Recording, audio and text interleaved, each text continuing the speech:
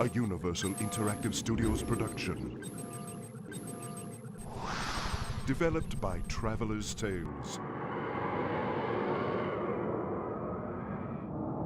Crash Bandicoot, the Wrath of Cortex.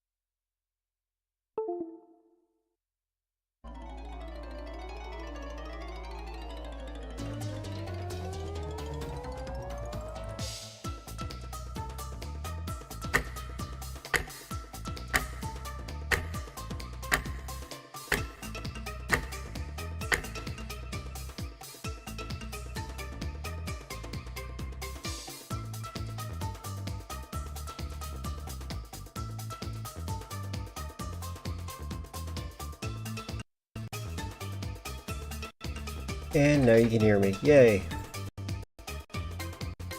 Hello, friendly friend. Thank you for actually being first. Crash Banuka with the bazooka. Why does the game feel off? It feels like it was made by an amateur in Unity. That's what it feels like. It is funny. They had to load the demo. I think that the demo screen has to load because it's actually running in-engine. So, like, the character feels all floaty. I'll definitely talk about it as I play it. But I hope you're all doing good today. I have a cat. It just jumped on my lap when I jumped into my seat. Alright. Also, I don't think this is made by the same people who made the previous games. This is Konami. Which is weird in itself. Yeah, it's the first game you ever played. Crash Bandicoot Warped is the best in my opinion, but I totally understand why your parents thought this was a good game. Why play it if I don't like it? I'm not saying I don't like it. I'm playing because I like the series. I beat Crash Bandicoot 1, I beat Crash Bandicoot 2, I beat Crash Bandicoot Warped. Now we have Crash Bandicoot Wrath of Cortex, which I've never played before. I did play it a little bit last month's stream. Alright. Well, I meant to hit the start button before it was too late. Did you get censored? What did Twitch censor you with? Hold on. Oh. I don't see the censorship on my side. Maybe it got censored because of your settings. Your settings are like, this is a child, don't let this person see anything cruel. Or whatever. I don't know what word got censored.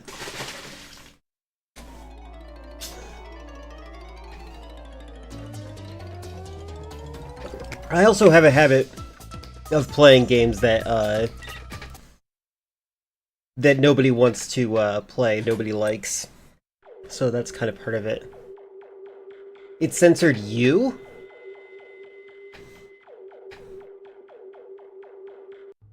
I don't know.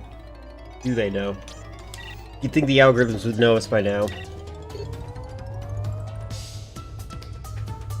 So, this game is made by Capcom. Or, not Capcom, sorry, the other one, Konami. And, like, when he jumps, it's really weird. It feels like there's no real physics in this game. It feels like when you press the X button, you were applying vertical force to him.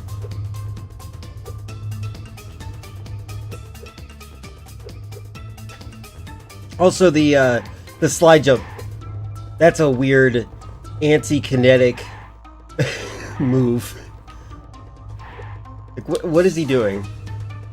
I mean, I know what he's doing. He's doing the air guitar, but, like, why? No, it's not even that. It's any level. Any level feels like this. You would think that it would be the, It's like every level. It's like when you jump in the game that raises your character instead of jumping. It's so weird. Again, I would describe this as like amateurs that made the video game in Unity. Cortex is absolute in the files? Maybe. Yeah, see, I'm not in space anymore, and it still has that weird vertical jump. At least my shadow's underneath me. That's good.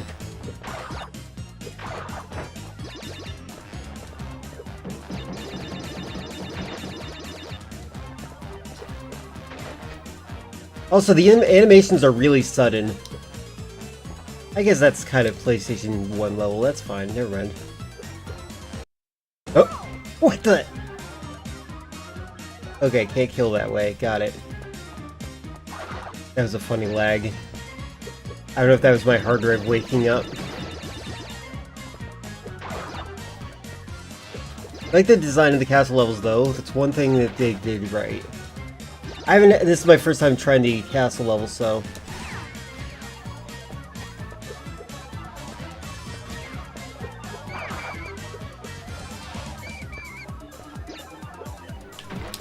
Oh. Okay, good. Why can I hear the... Okay, there's a computer sound right here. I can hear it way over here.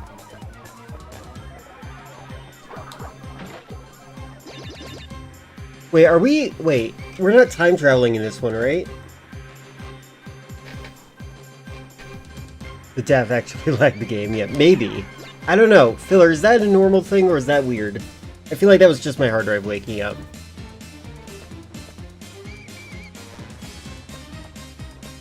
Why is Crash live in a 3D face? What does that mean?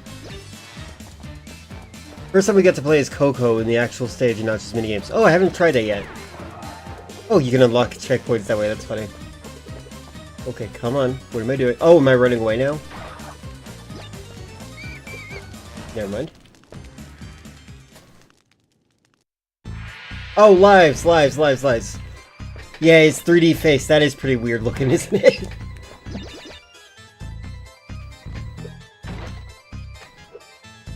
Aw. Oh well. Ah! It blinks too, yeah. The part that's gross, it blinks, not only does it blink too, but it's also like... If it blinks also, why is it animated at all? It looks so stiff.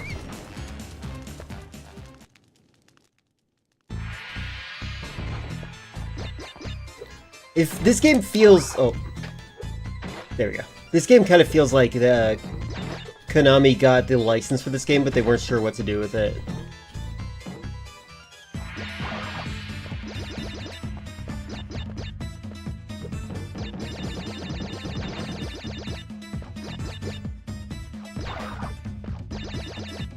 Oh! I didn't realize I was that close. Oops.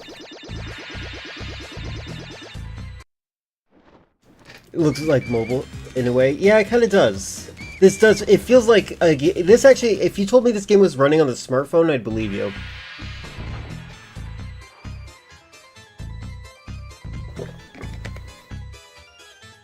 Yeah, that's weird. They're like, oh yeah, that's money.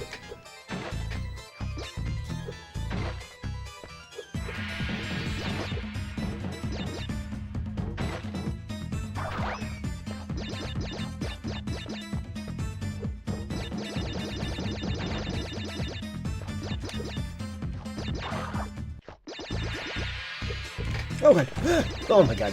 Okay, I feel like the hitbox on one of us is way bigger than I think.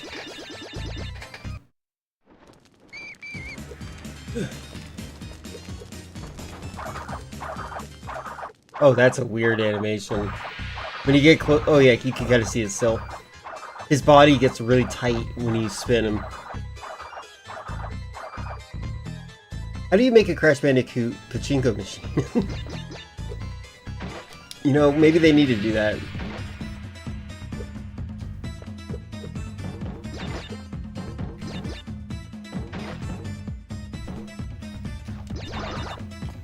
Oh, that's random. What the heck?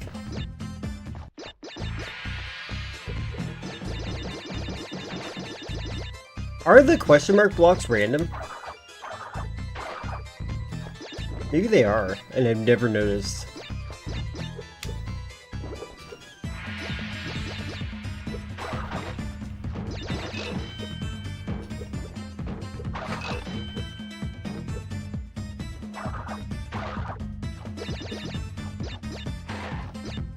Oh, okay, good.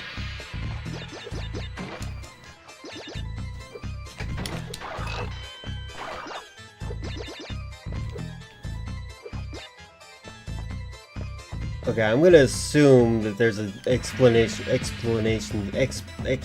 boy for that later.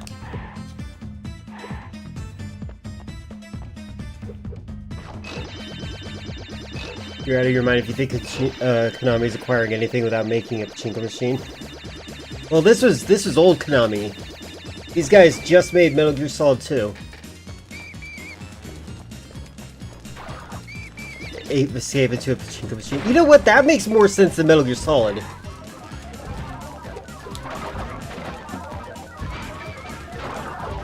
Okay.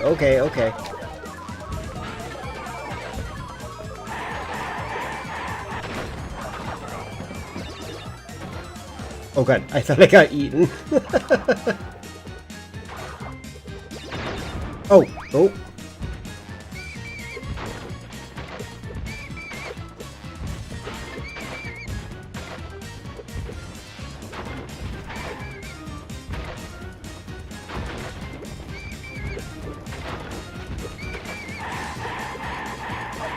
Oh no! I hit the I pressed the dodge button while I was jumping. I'm an idiot.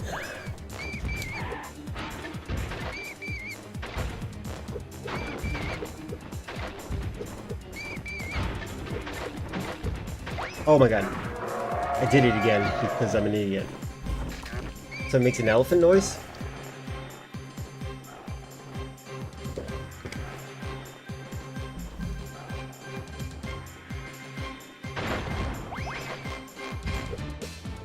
So did you ever go back and play the other Crash Bandicoots? I assume the answer is yes.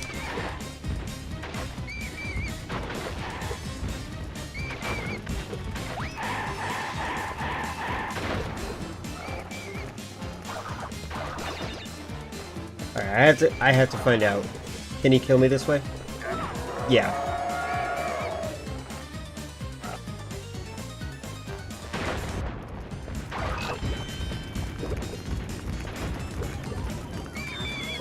Okay, I thought that was fire. They tried. The apes kept escaping. Who'd have thought? That's funny. You played 1, 2, and 3. Much more familiar with the Insane Trilogy versions, though. Oh, okay, got it. Which one do you like most? No. There's only... Oh yeah, that's right. They did give that the mouse pad of Crash Bandicoot. That doesn't really make sense considering, like, comparatively speaking, Crash isn't exactly Solid Snake. Oh my god.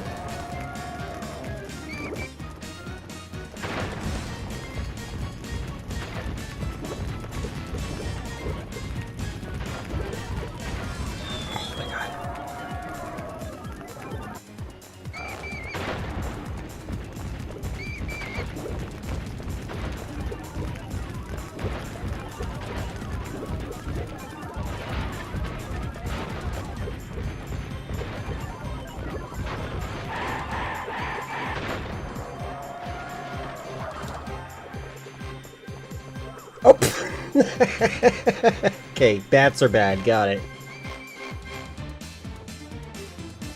Favorite from its simplicity. There's no upgrades other than that. It's just, Oh, Crash 1 is your favorite.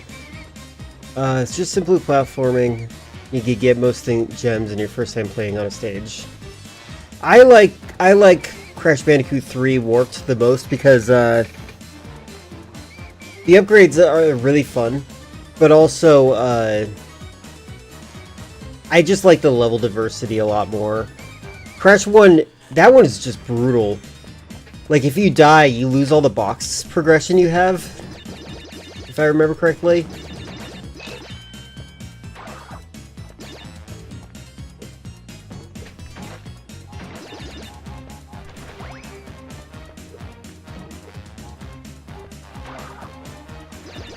The bosses in Crash 1. I don't even remember the bosses, so I'm thinking you're right. Like, I have no memory of it at all, so I'm assuming that that's an indication of something.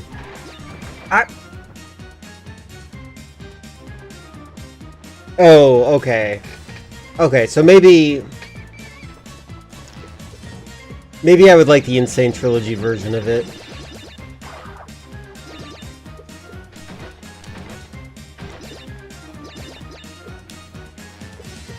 Oh my god, come on.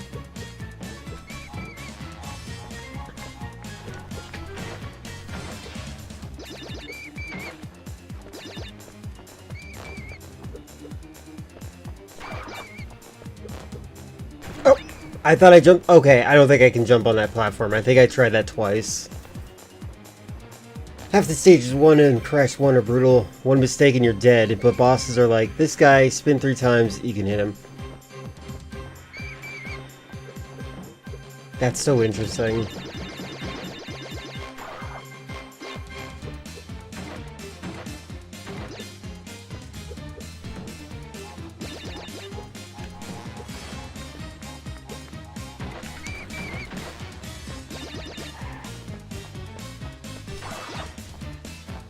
Alright, hold on.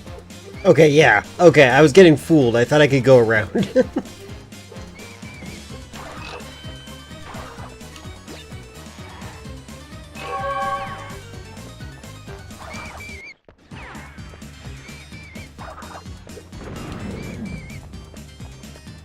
Yay!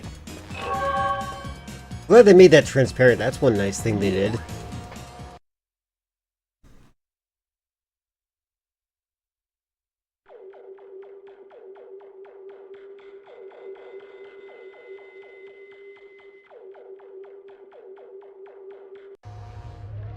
Strangely enough, this game feels like it would take place in the same universe as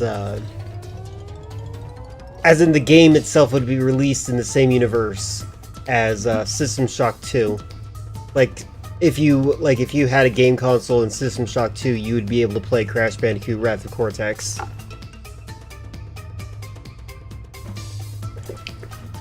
I hope that was in your pocket, Crash.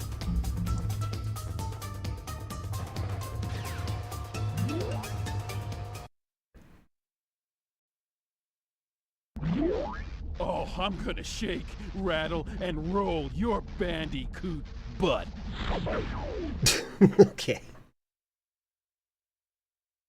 Does it take place in the same universe as Spyro games? Got it. Saw the weirdest property listing recently. Someone tried to market a literal prison as a luxury property to live in. They even had video to make it luxurious. That's interesting. How much were they charging for it? Oh, weird. What the heck?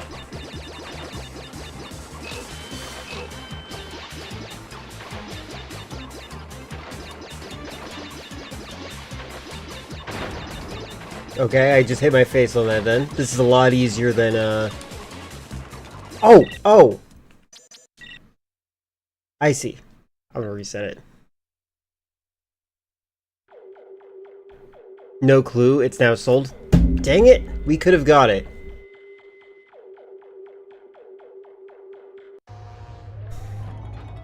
The school districts probably have signs that say, "Do not pick up hitchhikers." You know, I'm actually more irritated the more I think about it, when I think about my time in Arizona. And, there was a guy...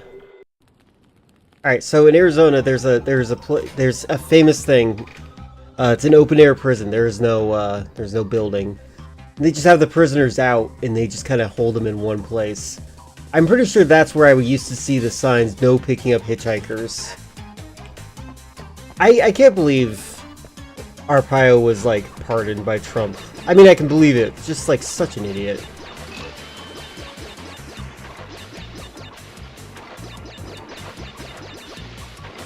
Alright, can I steer from here? Oh, I missed that box. I can't do that. Nope. They're clearly trying, but they don't really land on execution, and I really like the soundtrack. The soundtrack is okay so far. It feels very different. I think the sound mixing's weird. Joe Arpaio's rendition of My Way. Did he actually sing that? Because I can believe it.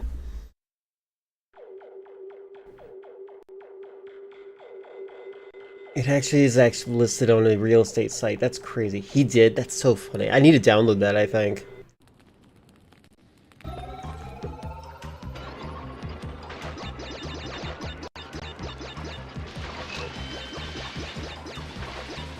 Okay, there's definitely something green over there. Did I already miss a turn? Oh, I can slow down. Wait, can I not steer? I don't know what I'm doing. I don't know what I'm doing. Forget it. Forget it. Okay. Maybe there's buttons I don't know about yet. Let's try all the buttons. I can speed it up.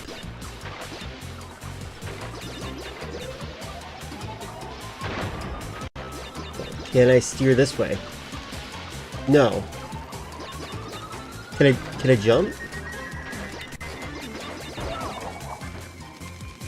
Oh, I might be able to duck. Also, did I just see a really creepy curse-looking Crash Bandicoot just now? What was that? Okay, can't duck.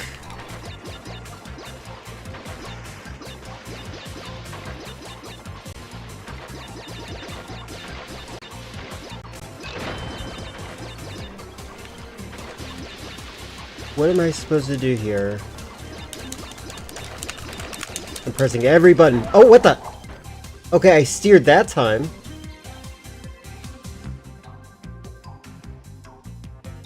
Is that the my way? Oh, there we go.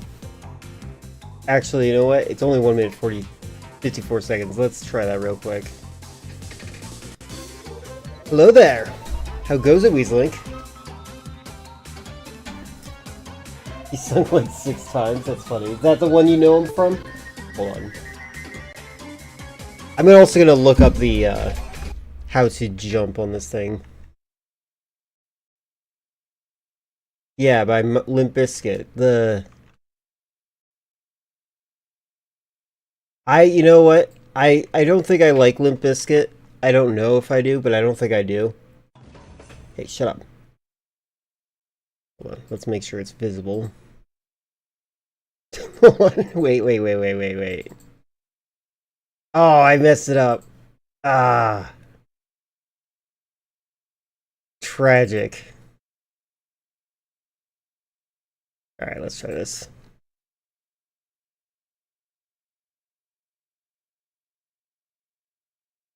Hold on, where's my chat? Oh, I can actually show you guys still. Hold on.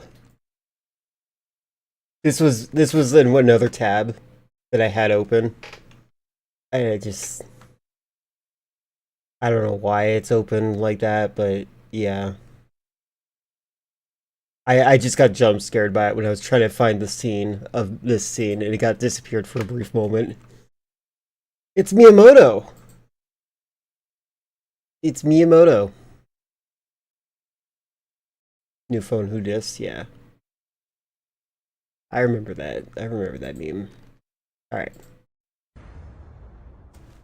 Straight from Tent City, where there's always vacancies, the man who put the word pink Why is the in subtitle so big? boxers. Sheriff working on the Chin Gang, Joe Arpaio. I planned each charted course, each careful step. Okay, armchair psychology wise. Do you guys think he's a narcissist or just an idiot? Along the byway and more, much more than this, I did my way. He's lead poisoned? Yes, Yeah. there were times I'm sure you knew when I bit off more than I could chew. But through it all, Did they just make him dig holes? I ended up Okay, I didn't expect it to get worse. I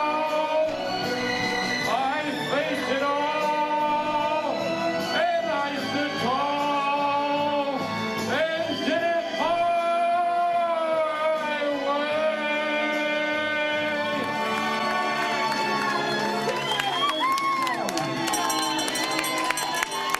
God, that guy with the mullet.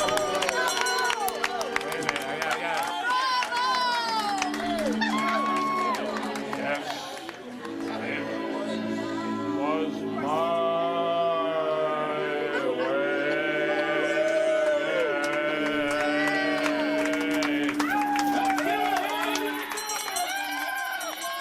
That was well, I'm gonna download this because this is culturally significant, and Andy makes sure I have it right now before I forget. Because I do that. Sometimes I'm like, I gotta remember to download that later, and then I forget like an idiot. Thankfully, it's not that difficult to do. Yeah, that was pretty bad. Also, before we return, I need to look up how to do this cart thing because I'm confused. Crash Bandicoot, Wrath of Cortex, cart controls. I wrote that all in caps because I'm an idiot.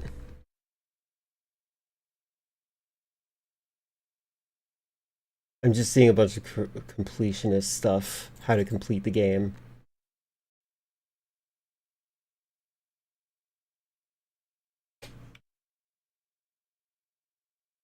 I used to accidentally type Google.com a lot.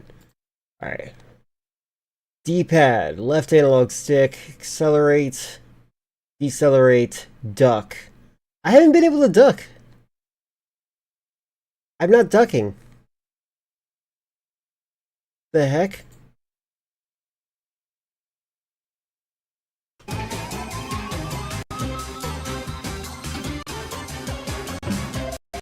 Sorry, I'm lagging a little bit as I try to make sure I can see chat. There it is. Alright. Let's try again.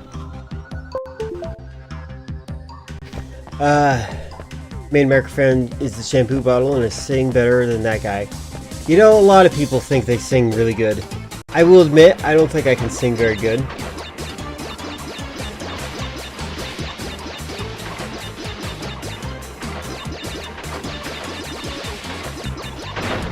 I can't duck, still.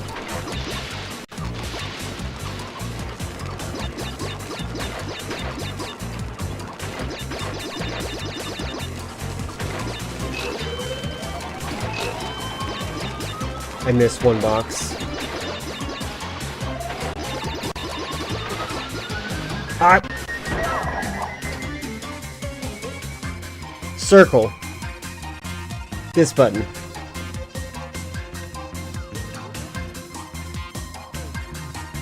It's interesting that he has maroon shoes. Also, I just realized what the volume is. Let me fix that. Sorry. Yeah, maybe I can't duck.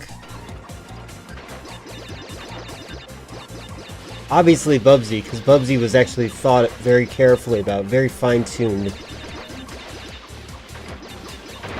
This might just be a rhythm game.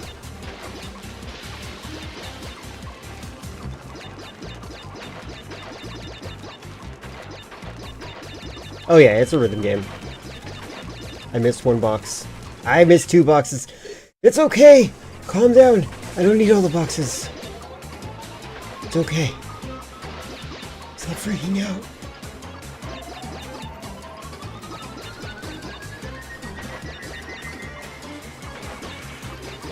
There is something very funny about Crash deliberately crashing all the...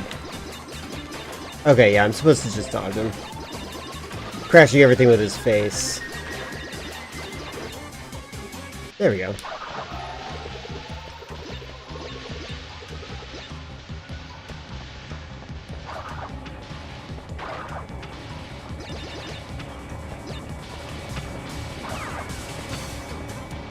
Oh, what if the tip's touched? Alright.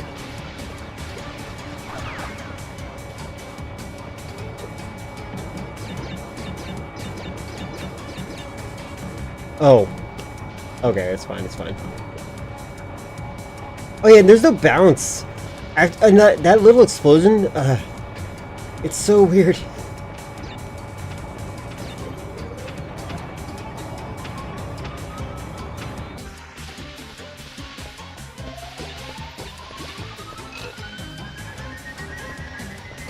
Kind of feels like I'm in a haunted house.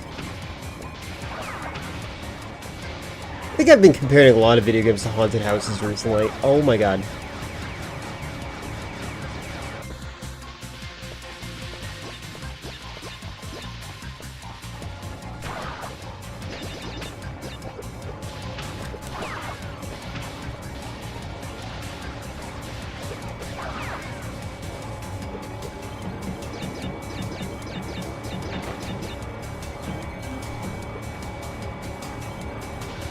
Hey, I bounced on that one. What the?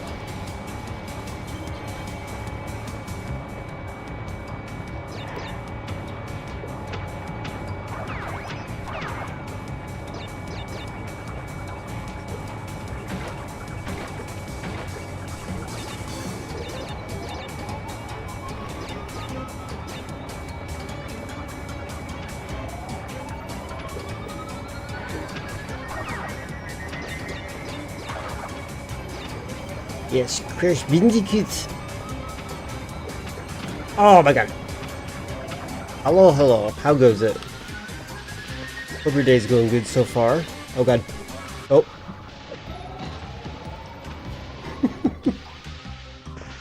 Okay, so we're not in the PS1 era anymore. I feel like they could have more creative deaths than what they have. Oh my god.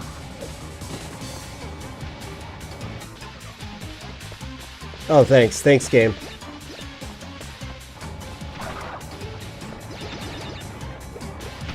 You know, I kind of think this qualifies as adaptive difficulty. I mean, it like, it is, by definition.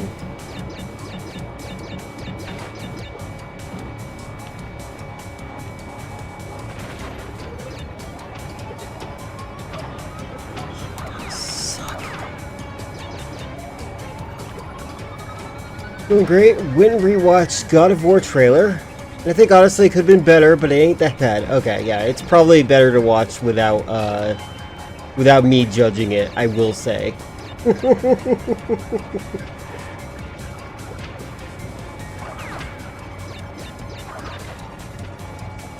It's okay. If you want to play it, go play it. I actually think it does, and this is not at all me saying anything negative about you as a gamer. But it does, to me, feel like that's more your game. Where it's more narrative focused. Like, it is very narrative focused. Like, very narrative focused. Which is not a bad thing. Wait, why do these guys wear white coats? Compared to the other guys who have black coats.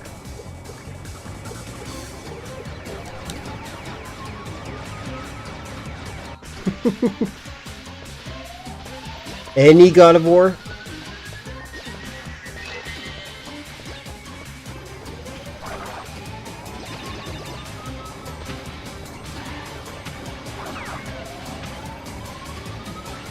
I'm saying it. At least the Epstein files. You're so brave.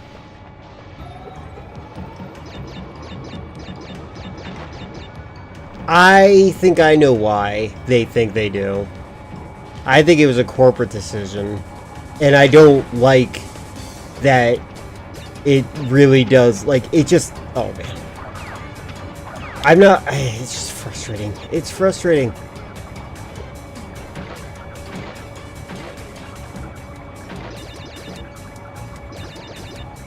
Oh, God. Thank God they don't want you to get all the, Wampa fruits.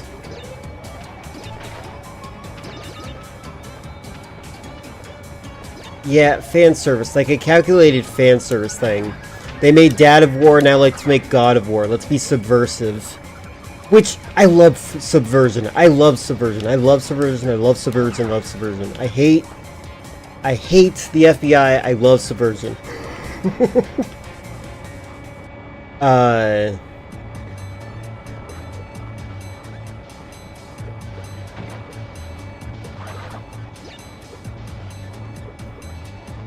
But yeah.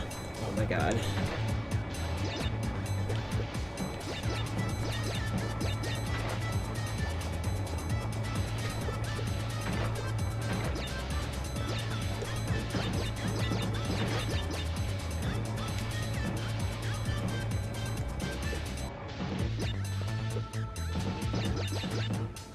They didn't go, she wasn't actually dead. They went down the route that she actually is in the afterlife, I guess. I actually think, I'm hoping that the end is like, what if they made, the only way I can think that they can save it, I think we talked about this, is that at the very end, it's about her accepting that she is dead, and not trying to change it.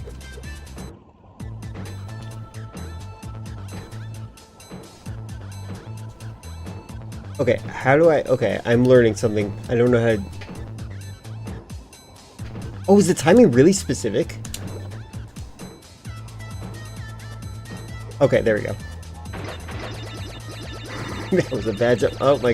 There's no physics. There's no physics in this, I swear.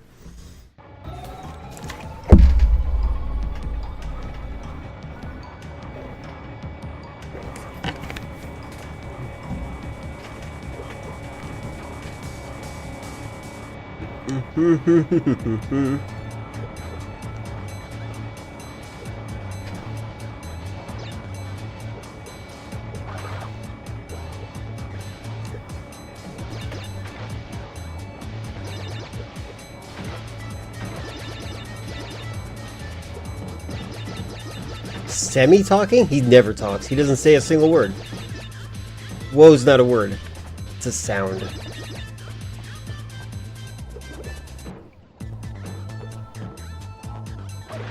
Oh my god, I'm so...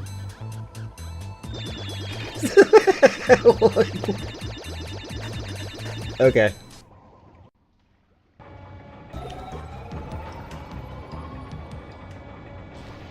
PopCap games? What is a PopCap?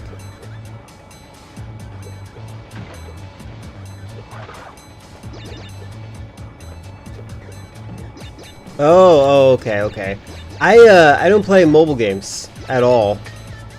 Like the only there's 2 cell phone games on my phone, and one of them is Dot Maze, which is a maze game that is really fun to me, where it's about making a series of dots connect each other. It's the only mobile game that I'm actually I enjoy the brain deadness of. And then a Lethal Company knockoff game called Mortal Company. In Crash of the Titans, he just talks gibberish. Oh, that's cute.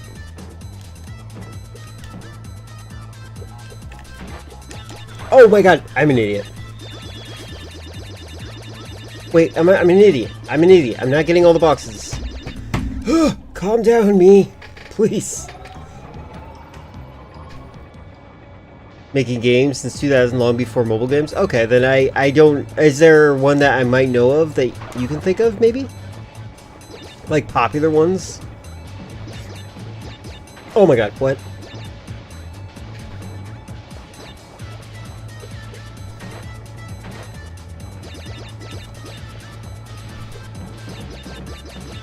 Peggle, Zuma, Bejeweled. Bejeweled, you mentioned. I've never played Bejeweled. I've just seen what Bejeweled does to people. Crash of the Titans also terrible. Oh, some of the best characterization of each character of Cortex, especially Cortex. Interesting. I've not played that game. That game looked fun.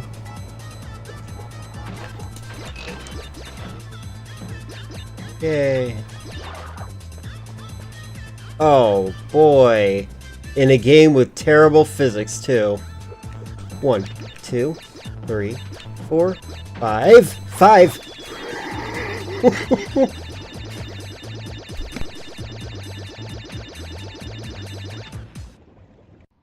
Okay, 5. I need to remember that. Bejeweled is a gateway drug to Candy Crush? Yeah. Yeah, I'm actually, like, morally against games that just trigger monkey brain. Lizard brain, that's fine. Monkey brain, no.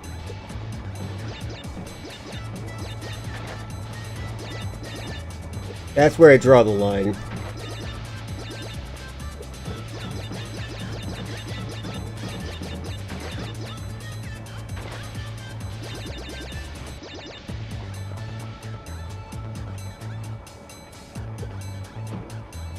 I've never played Cookie Clicker. My assumption is yes, I do hate it. I say this as somebody who knows people that love that game.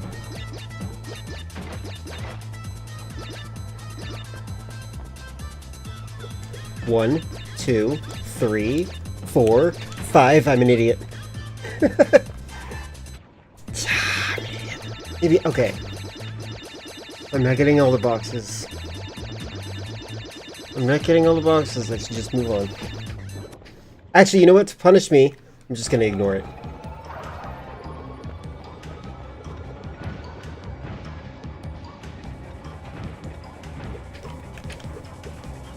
Ah, wrong way. I like the use of the Predator blur effect in this game.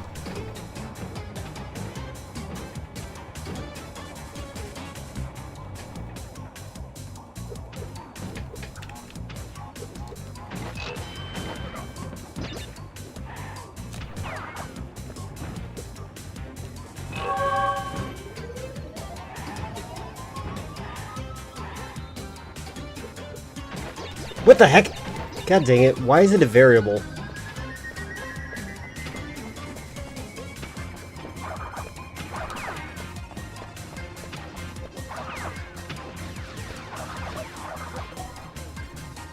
A video? Got it. One moment. What happens if you get all the boxes? You get a gem that, like, signifies that you did. And, if you get all the gems, you get an alternate ending, usually. But the alternate ending, in my experience, is, not worth it. It's like 5 more additional seconds to the ending. Or less.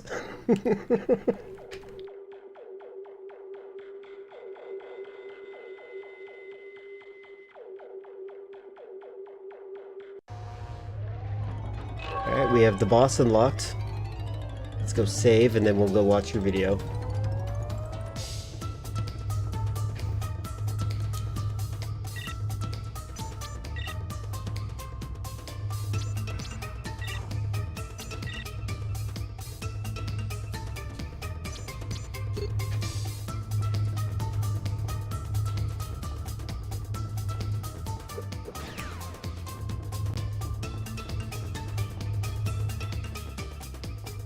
Yeah, it's pretty bad.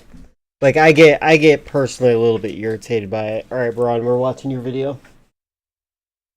Like, I got the alternate ending in Crash Bandicoot 1 and Crash Bandicoot 3 Warped. And I was like, wait, that's it? Oh my god, that's not worth it. Like, that is not worth it. I did it twice, and I almost did it for Crash Bandicoot 2. But my experience with 1 and 3 was like, it's probably not worth it. Only time I cared about getting the jewels was when I platinum Crash 4. Ah. This isn't Crash 4, right? This is just Wrath of Cortex. Alright, let's see that video. Where is my Discord? There it is. Live chat. The unexpected horror in a cute game. Oh, hold on. Let me get this open. I just remembered that Baron's here, so I can kind of tease him a little bit. Just a little. It's not actual teasing, I just want to share something kind of funny. Something that Baron reminds me of. Let's find it. Where is it?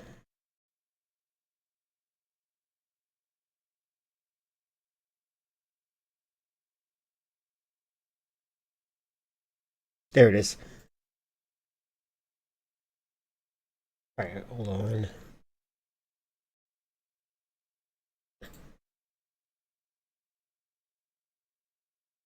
Okay, so Baron, this is just a tease, a little tease. I was on Twitter. I saw someone post a reply to a post. So the post was, here's some advice on how to create your characters if you ever want to make a video game. And the reply to the post was, did everyone play the same game on their brother's phone and think that every video game is the same thing? And this just reminds me of, like, everything that you like. I like, this is just, there's all of your interests right here. And it is interesting, like, it seems as though, like, there is a genre of people out there, and you are among them, that seem to think that every video game is like this. It's really interesting. That's how you know they're a girl. It's also to feed her children. They're in a polyamorous relationship with all of them.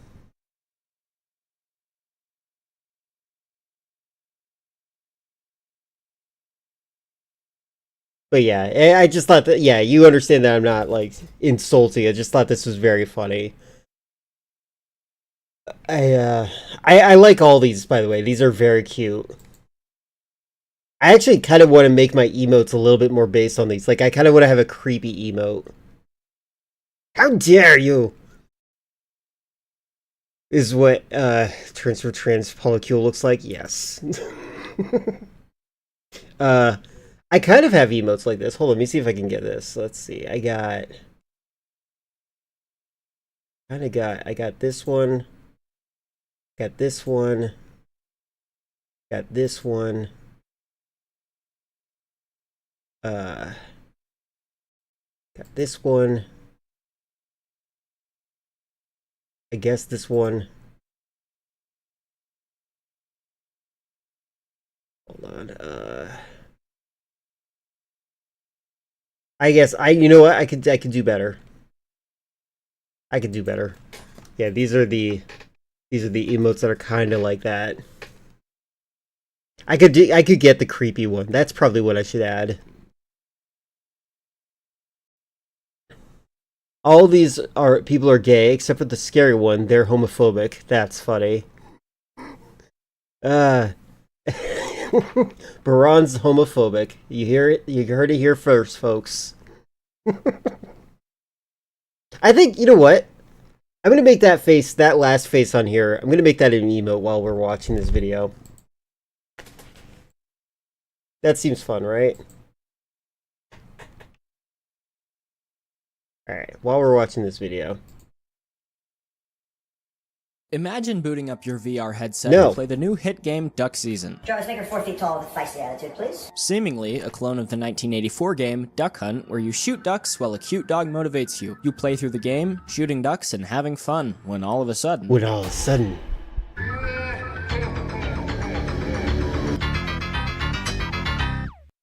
Secret horror is a growing genre of horror games where the game appears on the surface to be completely normal, and even a comforting game, before unexpectedly shifting into a horror game. Sometimes the game chooses to drop subtle hints that something is wrong before immediately taking Actually, would you guys mention, if you want to look through my emotes that I have, and if you have access to them, if you want to tell me the emotes that you think are the least interesting, feel free to share. I would love to know which ones. I have my own opinions of what those ones are.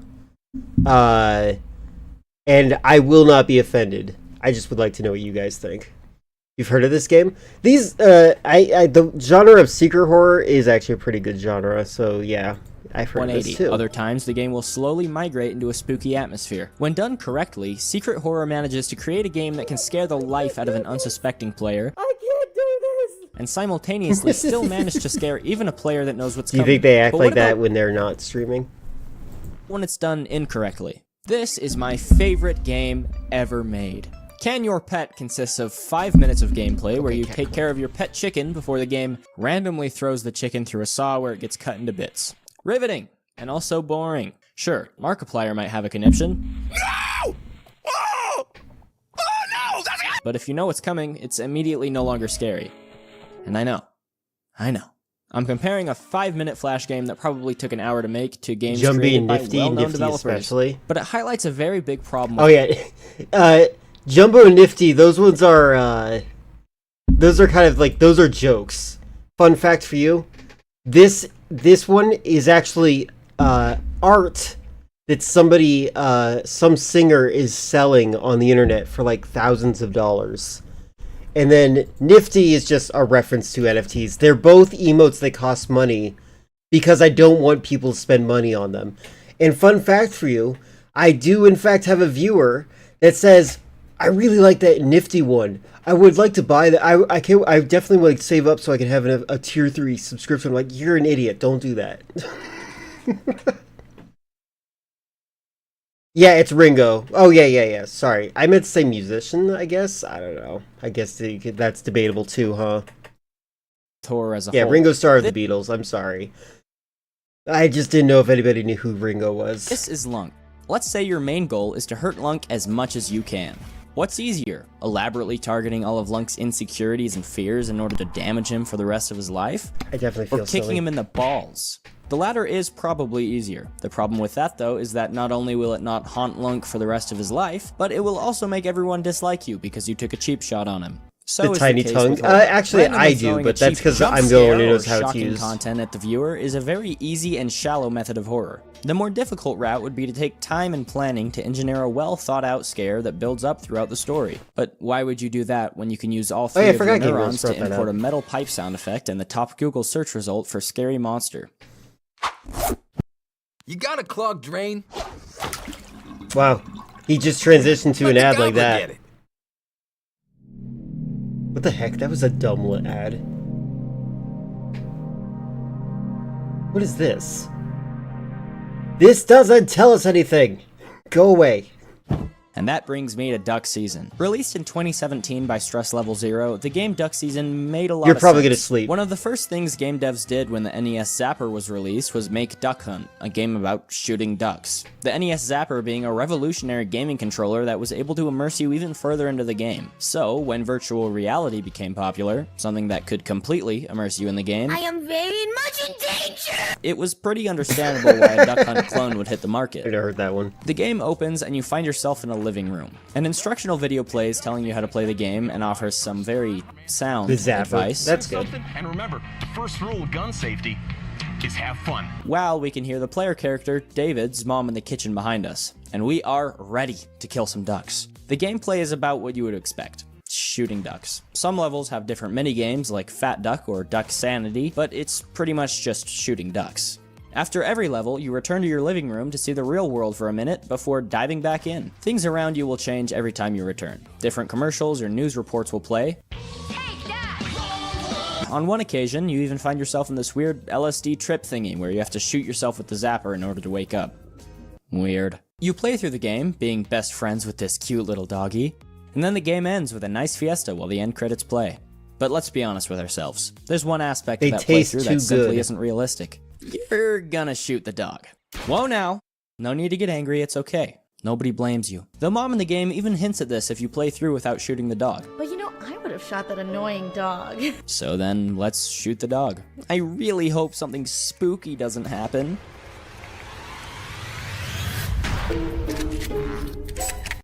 Okay, not really spooky. Ominous, but that's about it. You can shoot the dog as many times as you'd like, but nothing of note really happens until you find yourself in the weird dream again. And after waking up, you hear the mom say the simple line, Honey, have you seen the knife? "It's that time, I'm gonna The say it." knife. Hearing this line seriously... The one knife in the house. There is no other knife. It makes me brown my britches. And it's an amazing horror method, because somehow this game full of duck hunting, bright, happy visuals, and fun music can manage to create such a powerful scare with 6 words You went said into this game not knowing it was horror. I don't have VR, so I'm missing out. in the background. How did they do this? By doing the exact opposite of what most horror games do.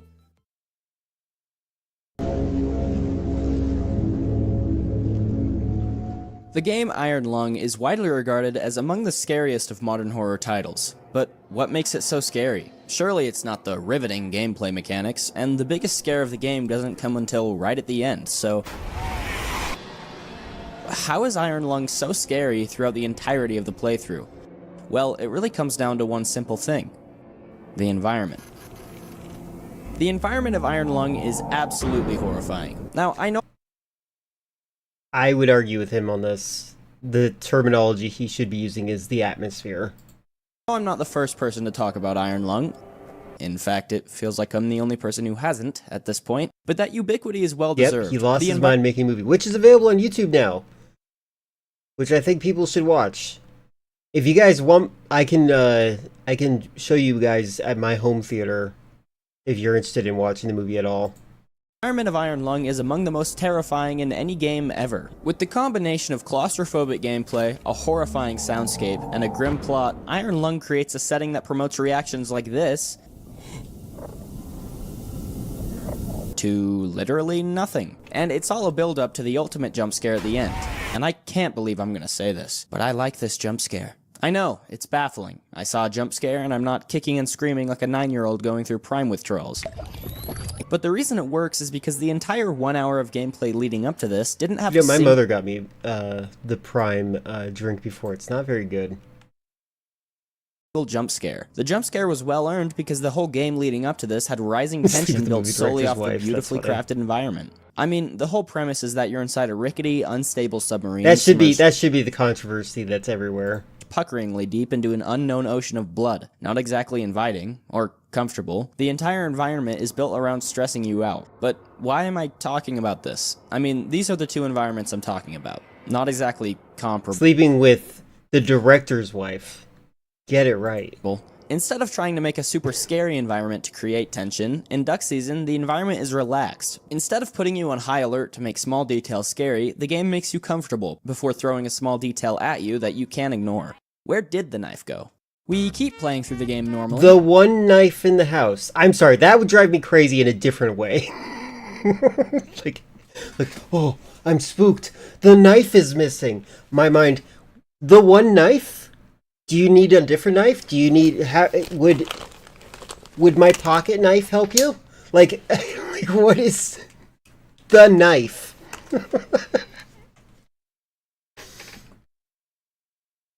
While playing, you can discover that you can actually look behind you and see David in his living room as a mirror image of your own movements. I'm sure that won't be important later. After one of the rounds, we get whatever this is. Remember the night we danced in the moonlight? You remember the way that it was so cold and it was so funny? And then things start to get really weird. After round 7, we're placed back in the living room to see David on the TV. Sorry, hold on. Jump scares are scary when they aren't meant to be jump scares. My philosophy on jump scares is that they shouldn't trigger lizard brain response. Again, I go between monkey brain, lizard brain, and just normal human brain. Human brain is like you're trying to, you're atmospherically causing them to jump to conclusions because humans are creative creatures. Monkey brain is like playing Candy Crush, and then lizard brain is, there's a sound I must run from faster than I can process what that sound even was. Crab brain? The aspiration is to become crab, okay? We have not reached the perfection that is crab carcinization. So, yeah. On a live feed. Yeah, that is exactly what MTV was like. I remember because I used to watch MTV all the time. It's about this time that someone who may have picked up the game unaware of its horror element is likely starting to get pretty freaked out. It's becoming clear that there is something seriously weird about this dog. See, while you're actually playing Duck Season, it's easy to notice that the dog doesn't really fit. I mean, all the ducks are cartoonish, it's a cartridge game, and the environment isn't exactly the pinnacle of realism, so why is it that this dog is so human? I might even go full creepypasta and say he's hyper-realistic. I mean, his appearance clearly resembles a costume of some kind. I feel like, okay, full realistic would be like SpongeBob or Ren and Stimpy, I feel like. You either die a monkey or live long enough to become crab. That is the best and smartest thing I've ever read in my life. Costume, which, by the way, is covered in stains. And every time you load into the game world, you can see the dog turned away before noticing you and seemingly stomping out a cigarette. It's clear that this dog isn't just a part of the game, it's almost like he's sentient. Who do I think I am? He is definitely sentient. And not only that, but also Creepy as shit. why, you may ask? Just kidding, you're not asking that. You already know, because there is an infinite amount of videos talking about it. The only modern horror element more ubiquitous than liminal spaces, Uncanny Valley. For those of you who just got back from a 10-year hiatus from the internet, Uncanny Valley is a phenomenon where you'll feel a sense of unease or fear from something that appears to have human characteristics, but has something distinctly wrong with it. Look at this image. Normal, right? Nope. Now look at this one. You can't quite put your finger on it, but there was are you judging someone for how they look? Shame on them. Definitely something wrong here. Uncanny Valley can be experienced in a variety of ways. I can't stress this enough. I'm immune to Uncanny Valley. I used to be addicted to Uncanny Valley. I used to look it up all the time. Now I don't get it triggered in my brain anymore because my brain has normalized it. It's sad. I feel sad about that. There's the more overt examples where something is very clearly not human, but appears to have some attempt There you go. That's how you phrase it. That's exactly right. Humanity. It was and then revenge. there's times where it's harder to decipher. But the really interesting examples don't come from a non-human trying to appear human, but rather a human trying to appear non-human. Take a good look at this dog. Creepy, right? No. Well, it shouldn't be, actually. It's just a regular dog. Thank you. But take a look at this dog. There is something very not right. Hey, you have something against furries? You want me to beat you up? About it. And that's because this is Toko the human dog. Beat up the, like, so just bully the most accepting community in the world? Actually a dog. It's just a guy in a dog costume. But because you can tell that there's something off about it, it's kind of creepy. Earn 150,000 points. Uncanny Valley is and a great element of experience horror. more Yeah, I guess with so. I Chase wish I could Sapphire feel it Reserve. anymore. For years, I will defend furries. Furries are genuinely, like, some of the most, it's so hard to explain. Like, they're so marginalized, such a small community, and yet also the most accepting and friendly community out there. And also extremely autistic, but, like, they're great. They're great people. There you go. That's a good joke. Now, why didn't he make an Edward joke? Edward. That was such a great scene. Why are the banks trying to chase you? Because they want your money. Furries have done nothing but to be hated and are nice people. Exactly. And also, when there is an individual furry that is like a messed up person, you don't blanket the entire community for that. You don't destroy the village just because of one bad villager, you know? It's obnoxious. That said, ACAB.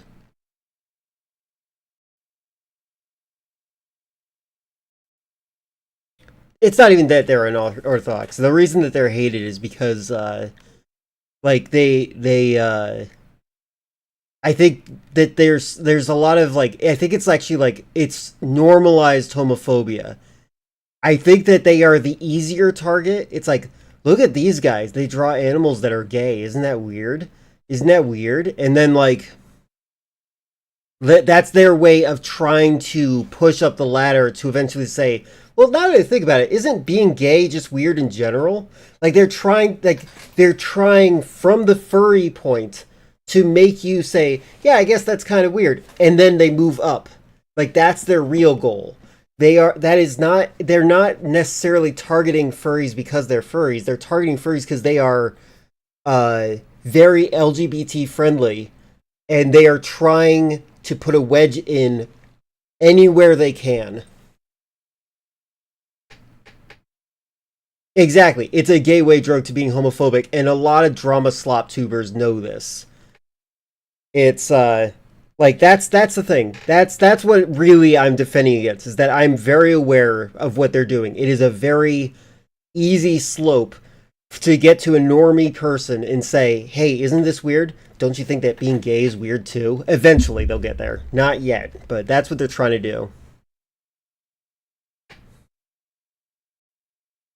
Furry haters become two things. They either become furries or themselves or extremely homophobic. Yeah. Actually, you know what's interesting?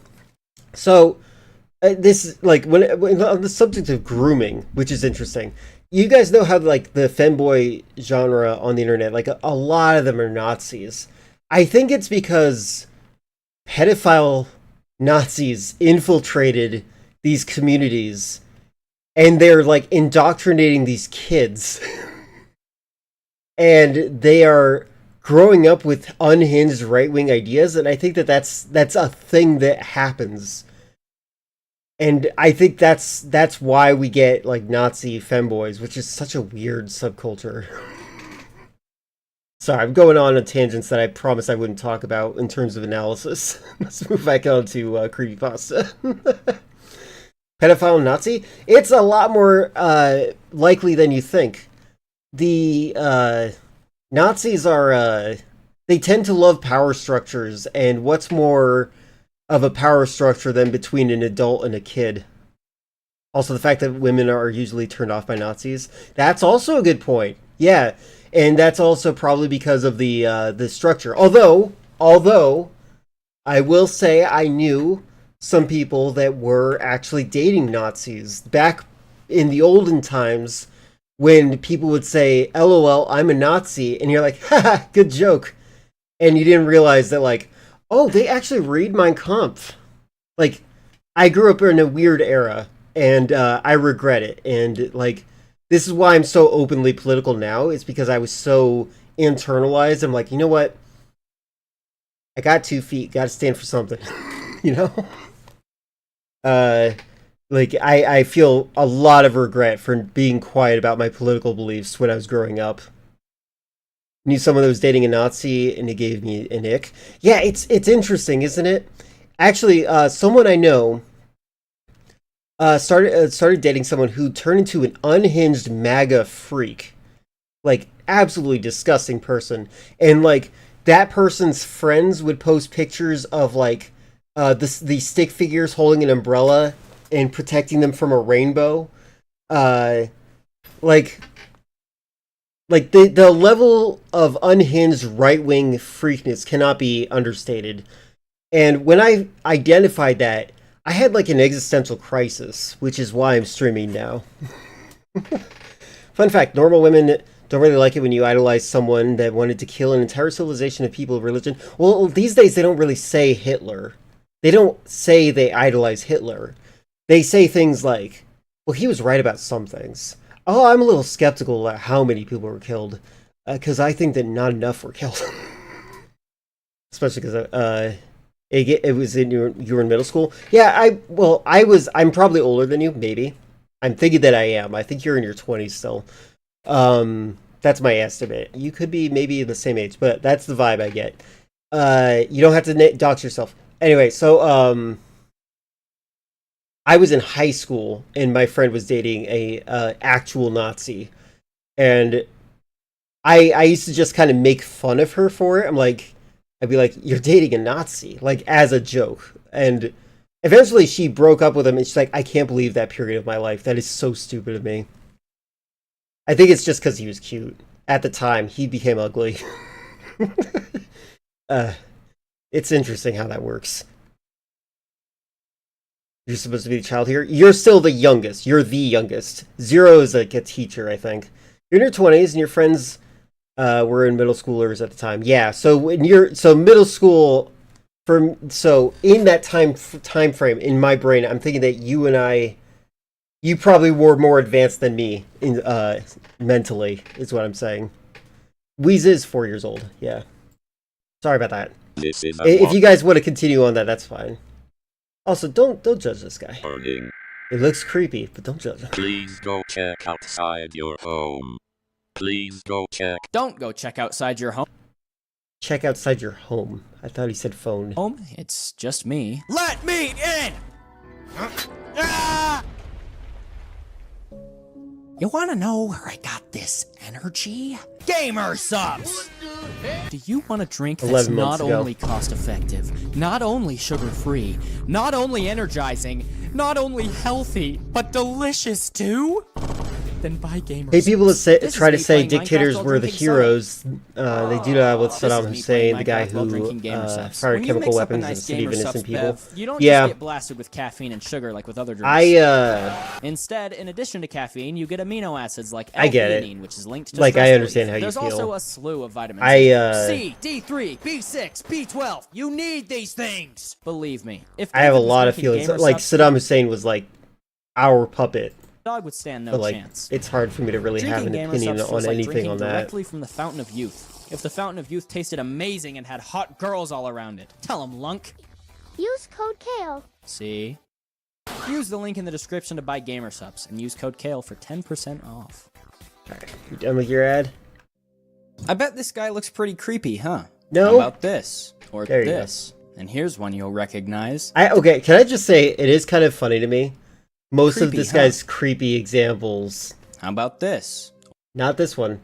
These people just look like they're having a stroke. Or this. And in more than one way. Ba-dum-bum. Here's one you'll recognize. This fella here is one of Hussein the OG Obama. Uncanny Valley characters. Along with Uncanny Valley, he also shares an interesting descriptor with our old dog friend, and that is mascot horror. Mascot horror is when you take B6 and B12 are also really common. Yeah, you're talking mascot about that seems friendly or child-oriented and twist them into a horror character. This was popularized by Five Nights at Freddy's, although it's everywhere now, with massive games like Poppy Playtime or Garten of Banban, or even the titan of its time, Tattletale. There's also the less-known examples, like Kinito Pet, where a character similar to Clippy or Bonsai... Cats the Musical and Five Nights at Freddy's. Similar to Clippy turns evil and takes over your computer. That should be Our merged. friend Mr. Dogman is a great depiction of both mascot horror and Uncanny Valley, and because it's obvious he doesn't belong in the setting he's in, when something... Yeah, mascot horror is, You know, I never found Scott Cawthorn's mascot horror to be creepy, like the animatronics that he did. There's a degree of believability. Like, the old Chuck E. Cheese, Charles E. Cheese mascot costume was a lot creepier than anything that Scott Cawthorn ever made. And I feel as though we haven't had like a normalization of the culture that is a normal experience with the mascot in a long time. So it's just weird. The kid's still playing Five Nights at Freddy's. Yeah. Actually, you weren't here for this. I was talking about this earlier. Somebody posted this and said, here's some ideas for your character designs for your video games. And then somebody replied to this saying, I swear all of you played the same game on your brother's phone and think that every video game is like this. And there's something very fascinating about that to me, because I think that there is something there that's true. Because like it is like they all experienced the same type of game, but it's like might actually be through parallel of watching a streamer. Charles Entertainment Cheese. Yes, that's what the E stands for. You went too fantastical with FNAF 2? Maybe. Went after downhill after custom night? I think everyone has their own stance on that. I kind of think that Security Breach might be one of my favorites, which is humorous because now that I have System Shock under my belt, I see what I like about it. I think that when it comes to I've never played the games. I wanted to play those games in VR, if I ever do. And that's what I'm kind of waiting on.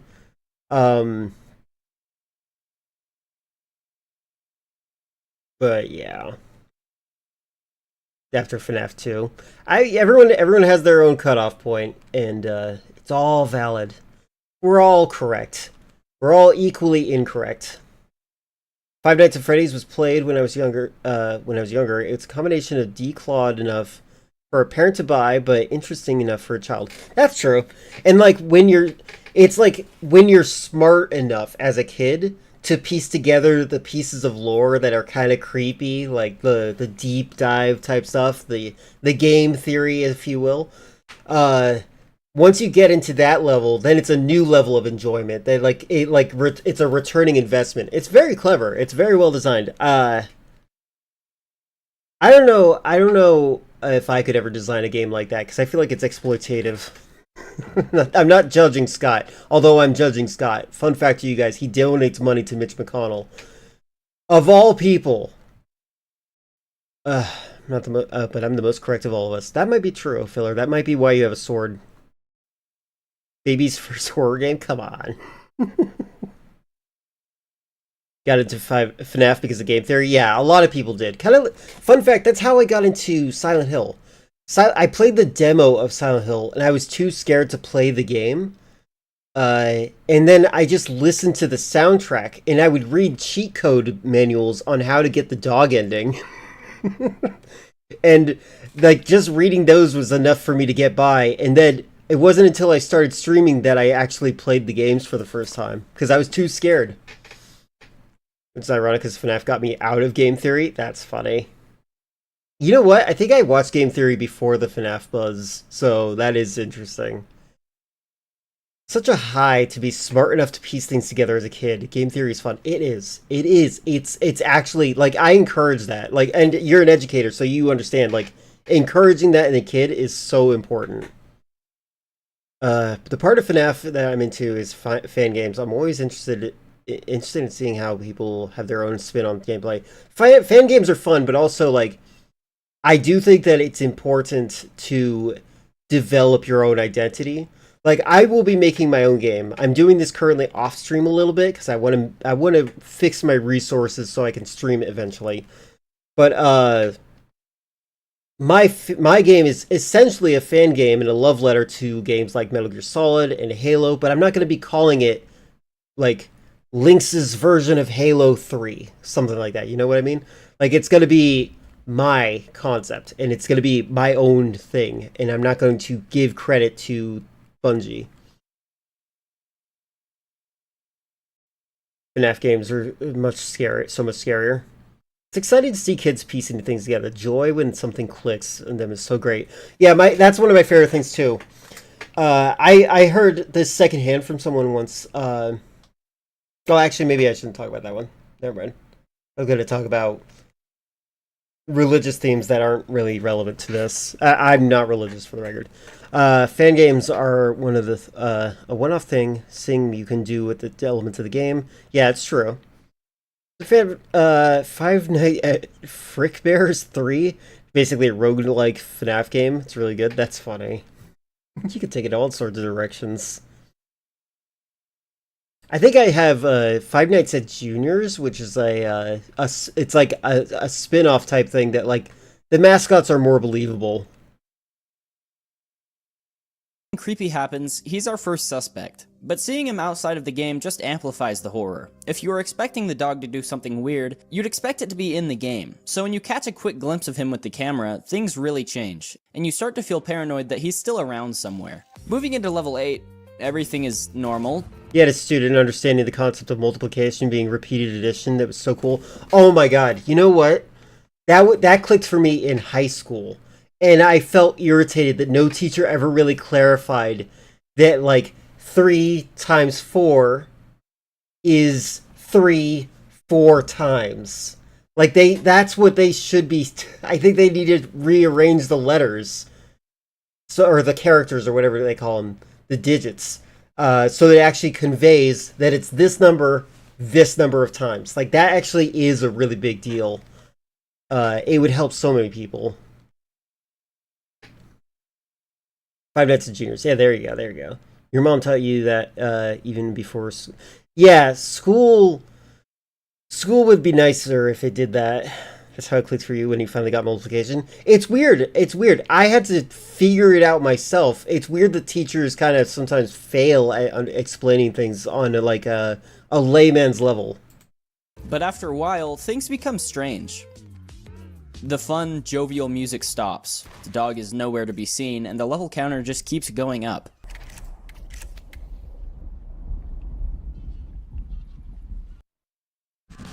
The triple stacked fruity blast with a soft frosty what is this bite ad for? bomb pop. Oh, I was just talking about needing to get popsicles. That's probably why we got the ad.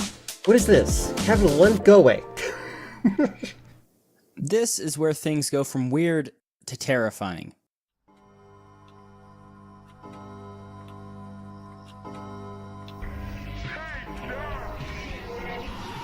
The TV plays a distorted version of the Lone Wolf commercial, and turning around, we see David's mom. The dog killed her. Wait. You say the dog killed her. Is that a knife in your hand? Back to the TV, we see the duck season menu once more, with the dog telling us to come face him. And I am fired up about what happened to Mama here. So let's go get him.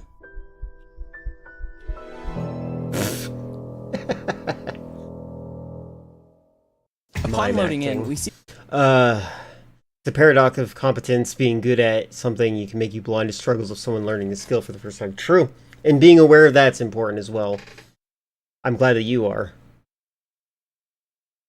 I was...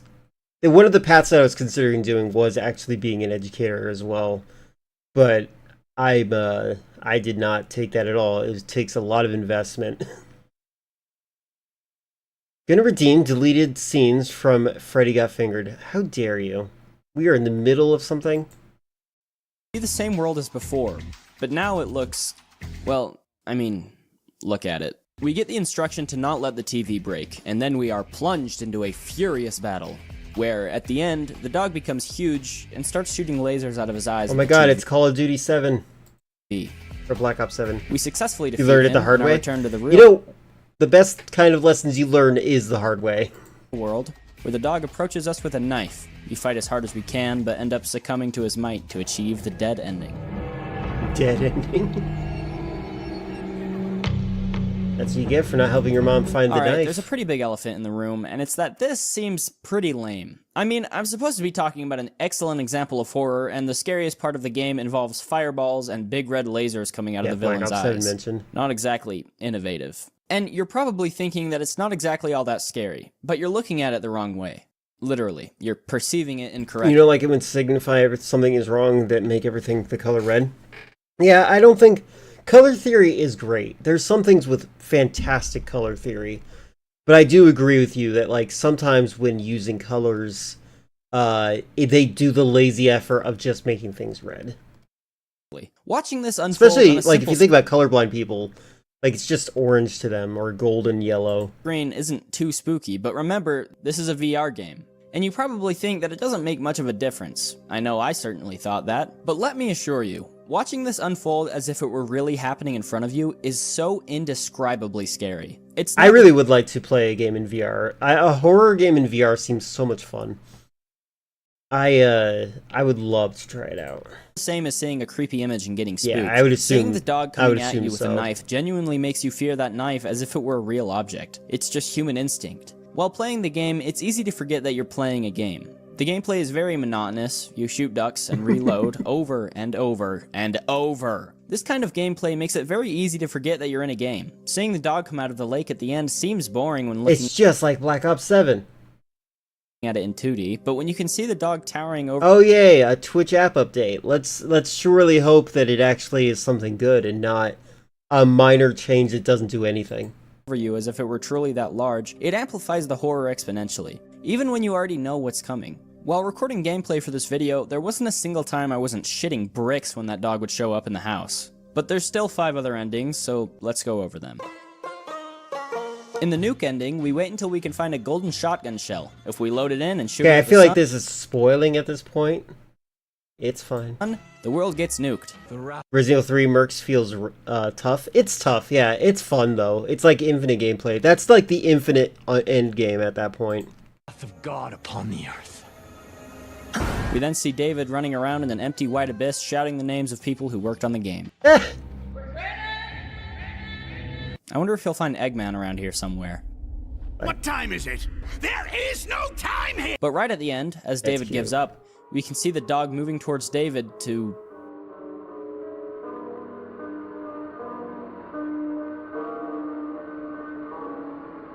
Hello, how are you? If you wait until you see the dog outside with the camcorder and you pick up the phone... 911, what's your emergency?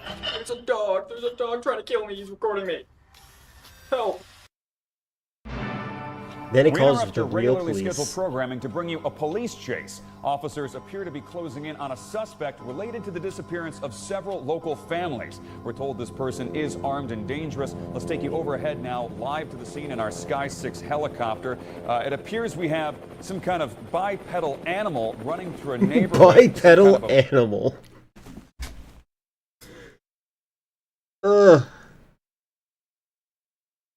I don't think that's how the news report would go. He's rounding about through a home, right through their backyard, turning a corner, and we want to... Yep, that's ice. The next... officers appear to be neutralized, to be armed and dangerous. The next end...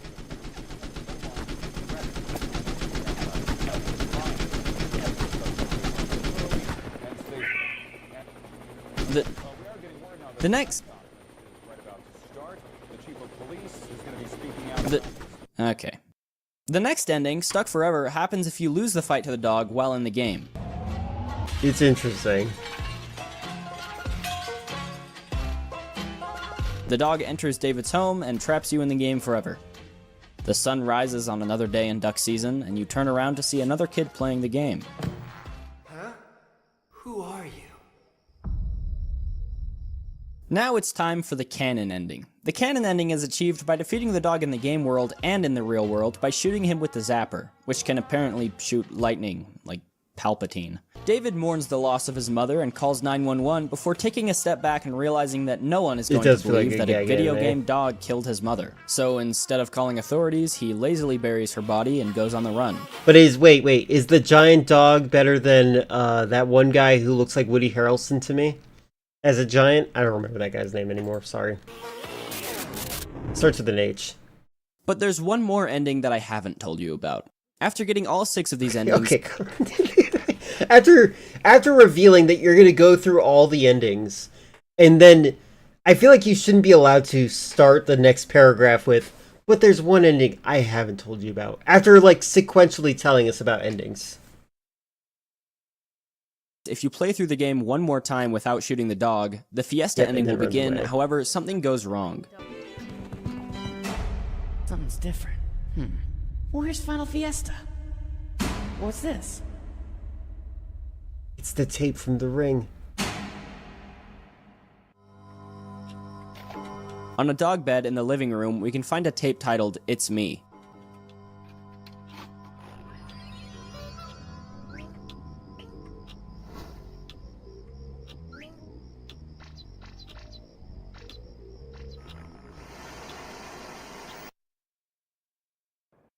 You got a clogged drain? Oh my god, they used AI. Let the gobbler get it.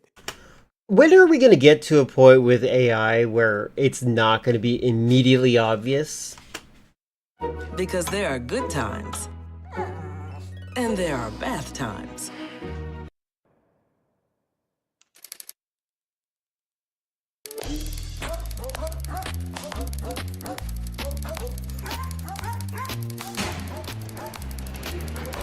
Oh, it's a reference to Silent Hill 3. Or 2. It was you the whole time? Weird. You want me to help? Okay. Okay, let's be real for a second. This game is insane. If he doesn't make a reference to Silent Hill 2, I'm gonna call this guy a fake YouTuber. When it comes to horror games, it's not unheard of for them to have some odd elements. In fact, it tends to be common. But this game is a different kind of weird. Odd implications, freaky-ass dreams, a video game dog coming into the real world and murdering a random woman. At every turn, there's a new question. At first, MatPat theorized that the dog is actually David's dad. The dog is absolutely your father. A bad dad trapped inside of a video game. Why would he then go on to kill you? I actually like that ending. Hold on. We didn't, let's see, we're exploring our game more than we thought they would. We felt like a lot of hints, etc. Creative, find it hardly interesting and not theorize the game as much. The dad is not the dog. We had plans to make a hidden ending. We would have definitively showed this, but the scene would have required a lot of work. I think it's interesting when developers decide to step out and say, like, this is not the dad, or something like that. Like, hey, your theory is wrong.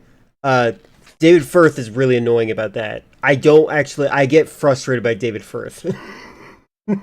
David Firth, I feel like, wants to be a mystery forever. If you guys don't know who I'm talking about, it's fine. Salad fingers. Anyway, I think that if I make a game where people can analyze and kind of dig deep into, which I would love if somebody would do that kind of thing. That's like a flatter to me. I would never discredit anybody, or like, I'll just say I really like this theory. That's what I'll say. I'll just say I like this one. This one's the most creative. This one's really fun. Like, that's what I would be like. I wouldn't make a whole "this is not how it works" thing. David Firth. David Firth is the guy who made Salad Fingers. Jonathan Blow's like that. You know what? Yeah. He's pretentious on a totally different level. Sans is definitely Ness. Leave him alone. Leave him alone. To be honest, I can see why some people get irritated by MatPat's theories about their work. I can see that. No, I can, but still. I don't know. Well, I'm not saying that John does that. I'm saying that he's pretentious. Filler's the one who says that he does that.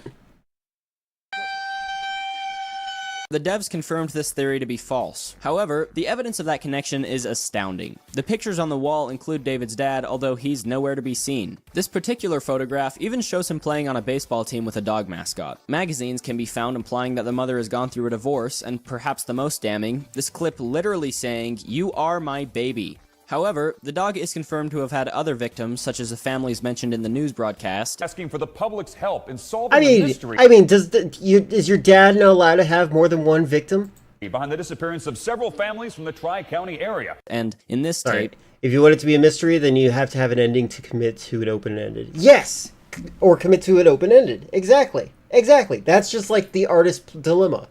And I believe firmly in the separation of the art from the artist, because Fahrenheit 451 is apparently about TV dominating books and not about censorship, which is so weird. That's what he thinks, but I think that the act of art is once it leaves your hands and it is others who look to it for different reasons. That's when the art happens. And unless you clarify it initially, like I don't know.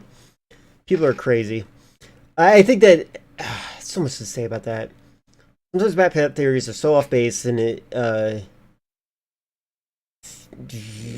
his fans. I was trying to think of a way to say that. His fans take everything he says as gospel, so the creators now have to spend the rest of their lives having to hear it as fact. I do. Okay, there is definitely like.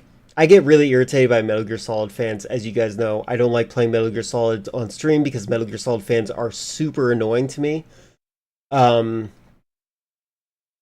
Looking at you, Tui. I think that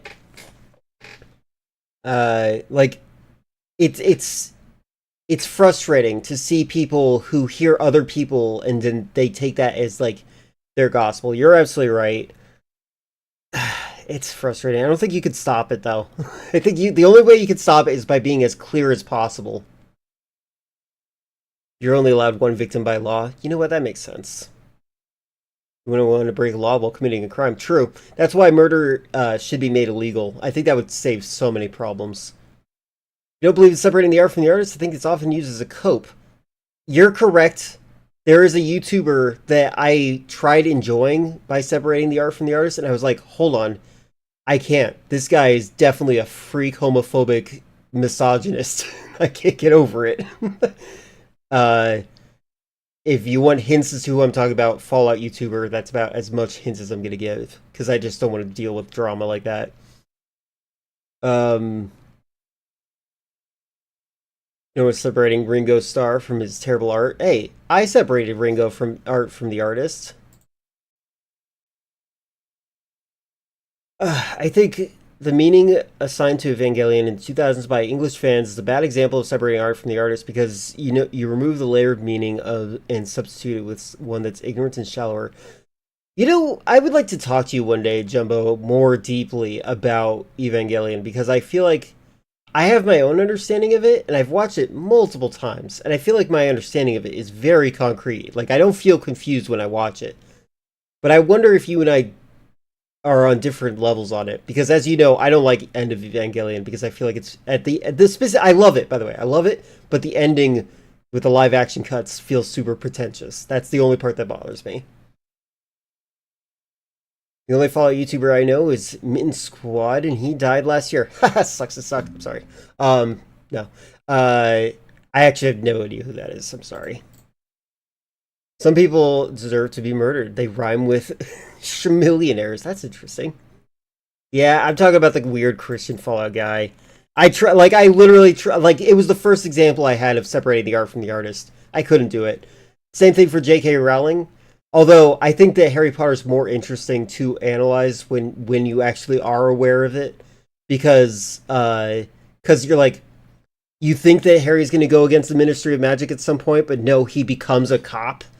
And not only that, but he calls Hermione, who is anti-elf slavery, a busybody. Like, there's some really interesting things to dissect in Harry Potter. So, like, it became doubly fun for me to read Harry Potter because I'm like, hold on a second, this is really weird. Like, I thought these things were going to be chances for Harry to grow as a character, but no, he is just a tool of the establishment party. It's so interesting. Evangelion is about what happens when you... Yes, that is exactly what it is, Filler. I hate Shinji, by the way. Like, unironically, he's like the worst coworker. Quit your job, let someone else take your slot. Does Undertale technically count as secret horror? I think so. Harry was pro-slavery and became a cop. Yeah, unironically. Harry becoming a cop kind of reminds me of when they turned Toph into a cop in Legend of Korra. Yeah, it's just like, it doesn't make sense, and it's weird when they do that. I don't, like, Harry definitely is a neoliberal. I think we could establish that for sure. Franklin. Are you here for your medicine, Franklin? Franklin. Here. Why are you so late for your medicine? You're like an hour late. Franklin. Alright. Lift your head up. Yep. Here you go. There you go. There you go, Franklin. I'm glad that he loves getting his medicine so much. We're not talking about Evangelion as a self-contained piece of media, but Evangelion relative to genres that exist. Oh, okay, I see. People back then had no frame of reference. Yeah, lack of internet, you can blame that. The moment people in the 2020s had the same platforms expose themselves to the wall of relevant information, a lot of minds were changed. I see. Okay. See, this is why you're a moderator. For Toph, it kind of makes sense because she would want to fight and catch the bad guys without being arrested. I actually have not. My brother and sister watched Avatar when I was like addicted to the internet. So like I have a passive knowledge of what the show is like. I need to watch it all at some point. So like I might not be the best to discuss it. There was this one filler arc in the One Piece where it cut to some alternative world where Luffy was never a pirate. And instead he lived in a village where important characters lived there too. Ironically, instead of becoming a pirate, he wanted to become a cop. That's so strange. Was that actually in the manga, or is that actually in this show? Where I'll just play the tape.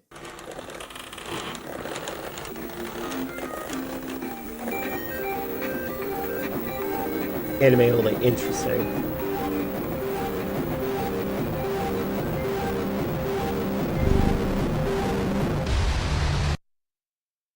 MatPat, in his unbridled rage of getting something wrong, created a new theory that involves the other games the devs have made, Boneworks and Bone Lab. This theory suggests that Arthur Ford, the player character in Boneworks, is actually David in the future, and that David changed his name to Arthur while on the run, before eventually becoming the dog and killing his past self in order to prevent the apocalypse. This theory would explain the whole "you are my baby" thing by suggesting that the translation instead is "you are me as a baby." Now, I don't get into all that complicated shit. And also, one of the devs confirmed that the cradle motion was actually meant to be a friendly hug. The idea that David is Arthur Ford... That cradle motion was very poorly conveyed. Can you imagine in the bossing saying, and seeing a random tea shop worker becoming a Fire Lord? It'd be pretty... You know, I feel like we've seen weirder in real life. Persona very weird about cops, but I think they might spoil anything if I say anything. I believe you on that. I need to play Persona series. Should I start on Persona 4, do you think? Or do you think I need to start in order? It was an anime exclusive thing. 2 episodes weirdly slapped in the middle of a very important arc. That's pretty sad. One more thing, Luffy has actively said multiple times that he is not a hero and he doesn't consider himself once. Oh, yeah, I figured that. I mean, I think that's a good mark of a person that you look up to, is somebody who doesn't think that they are. Start with Persona 3 or 5, probably 5. Okay. I've had people say 4 before, but I'll keep that in mind. Thank you. Boneworks immediately falls apart when you look at I just want to clarify though. Those aren't, like, 5 isn't the best one, and it's all downhill from there, is it? Because maybe I want to go 3, 4, 5. Difference in hair and eye color. MatPat suggests that David altered these colors intentionally in order to change his identity. But do you really want me to believe that he's been wearing differently colored contacts and dyeing his hair in order to fit a different description? We're assuming an 11-year-old child is going to be able to go on the lam and somehow order a dust filter for his Hoover Max Extract Pressure Pro Model 60. It's all a bunch of mental gymnastics, and I don't like it. Your favorite's 3, but most say 5 is the best. Okay.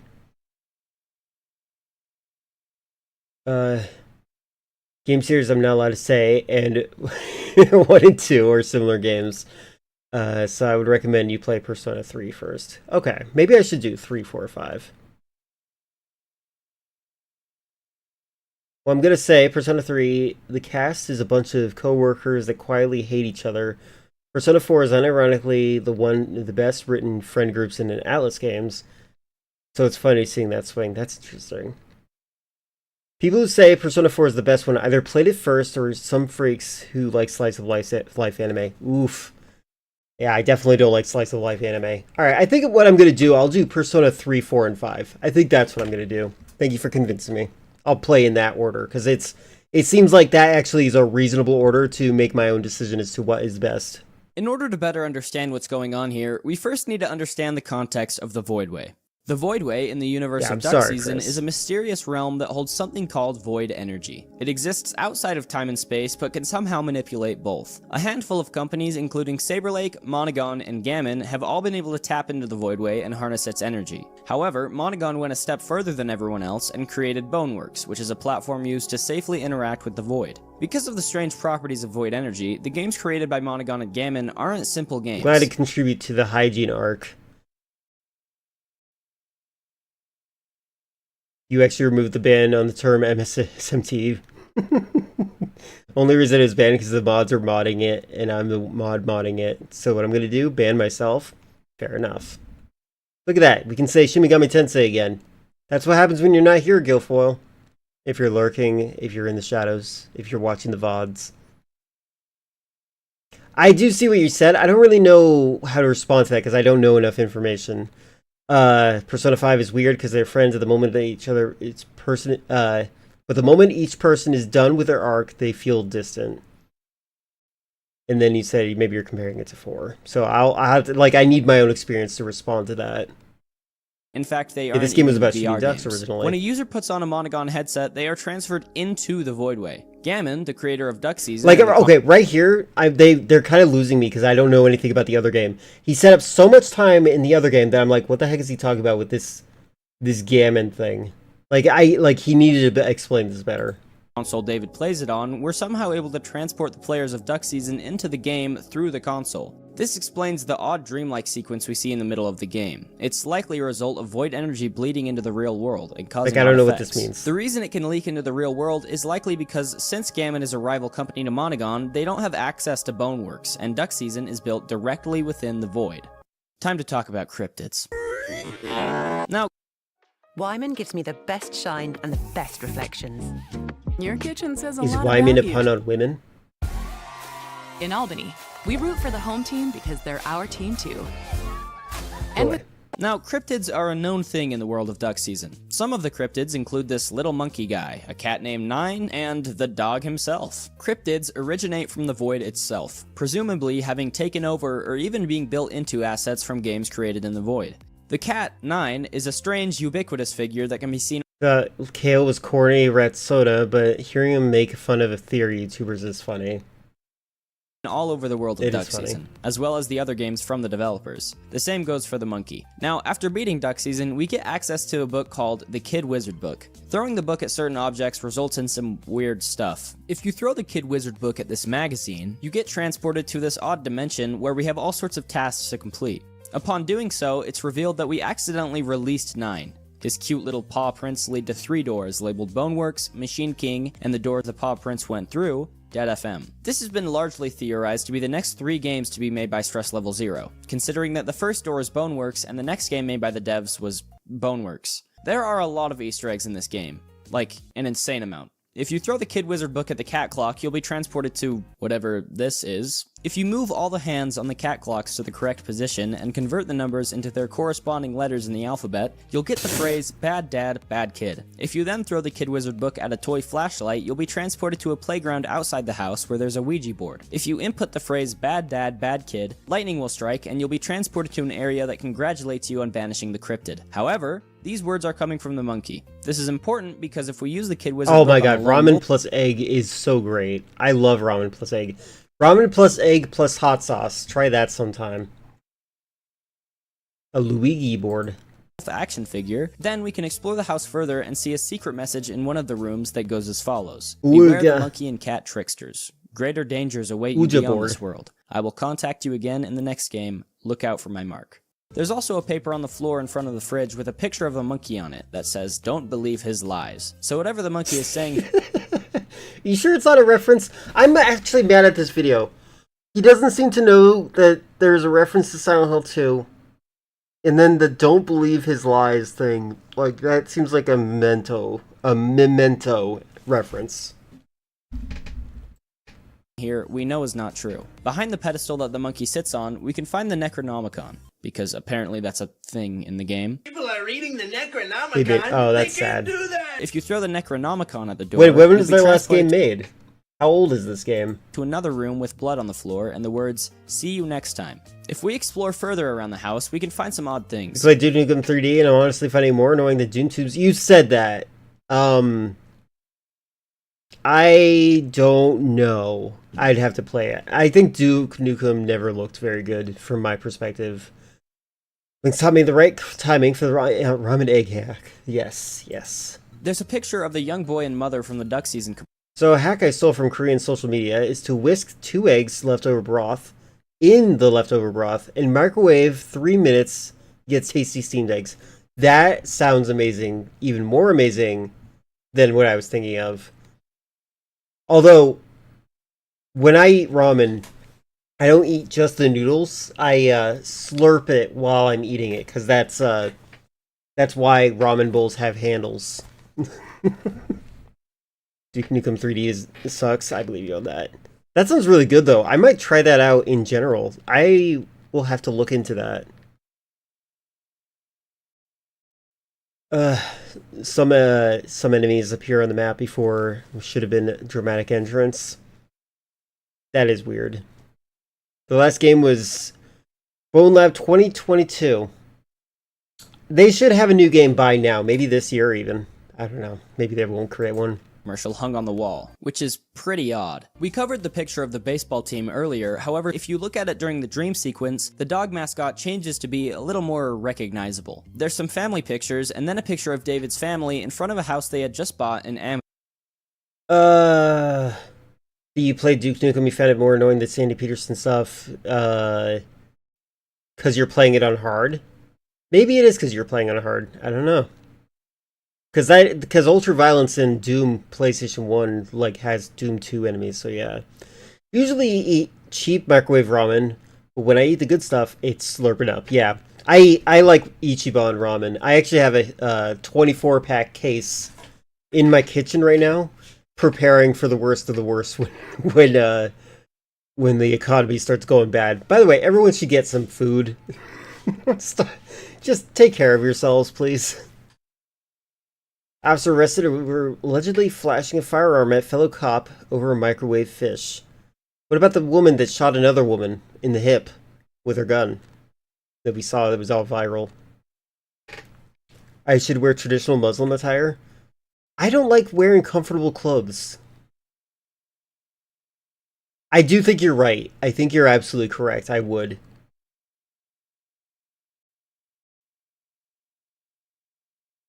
You're eating ramen steamed eggs right now. That I believe that. That's why you brought it up. I assumed as much. I'm glad that that's the best kind of food when it's so good you have to tell other people what you're eating. I think that's great. Whenever I pack ramen, I always like to put just enough water in the pot so the water boils away and the noodles. You know what you might like more? What is it called? First of all, laksa is delicious. That's a shout out to Singapore. But what is it called? It's like a black bean paste. What is it called? Hold on, I gotta look this up. It's like I think it's Korean. Hold on. Black bean paste noodles. Jjajang. There we go. Jjajang noodles. I don't know how to pronounce it. All right. So, Weaslink, write this down somewhere. Jjajang noodles. They come in a green bag. Can I actually find it? Hold on.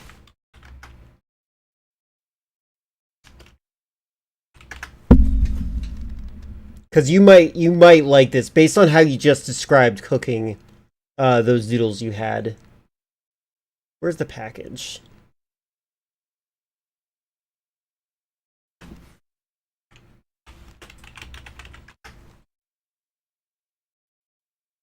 There we go. Hold on. This. Oh, it's... God dang it. Hold on.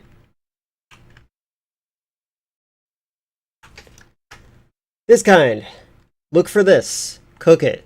You literally cook it till it evaporates.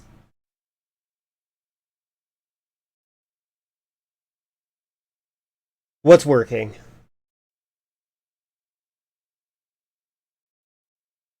Amityville. which is a real-life location in which a man shot and killed 6 members of his family in their home, with no clear motive.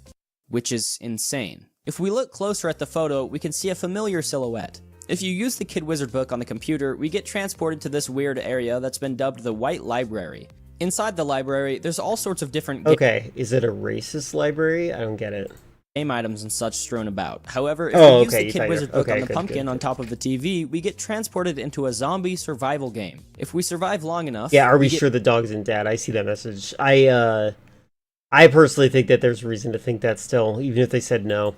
Get beamed up by a UFO and then transported back into the living room, which is insane. After doing this, however, we get a new item, the cereal box. Nong Shin Yom Ramyun. Let me look at what that looks like.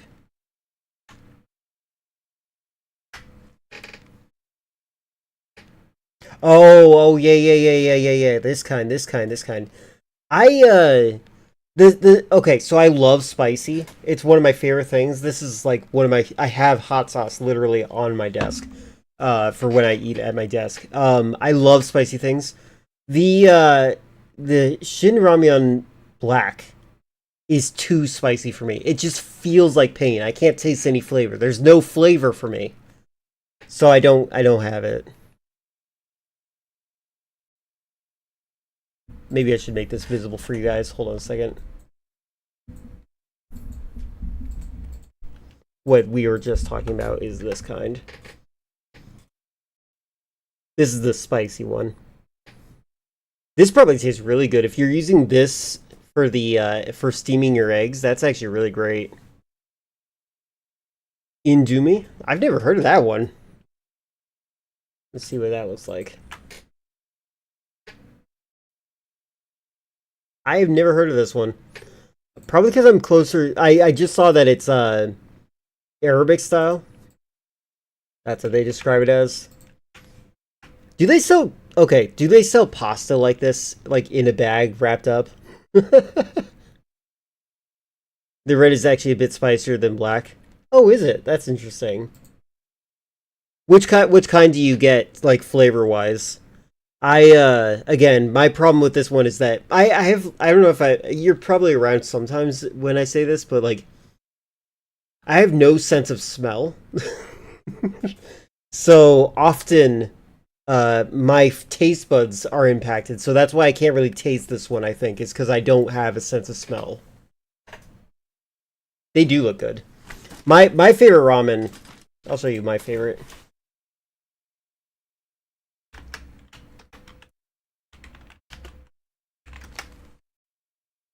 My favorite's called Ichiban, which means number 1. Oh my god, it's taking a while to load. There we go.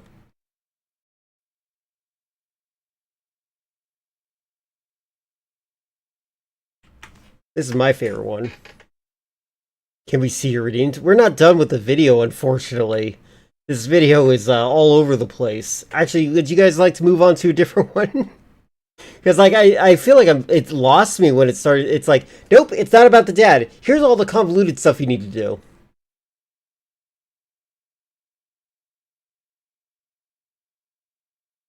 I love ramen.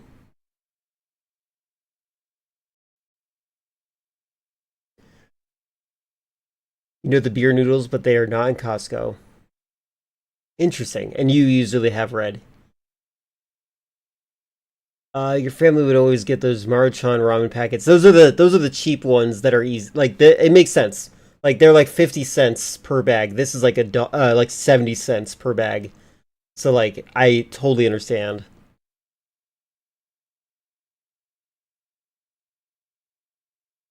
I think they're calling these beer noodles.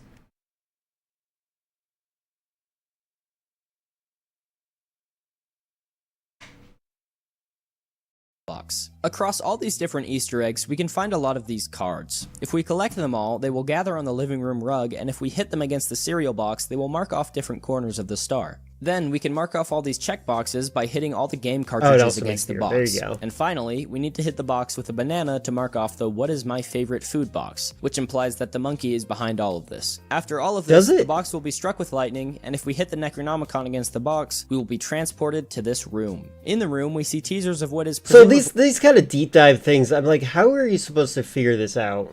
An upcoming game, Hall of the Machine King. And in this weird orb thing, there's a clipboard with a conversation between two Monogon employees. So this is how Gammon is accessing the Voidway. Seems kind of dangerous since they are securing pathways. Yeah, data mining's like the only way. Material extraction. No worse than us. At least they aren't piping the void directly into people's cerebral cortex. I totally misunderstood when they said piping the boy. This is in reference to Monogon using headsets to bring people into the Voidway. What they're discussing is the fact that Gammon is somehow dragging people into the Voidway through the game. They bring up the hazard of an actual material extraction. This, in fact, comes to fruition with a dog entering the real world and attacking David and his mother. Yeah, just so you guys know, if I ever make something where people have to do deep dives, it's never going to be data mining level. If they use data mining, they're being lazy. On my games, I mean. One of the most popular beer producers. Interesting. I don't drink alcohol. So I have like very limited experience and knowledge of a lot of stuff like that. The dog is a sentient cryptid from the Voidway. It was somehow put into the Duck Season game, either willingly or not, and is now trapped in the game. It's able to access the real world and is somehow a mortal being, although surprisingly resilient. You say, However, They don't have, you know, the reason they don't have these things in America is usually because we like to export more than we import. It's still tied to the game in some way. It's able to escape if it can find someone to trap in the game in its place, and we can read on a magazine that video game demons must abide by the rules of the game, which is why we're able to kill the dog. They ruin a secret character from Binding of Isaac on day one. Yeah, that's stupid. See, that's what I mean. Data mining is the lazy effort. It's effort, but it's the lazy way of learning secrets. But things aren't... It's equivalent of going to the back of a book to spoil the ending. As simple as they seem, which is bad news because nothing here seems simple. Alex from Stress Level 0 has provided this explanation on Duck Season. Duck Season is a parallel existence. In our universe, in real life, it's a VR game. Okay, this is where it gets a little convoluted. Works, it's a simple flat game. In X's existence, it's a book. In Duck Season, it is a recursion bubble with branching timelines. Okay. What it is depends on what level of reality we are on. Of course, Duck Season's lore is still expanding, and we don't know everything yet. While there are a lot of theories, they all conflict with one another, and trying to decipher the meaning of all this is a massive headache. But you say data mining is a last resort. The last resort is trying to put out a video before anyone else. Kind of the point. Duck Season is clearly a game that isn't afraid to have oddities, and it seems like Stress Level 0 pride themselves in that. There are other games within the lore. Boneworks and Bone Lab both take place within the same universe, however, they don't even do a good job explaining themselves, let alone Duck Season. So for now, we can do two things. We can wait for more lore to come out and supposedly explain this story, or we can do the more logical thing and abandon logic. We can accept the fact that some stories just aren't meant to be understood. Am I coping with the fact that... Okay, my god. All of that effort for him to just say, we should just not try to understand this story. What is he doing with this video? I can't come up with a cohesive explanation for this story? Yeah. Thanks for watching. I'm gonna go hunt some ducks now. Are you serious?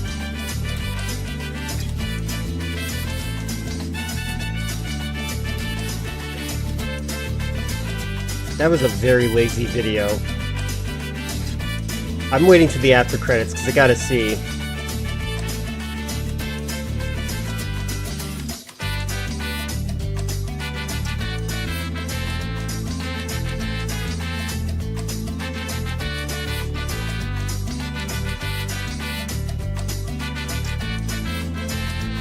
True-blooded American. Yeah, right when he started talking about the craziness afterwards, it's just like... Maybe that's why we haven't gotten a sequel. They don't know what they're doing either.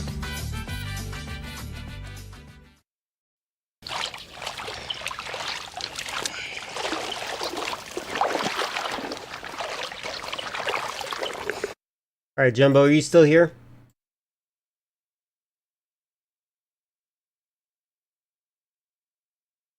There you go. Okay, cool. 1 second. Scrolling up to get your links. Found your links. Let's look at some deleted scenes, guys. I don't know how legal this is for me. I'm gonna wait for this ad to be over. I'm glad that you can ignore ads and then they won't play.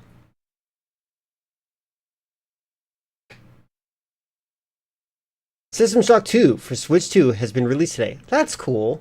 Is it a digital download? It shouldn't be.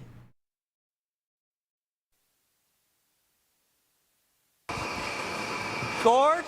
Gord, you're 3 hours late. Sorry. It's okay. It's okay. Are you ready to make sandwiches? Yeah, sure. Okay, you're gonna need this. Okay, now listen.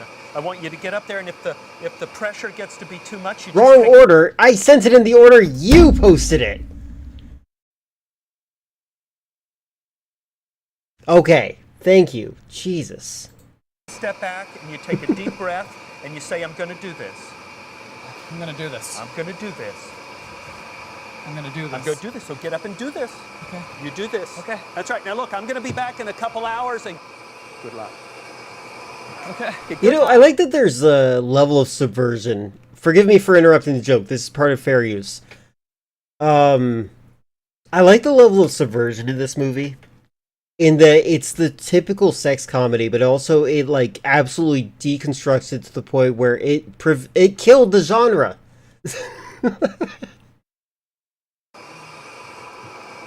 They do repeat their lines a lot.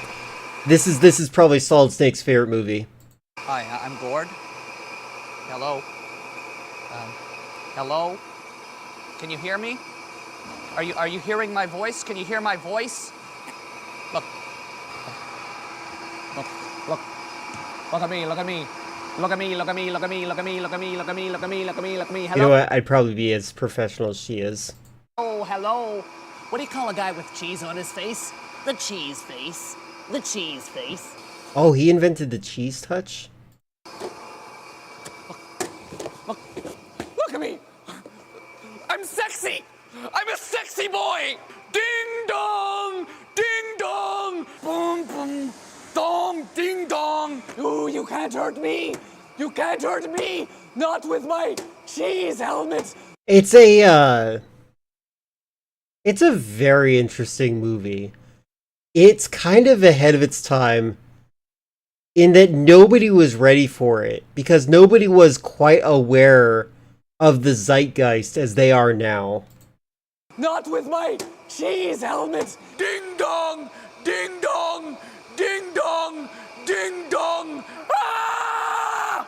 Ah! What happened to Tom Green? I'll tell you what happened to him. He got a podcast, and then a bunch of people that were inspired by his sense of humor would prank call him all the time, and he got annoyed with them.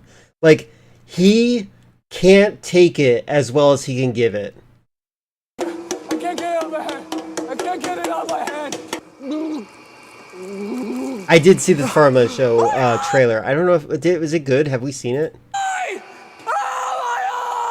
Mommy! Mommy! Mommy! Mommy! Cheese! Is it Jesus? Is it Jesus? Is it... What? Why are you guys leaving? Why are you leaving? Don't you like the cheese face? This feels like a metaphor. This is Arby's Right, pecan I'm gonna chicken just assume salad that's where it sandwich. ended.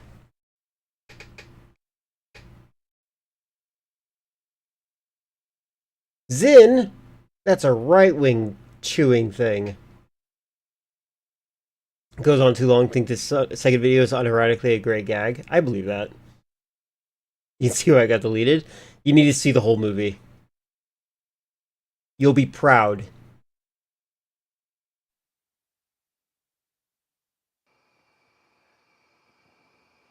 Wow, there's like no sound from this part. Gord.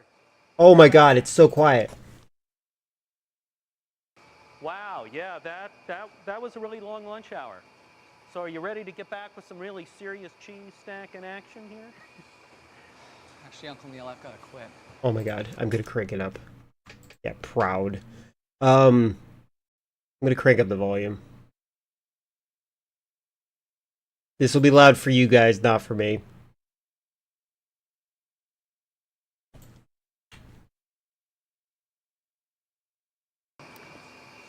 Gord, you're back. Wow, yeah, that was a really long lunch hour. So are you ready to get back with some really serious cheese snacking action here? Actually, Uncle Neil, I've got to quit. Are there subtitles? Quit, but you haven't even started. Oh, you sorry. haven't even made one cheese sandwich yet. Yeah, well, I gave it my best shot. I'm not cut out for this line. No, but you didn't even try. You didn't even make one sandwich. Just make one Jesus. sandwich. No, look. Come on, just make one sandwich and you'll get hooked. I promise it'll hook. It'll hook you. Come on, just give it a try. It'll hook you. It'll hook you. Just get away from me, okay, Uncle Neil? Jesus, just leave me alone.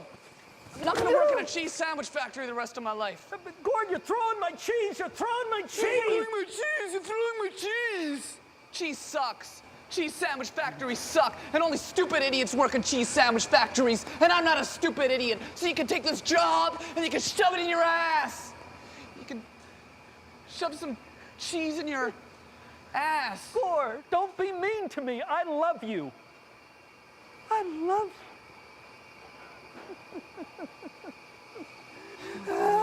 you. I'm sorry, I gotta go back to my parents' house. I got work to do.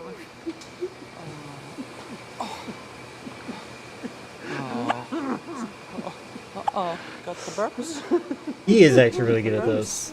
He belongs in the Tom Green movie. It's gonna be okay. It's gonna be okay. It's gonna be okay.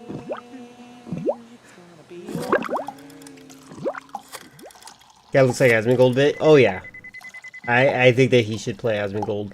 Time travel and do that. Yellow? Jim? Neil, what's happening, Toots? Oh, no, this is so hard. It's Gord, and he was throwing some cheese, and then he said he was going to put some cheese in my ass, and then he ran off. I think he's on his way home. He didn't get fired. You He quit. You suck! What? You suck cock! Well, yeah. Well, yeah. Old Spice. Shut up. That was too loud. Sorry for blowing out your ears.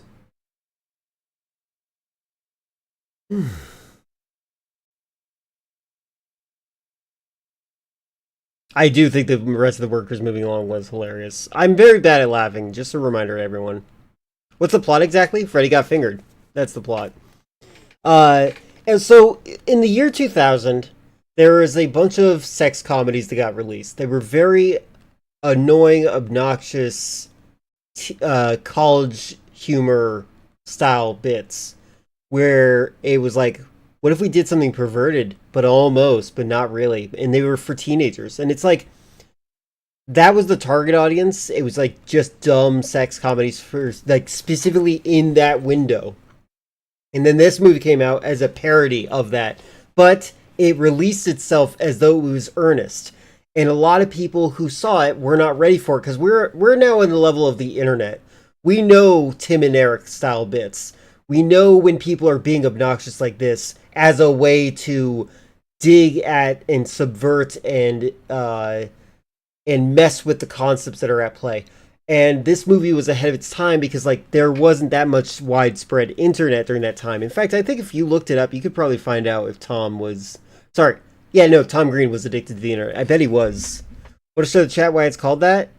It's in 1 hour in. I don't know. I'm gonna resist. They can watch the movie. If they want to know why this is called Freddy Got Fingered, they should watch the movie itself. Like, I appreciate the effort to help them out, but, like, I also... Yeah. Alright, so let's get back to the... You guys remember when I was playing a video game?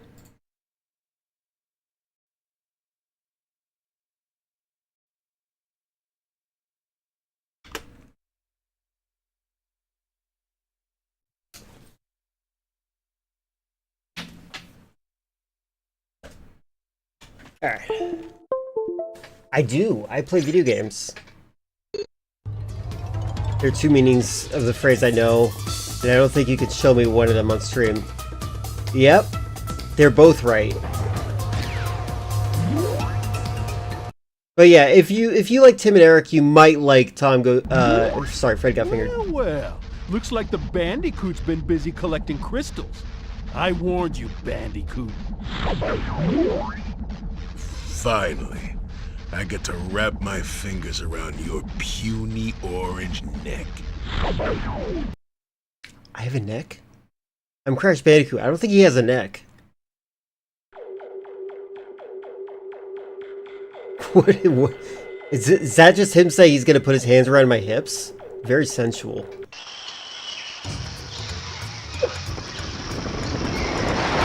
Oh.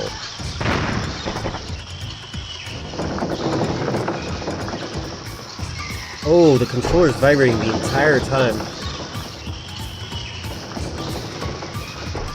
Oh.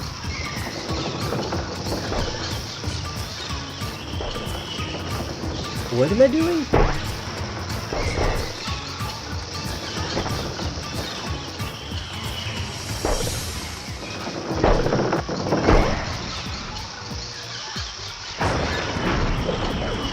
What?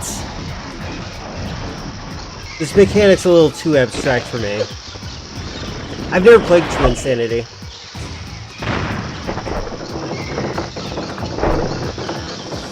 Oh, that hurts me. Okay, him bonking me hurts me. But I can bonk these things, which apparently teleported and hurt him.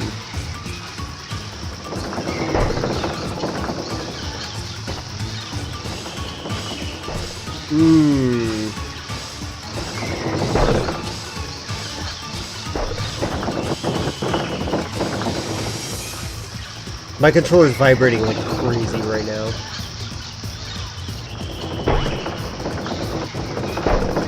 Okay.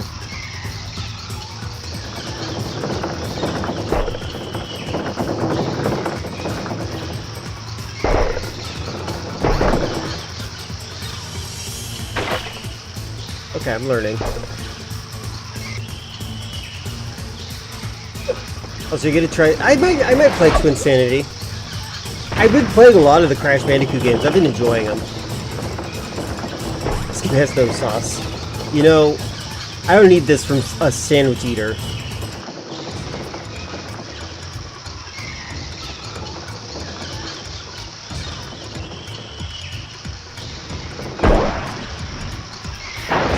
This doesn't feel like a boss fight. It doesn't. This is weird.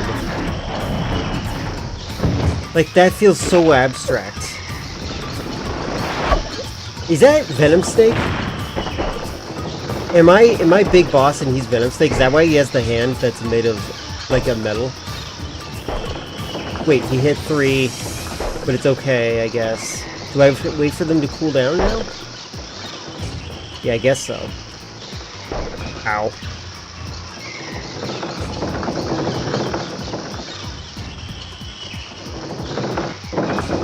Come on.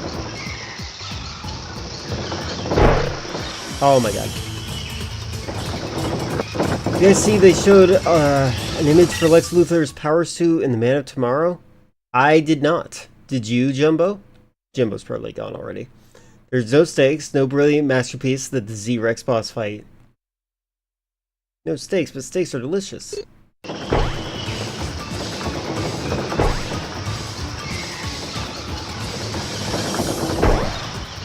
This is a weird boss fight.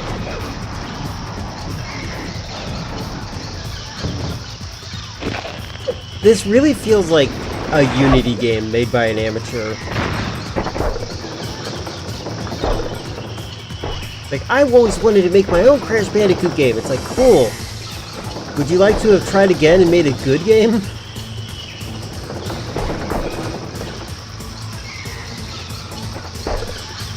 Ah!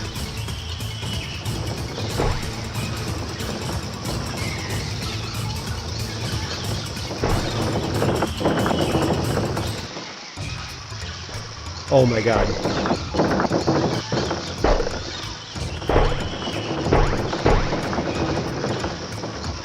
I have to wait for that one to cool down, I guess. Right? You can't touch it. Oh no! Oh, I think I'm dead. Oh, no, I'm not. Oh, I can turn it off myself. Okay, I didn't have to.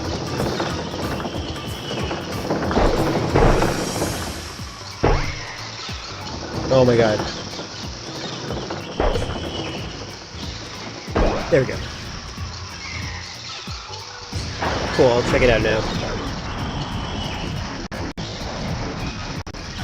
Oh! I didn't realize that he was in Halo.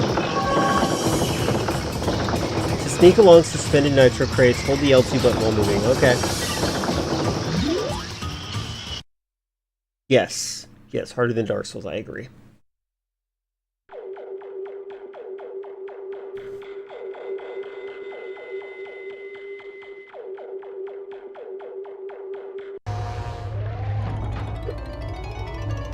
Yay! Cortex! When are you and that super weapon of yours going to Why put aren't an they end to that transparent? interfering Bandicoot? You are beginning to test my patience! These guys should I'm be working on a transparent and new blurry. code. Listen, Crash, you may have outsmarted Rocco, but there are 3 more elemental masks where he came from. And just as luck would have it, they are all significantly more powerful. Ha! I have no doubt that the water elemental, Wawa, will make sure you never see the light of day. Wait, I beat Rocco? Yeah, the water boy and I are gonna take you out. Ooh, I'm gonna rip you limb from limb. The ambience in the background while they talk is really weird. The Spencer of Crash Bandicoot. How dare.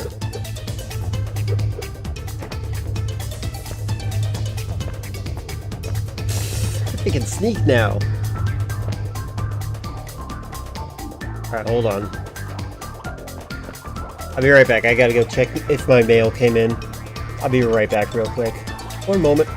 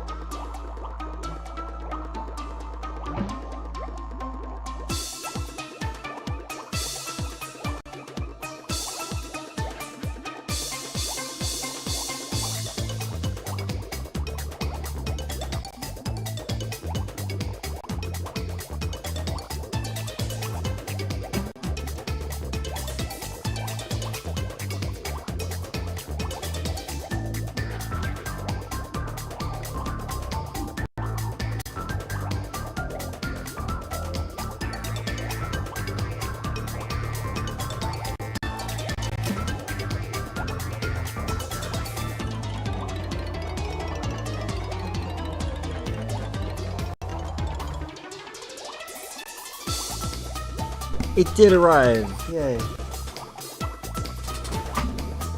I have some pretty important wires.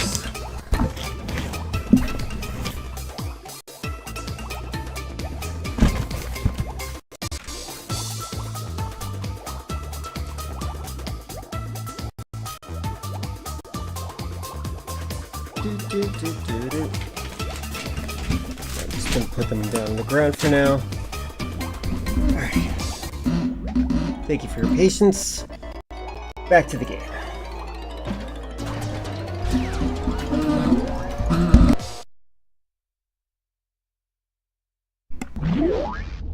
Bandicoot, you've got some nerve setting foot into my domain without an invitation. Don't talk back to me! I'll fix that attitude problem of yours! Why do they have these personality types? Did they just have access to the voice actors? Like, the other guy was like some New Yorker. Now we get a drill sergeant, and apparently it's water-based?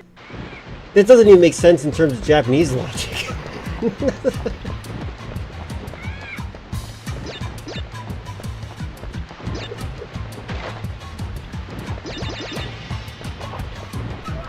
Oh my god. I'm bad at this game.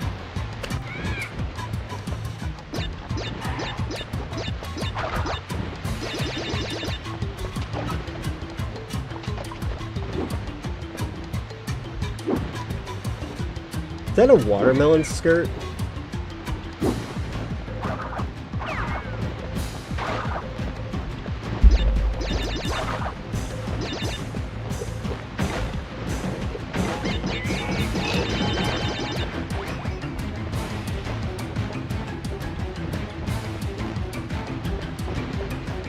It's interesting how GTA 3 had to change the game for a lot of developers. Like, they wanted to make more open world games as a result of it. And that's why Twisted Metal kind of just stopped existing.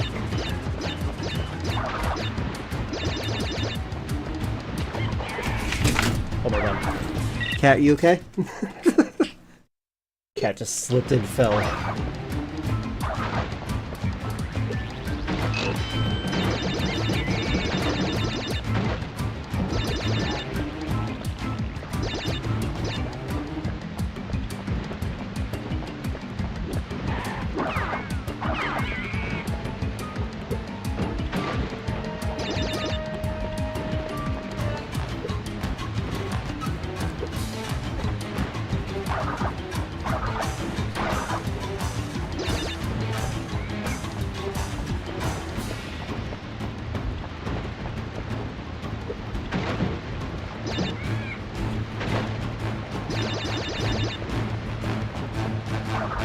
Oh my god.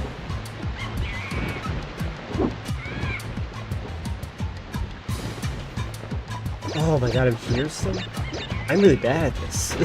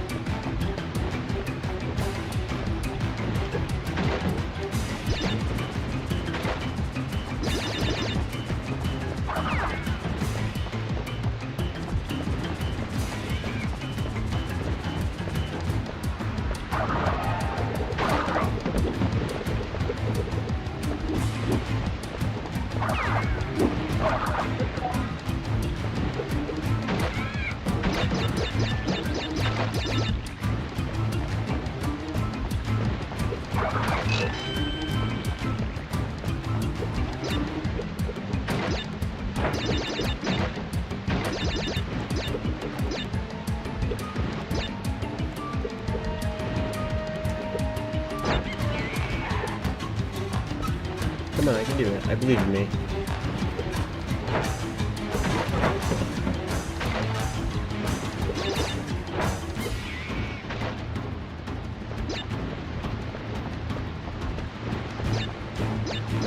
I think it's funny how they added so much detail to the grass. There was like no reason for it, but they did it.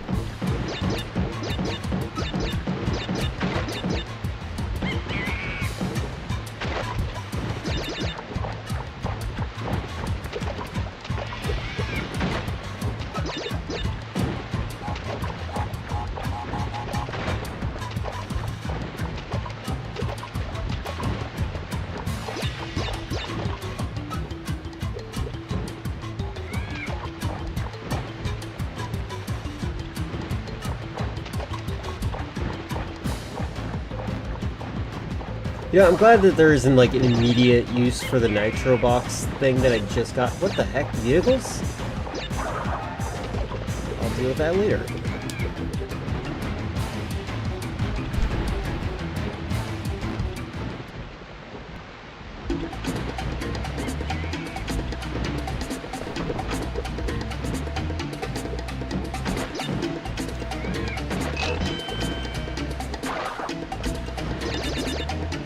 Well, it is interesting. I'll just put it that way.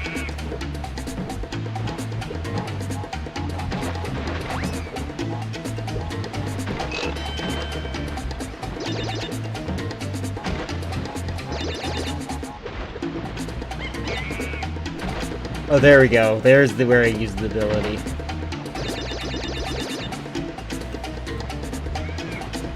It's so weird. What a weird ability.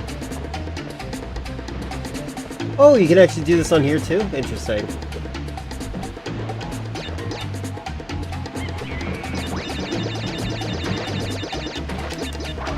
Oh!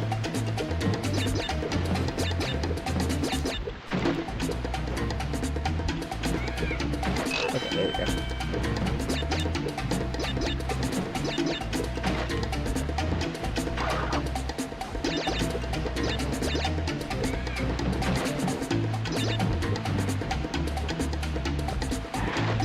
Oh, Jesus. Alright, well, that's fine.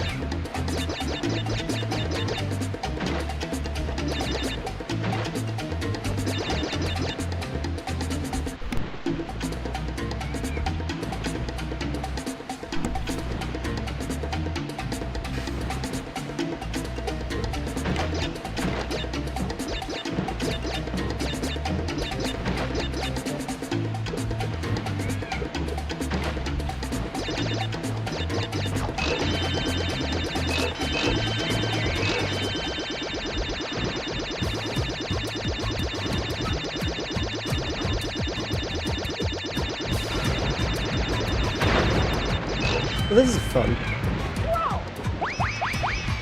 Okay.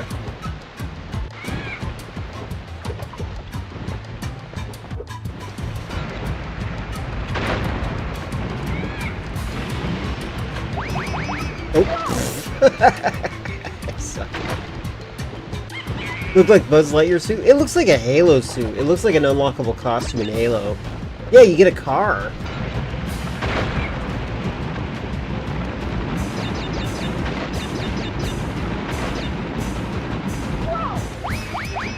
And I'm still learning how to drive, apparently. Good thing I have 17 lives. Hold on. Guys, the 6th numeric numeral and the 7th numeric numeral were right next to each other. Isn't that quite hysterical? 6, 7. I actually think cannibalism is pretty funny. Oh god.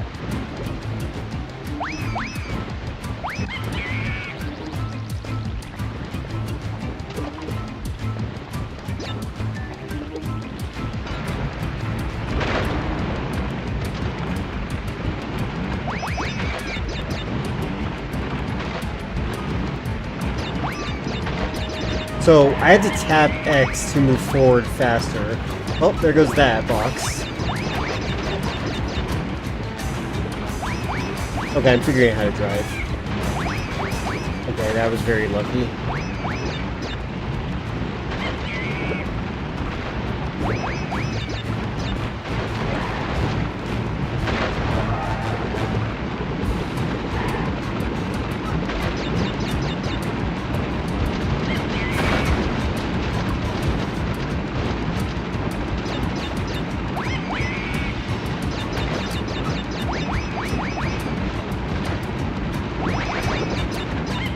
Okay, my brain keeps wanting to drive this like I'm actually using tank controls. Oh god!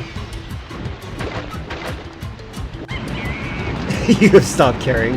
I'm glad that you have finally decided to stop caring about it.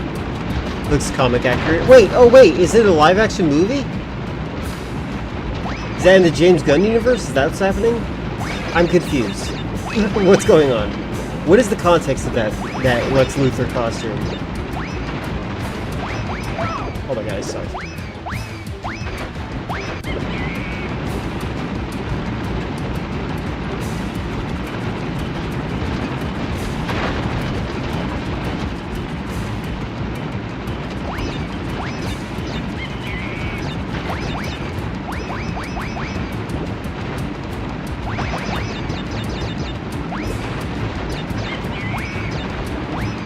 Oh my god, the same one, I think. Oh, that's from... Oh, I did not know! I did not know. Okay, okay. Then I am excited for that. That's pretty cool. Yeah, I couldn't see the guy's face, so... That's interesting. You know, I really appreciate that he's doing comic book accurate.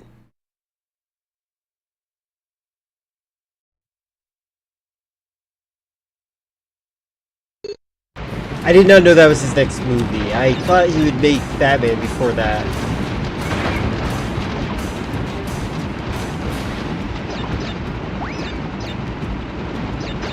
I really want to see his version of Batman so badly.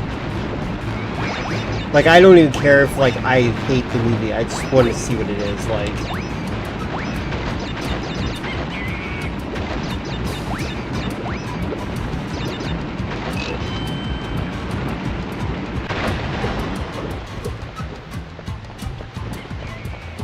How does Jello only have 10 calories? I mean, it's mostly just... Maybe I shouldn't.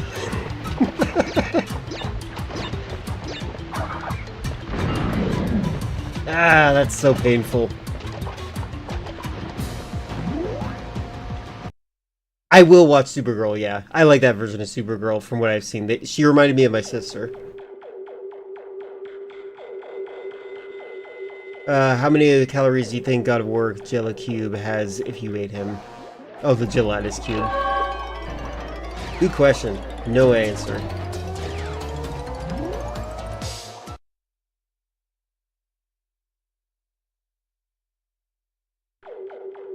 Jawo.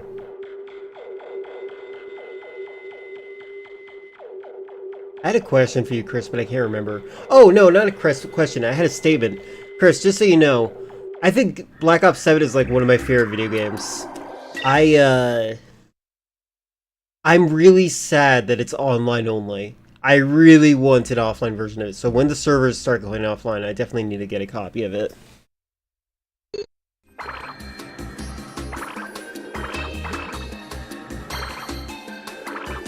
It's gotta be like 3 feet. That probably means he's just 60 calories. Snyder fans won't admit that Snyder's stuff could be worse than James Gunn. Like, Snyder's Lex sucked. He felt like a Riddler.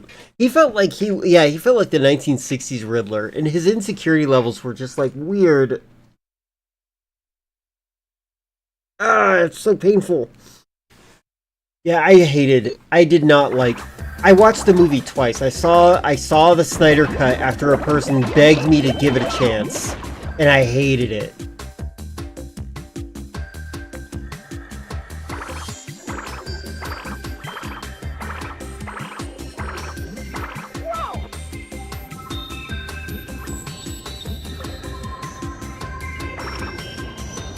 I liked 300, but it's just it's fascist propaganda. Oh my god, I suck at this game.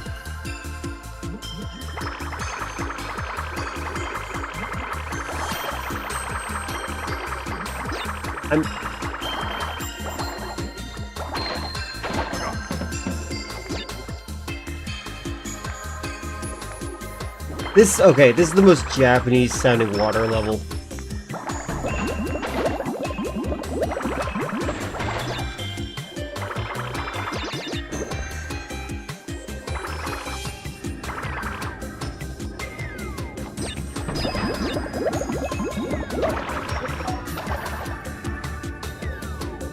Your brother likes 300? Where are the other 299? You need to see the movie. Because that's literally answered in the movie.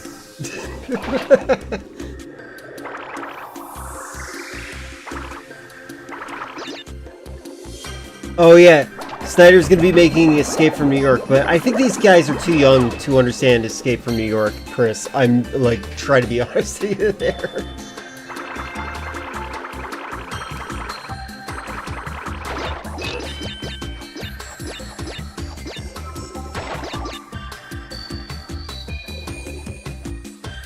I actually feel like this game doesn't try anything new. This is weird.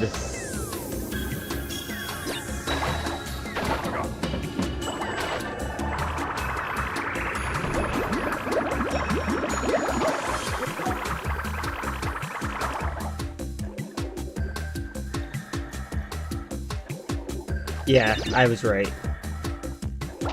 These guys have very specific tastes.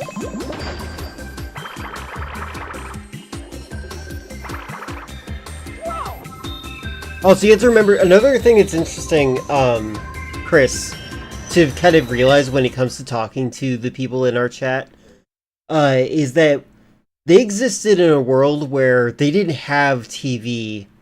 Like, they didn't, like, if they wanted to watch something, they'd see it on their computer, probably. And if they watched it, it'd probably be a streaming service. They didn't have to wait for something to be on and be like, oh, this looks interesting, and then watch it because it's on cable TV, right? That, I feel like that's going to hurt the culture of the world a little bit, to not be... Like, I think that removing the agency of what to watch is kind of a good thing for the television medium. I'm a fan of a lot of things, like the movie Clue. I've never owned that movie until recently. I had to see that on HBO before I could actually realize that, like, that's how I was introduced to the movie. But I never would have looked for the movie. So, like, I definitely think we need more cable TV.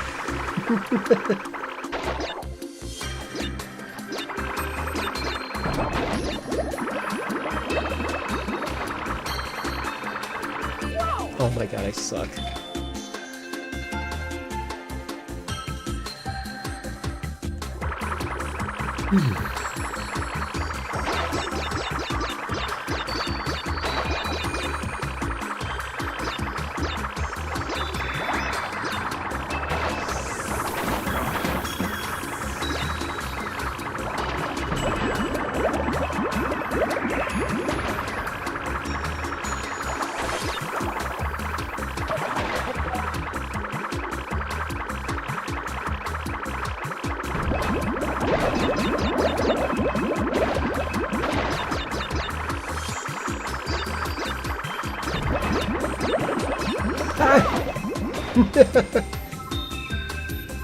You don't trust Snyder with comic book movies. He hates source material, which is not great. That also, just admitting that he didn't like certain things. I don't trust people that like Batman or Superman more than Batman. By the way, I know. Sorry, Braun. It's true. These days, I can't have a conversation with people about TV because they haven't seen any of the new ones. I'm like, well, did you see what happened on Link's stream Tuesday? Yeah. It's interesting. I'm really bad at this game. I don't know. I feel like we're kind of getting alienated as a society in a sense of like our media consumption. We're chasing the niches that we already had and not exploring concepts. That's why I kind of wish that I could have my own streaming station where I could just stream things that I think are good. I want to be like Turner Classics Movies and just show people things that I think are good. What a tragedy that I don't have a TV license or a satellite or intellectual property.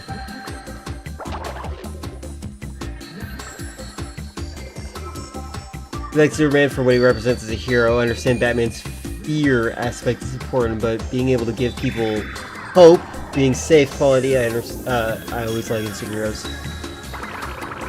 I have my reasons. I'm not at all hating on your interest in him though.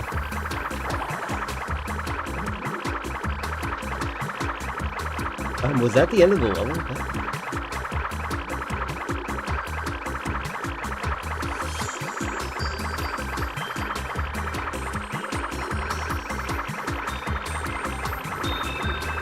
No, that wasn't necessarily over-explaining. I think that's exactly what you needed to say to explain what it is. My disposition is that your opinion is completely valid regardless. Like, I'm not saying that you should not like Superman. I'm saying I don't trust Zack Snyder because he likes Superman more.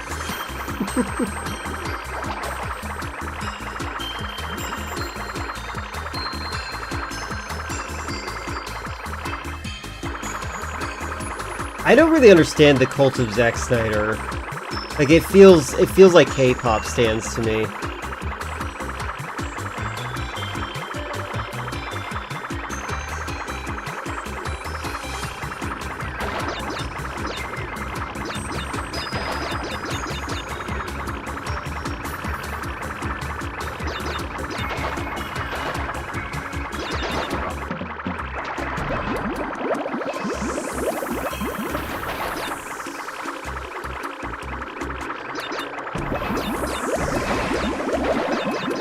Oh my god.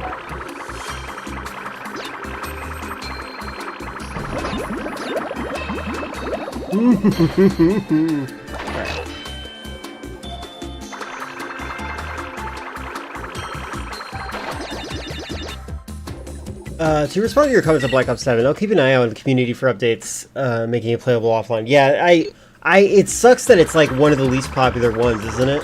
Because like the extraction mode is really well designed. There's a lot to do in the game.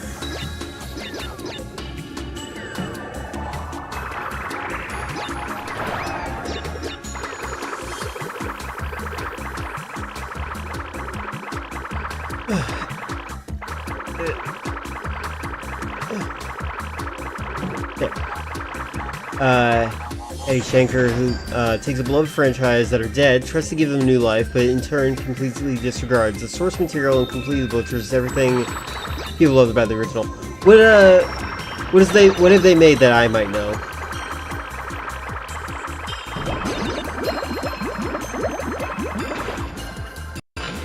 Where am I going? Wait, what? Oh, hey. No!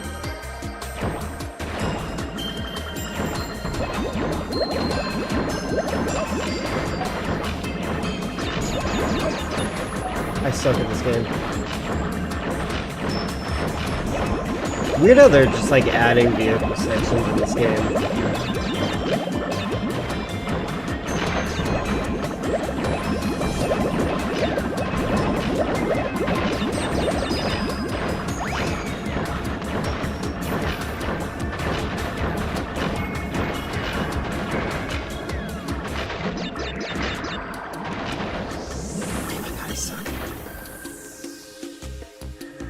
Like when the writers add their own thing to already existing story, but the fundamental part of the story you're adapting is stupid. Do I like the Castlevania games? Okay, so they're the ones that made the Castlevania thing. I've seen some pretty funny, so Terry likes what they've been doing with Castlevania, and he's a big Castlevania fan too. But I definitely heard how Death talks in that, and I'm like, what the heck? I might want to watch that in Japanese. Maybe it's better. Glad you're really enjoying it. The game in general has so much content. I've been dabbling in the zombies mode for the past month or so since they put so much time into it. Endgame. Yeah, I was actually considering playing the multiplayer version of Black Ops 7 to fully understand it. Why did I do that?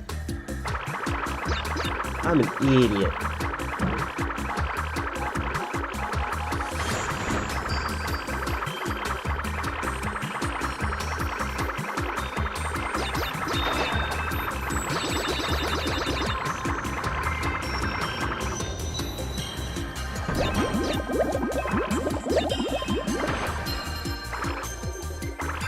Okay, there's nothing down there. Okay, I feel better now.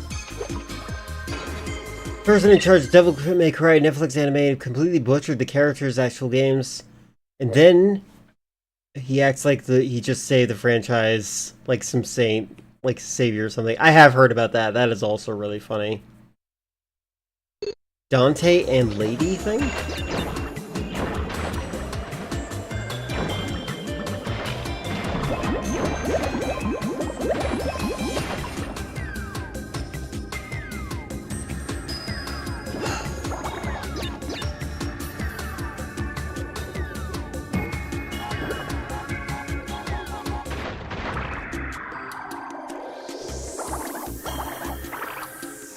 Also agrees with Admin Gold's political opinions, if I'm not wrong. Oh my god.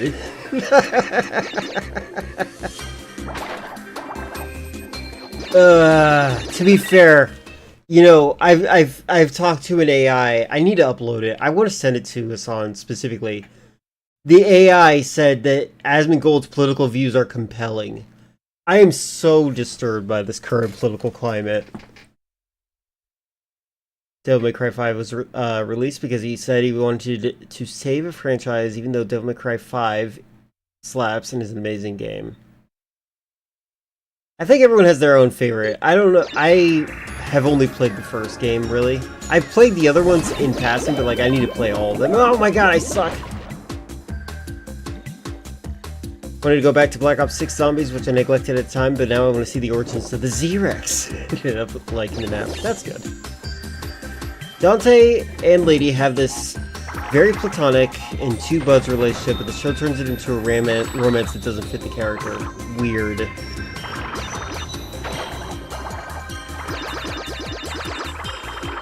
You know, women only exist to be in relationships, so it makes a lot of sense to me, obviously.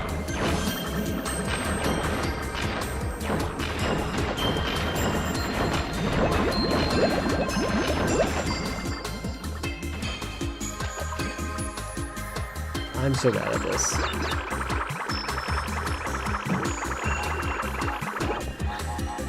It's weird because Dante is like never like.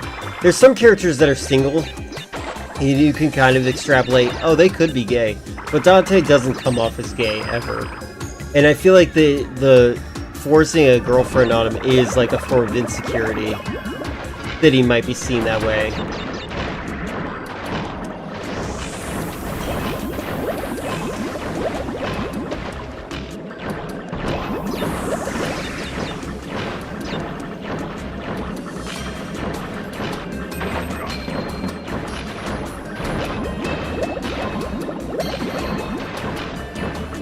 This is awful.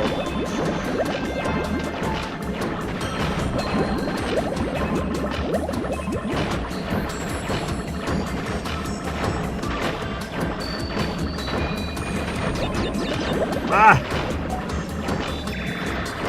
Thank God. What if I just go for it?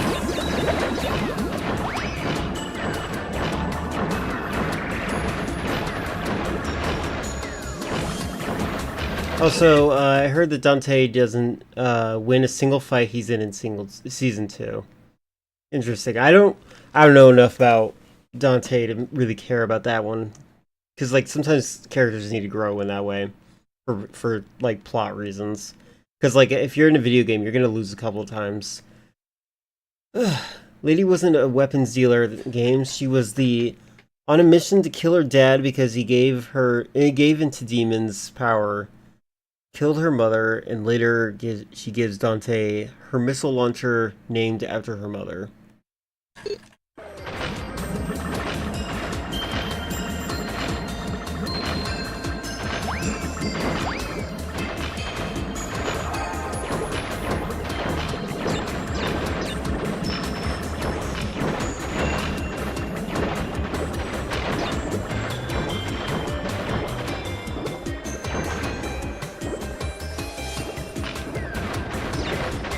Am I going the wrong way?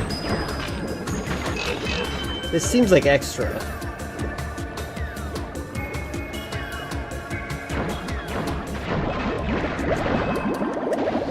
What is this? The source and tapping on screen.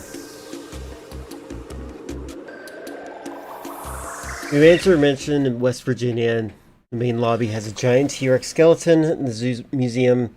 You do a bunch of stuff around the mansion, solve puzzles, and then on your way out of the mansion, it comes to life. Does it get flesh? Yeah, this game feels off. This game feels like it's a Unity game. And I've been saying a Unity game like an amateur made it, but like, I also just mean Unity games in general, because I don't like Unity.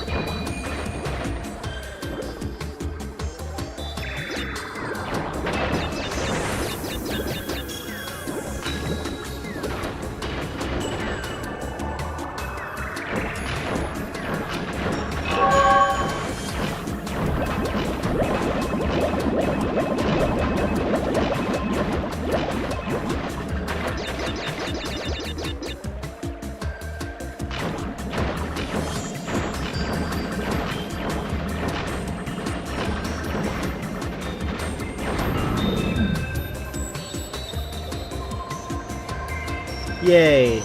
Look, guys, it's a crystal.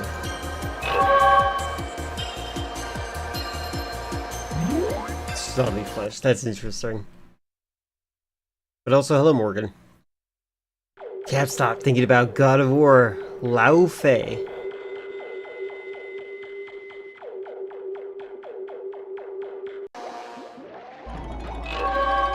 A lot of people seem to be excited for God of War. I'm sorry if I've tainted my own experience with it. I hope you guys all enjoy it. Adrian Buckingham. Leave my levels alone! That's it? Where's my drink? I had to drink some. Oh, it's on my bed. Oh, I get to play as her. Okay, so this is the thing that Filler likes about this game.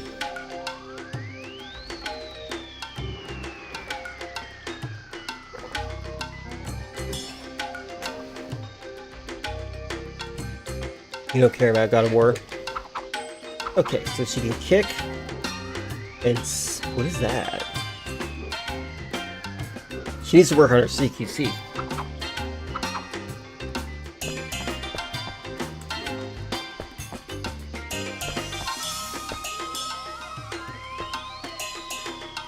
I don't understand these levels.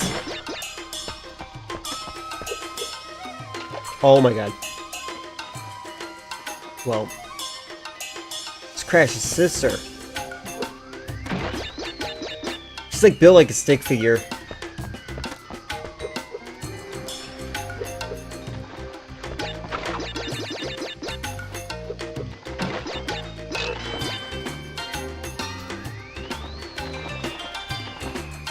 Couldn't beat it even with a self-revive, chopper gunner, score streak, chopper minigun, enemies ignored your character on the ground. Interesting.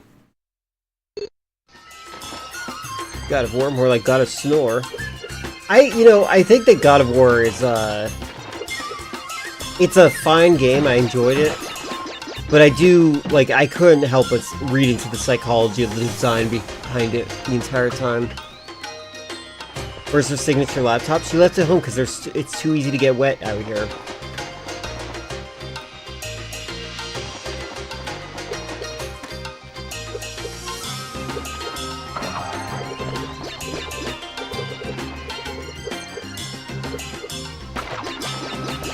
It's good that she gets her own proper levels in this. Oh my god.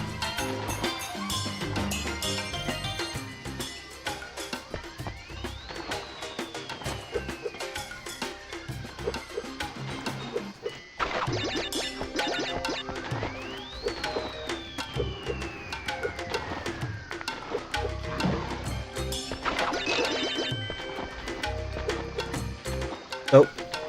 What? She's not as happy to be an angel. I did know about them, yes. When they first came out, they didn't have the shadow directly under the character because they had realistic lighting.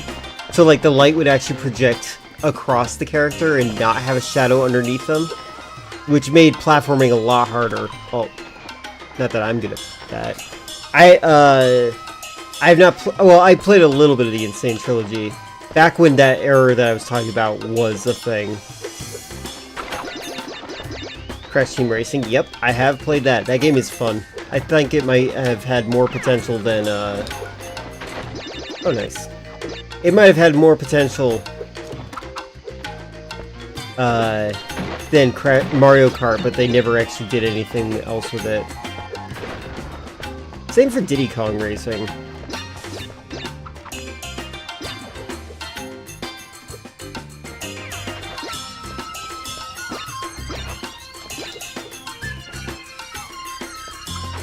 This kind of feels like A Bug's Life, the PlayStation 1 game. I currently like to play Mario Kart 8 just because it's easier for me to get into.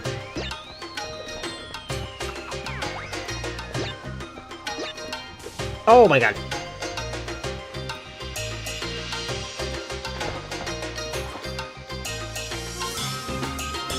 Crash Team Racing Remake is more fun, better than Mario Kart. That might be true.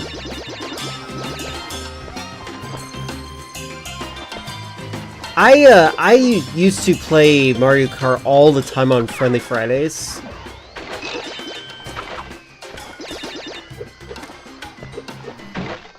But I haven't played in a while because I need to renew my subscription to Nintendo service.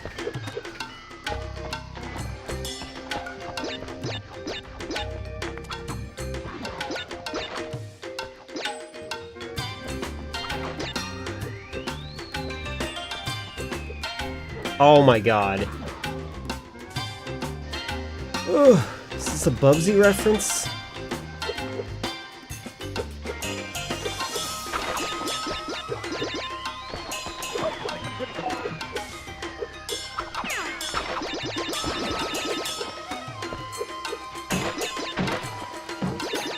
You can buy a Switch 2 and 20 years of Nintendo Online subscription for the price of Steam Deck.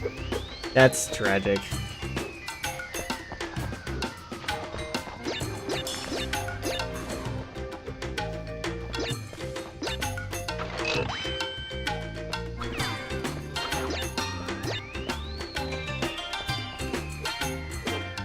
Okay, I'm gonna turn this off.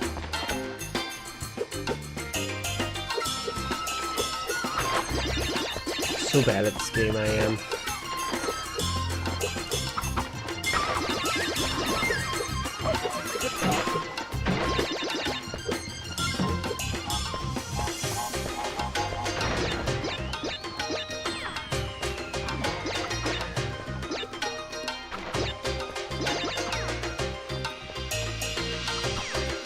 There we go.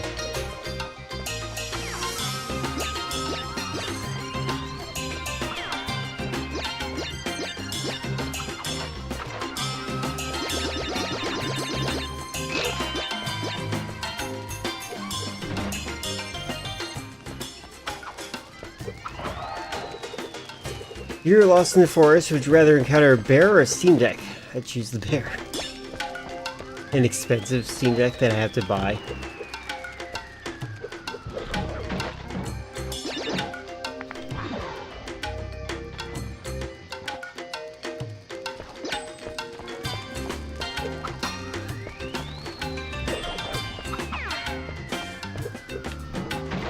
I don't understand this one. The story here doesn't really make sense.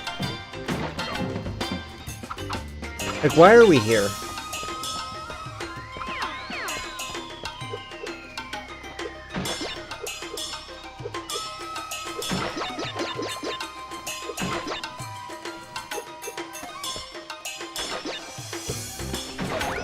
Oh my god. Alright, whatever. Oh boy, how exciting.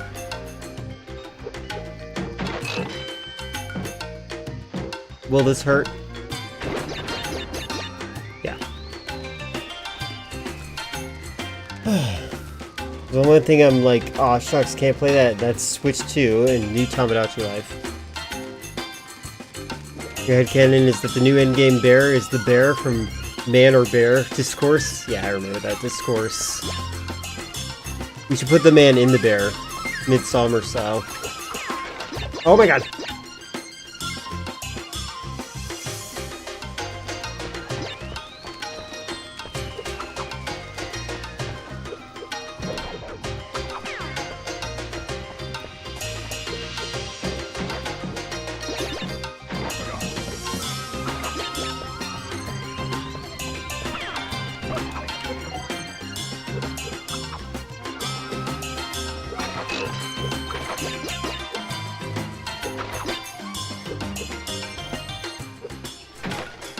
Oh my god. You can still choose the man. I can handle the bear.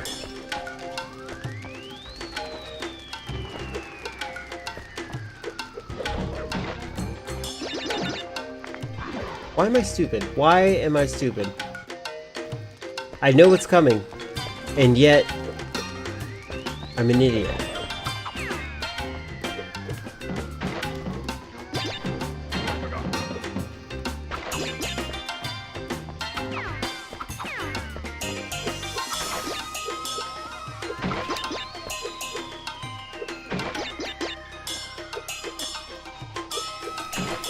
There we go.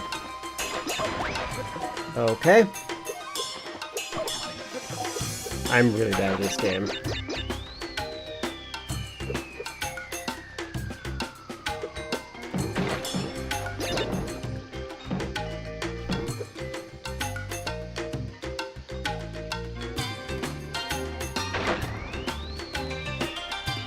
I guess I don't have to worry about that.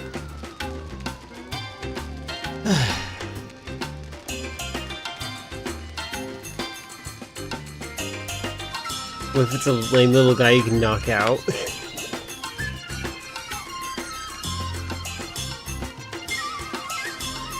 Dropped your yo-yo on the floor. Now I'm 90% sure it went into a different realm.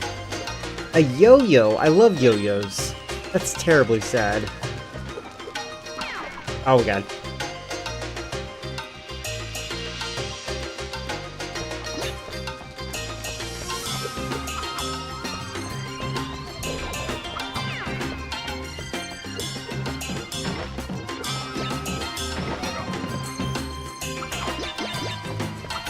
I think yo-yos are like one of my favorite idol toys.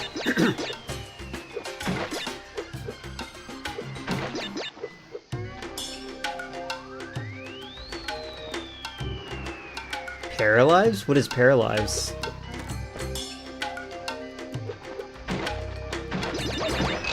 My god, I'm bad at this. Oh my god, I'm really bad at this.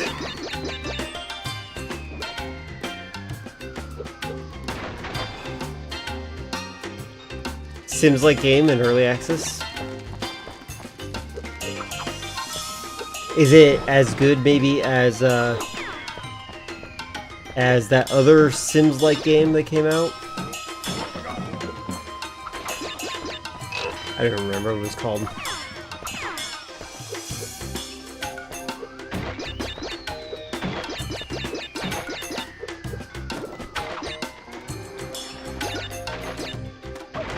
Oh my god, my nose touched it.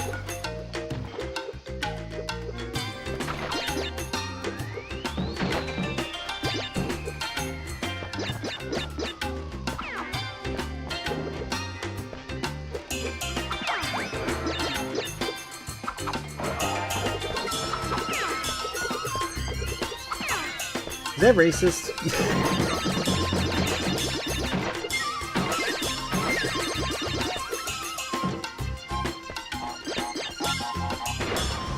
Japanese people being racist against Chinese people again. I'm kidding, by the way. In Zoe, that's right. I don't know what happened to it. It was really popular when I played it, but yeah, I didn't see what happened. Could you imagine if Black Ops 7 you learned that you had a boss fight choice, zombie bear or giant Harper man? He post the statistic to player online. That'd be so funny, actually. I would encourage them to do that.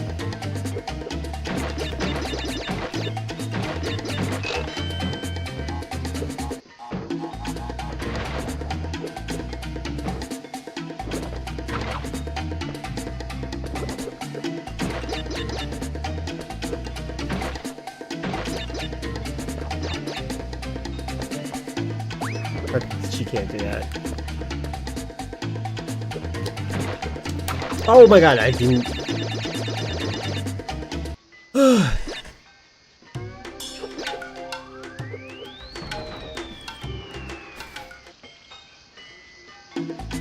Yeah, Chris, do you like any Telltale games? I feel like you don't, because you never talk about them, which is shocking considering you like a lot of those really narrative-heavy games.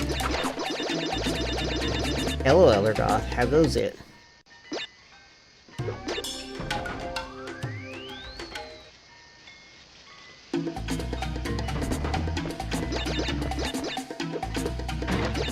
I feel like I need to get better.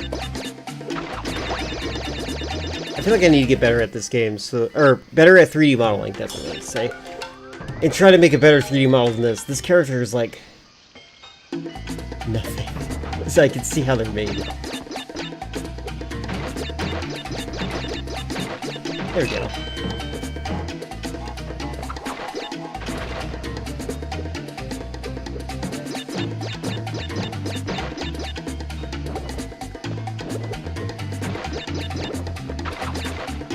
You don't think you played them similar to other choice games? Well, you know what I realize?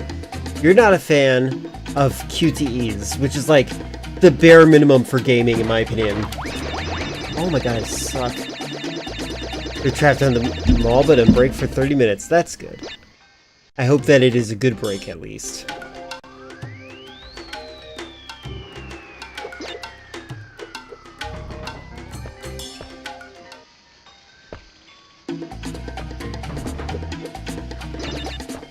I like QTEs. I can't stress that enough. People who don't like QTEs are kind of psychos. And they shouldn't be taken seriously. Oh my god.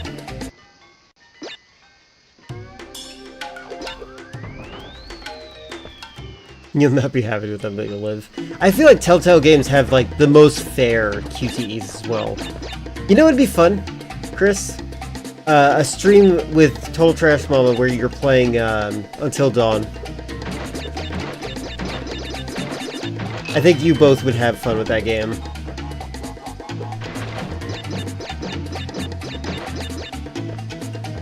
It's the best kind of narrative storytelling. It's very good. Not sure if I would say it's the best. It's very good. The only problem is that often your choices don't really matter and the branching paths merge and force canonical outcomes. I don't like that. I want them to do better than that. They could, like, I've designed flowcharts and algorithms before. They definitely could have made it better than they do. Like, it wouldn't even take that much effort.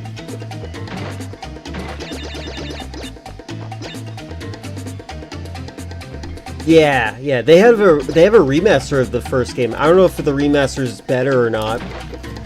I am so mad at myself. Until Dawn is really good. Yeah, Until Dawn is probably one of my favorites because the consequences feel significantly more permanent. Does that seem to like mixtape? Oh well. Doesn't like Resident Evil. Doesn't like mixtape. Looks like you're just gonna have to throw them in the trash. I mean, feels like that should have been obvious from the beginning. We saw her name.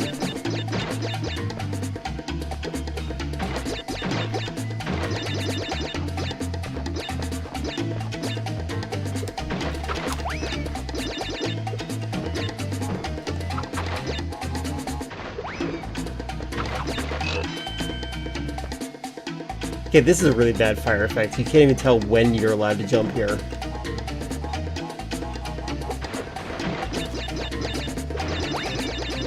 Oh, right at the end.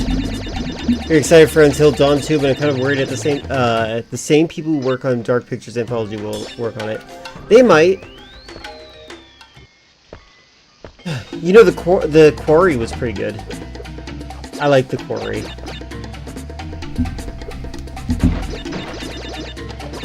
The Quarry, like, brought back my, my faith in the studio. At least I think they're the same people. They might not be.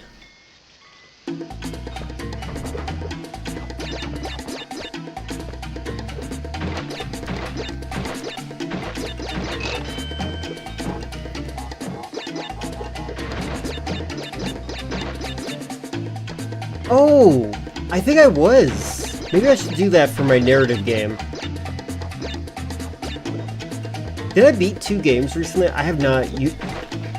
Oh no! I'm a double idiot!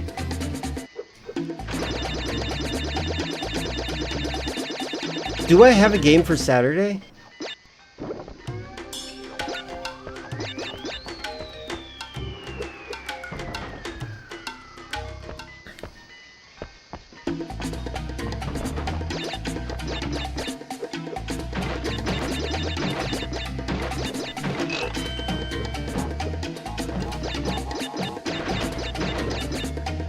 Oh my god.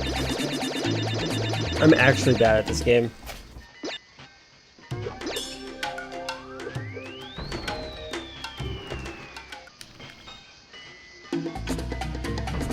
Bisexual is the worst kind of sexuality.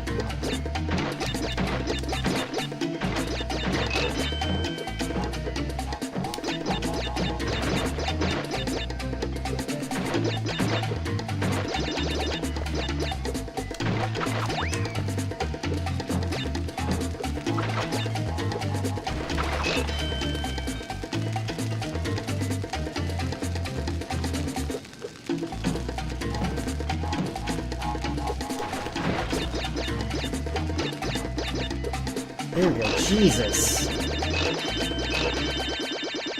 Doesn't look fun. I'm doing bad at it. Oh, what the? Oh, okay. I thought I ignored those. I'm just bad at it right now because I'm unfamiliar with it. Eventually, I'm assuming I'll get better. Crash Bandicoot 3 is better, in my opinion, though.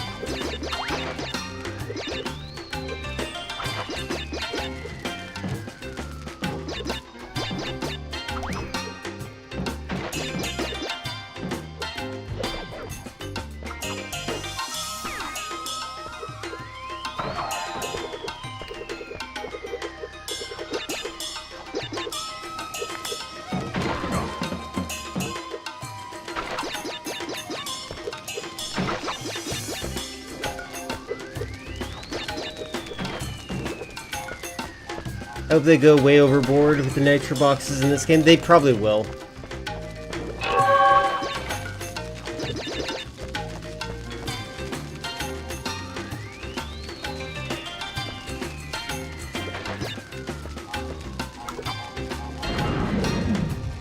Ow!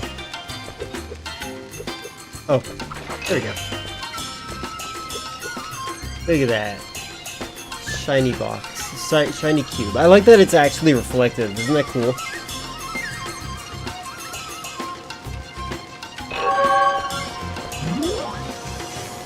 Yeah, the physics are so bad in this. It's actually, like, unfun physics. I will criticize that.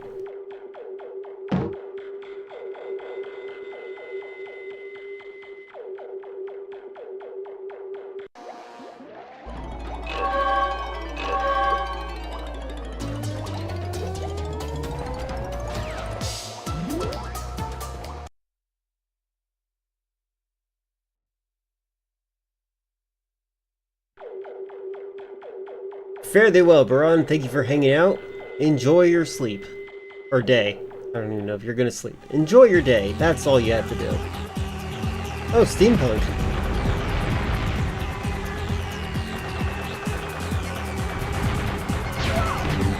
Oh, this is weird. Do I only have bomb? How? How? Okay, I can't even see anything. There we go. Oh, this is bad. I don't even know what's happening.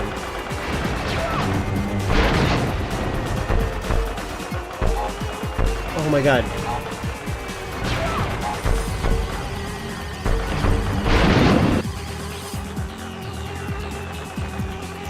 This is really bad. I can't see anything. This is making me feel like I'm blind.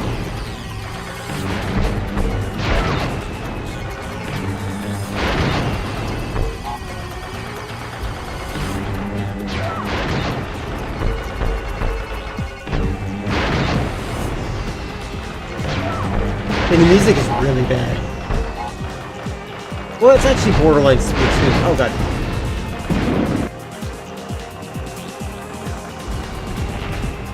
It's the sound design that's getting to me right now.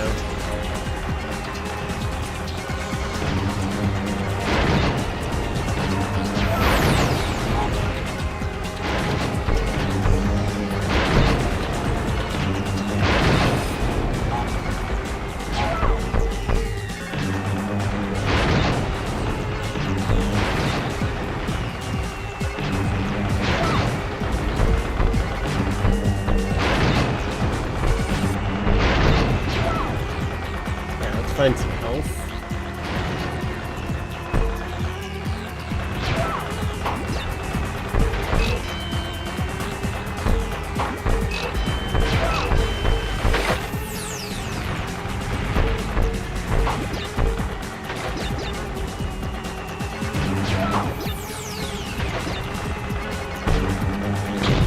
There we go, one's down.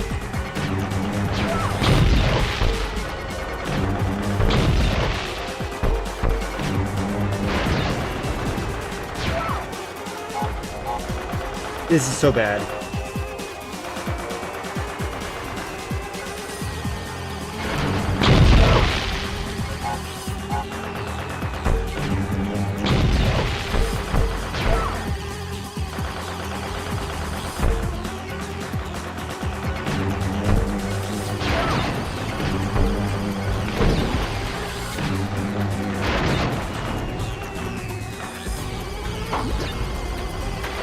Gonna go find more health.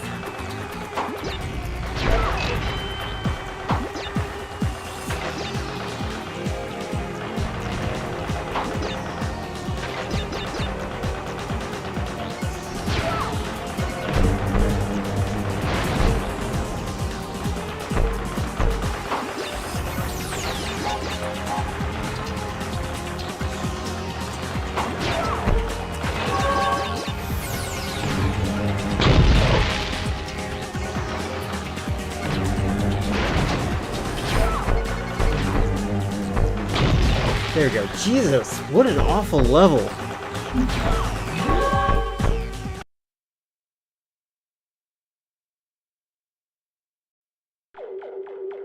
Oh, Lee died. Is that what you just said? Let's try Lee died? Oh, okay, wait. Life is strange. Yeah, no, that's not gonna work for me.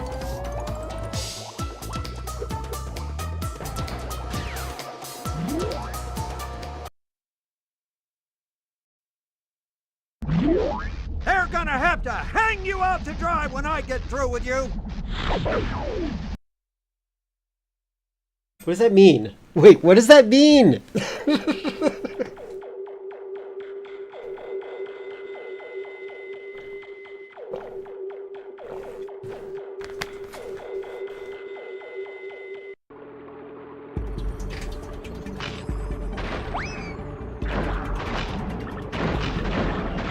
Oh, right, he's water elemental. Thank you for reminding me. I don't know why I forgot.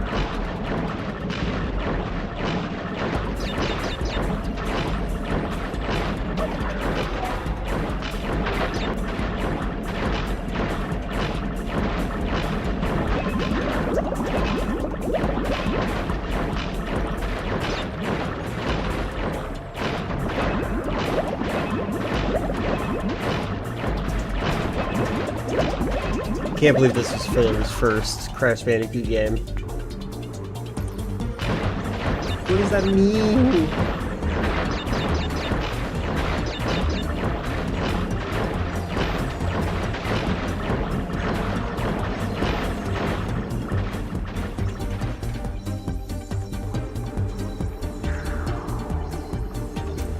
I think I'll be happy when this game is done.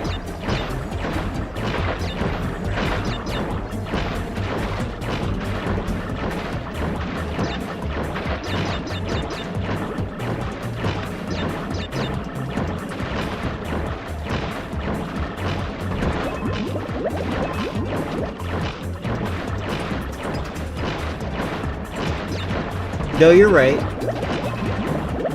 But how can I be sure that I hate this game?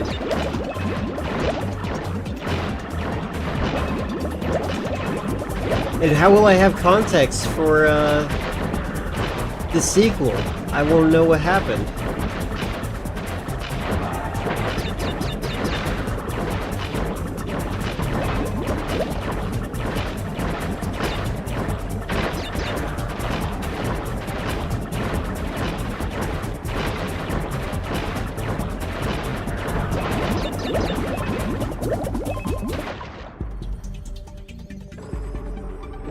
Yeah, just stop playing the game. Definitely seems like a smart idea.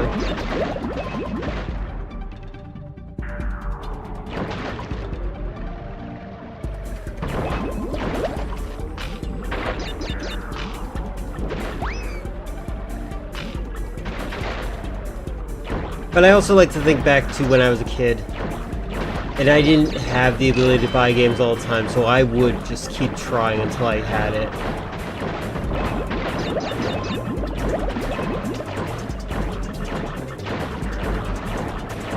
There are some games that I have absolutely quit, though. Mortal Kombat Special Forces. Mortal Kombat Mythologies, Sub-Zero. Oh, okay, now I get to be out of the thing. Honestly, most of the series starts with him saying, "Man, I'm bored. Let's play a different game." Yeah, I can see him do that. I do think that it's kind of important to give games a chance, though.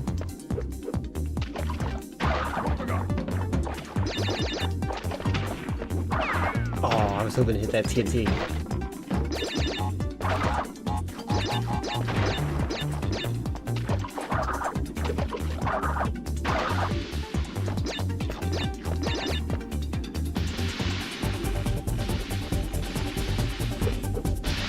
Oh, yep.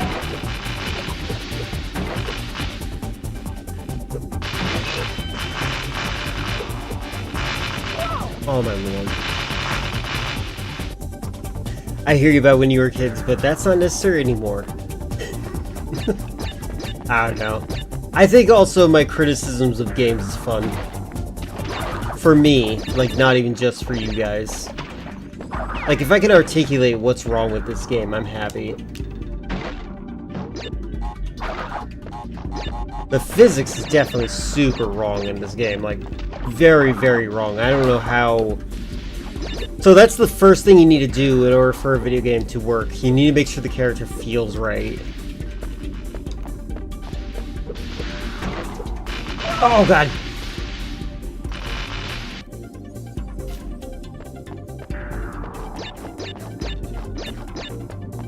Also, a lot of this feels like it's my fault still.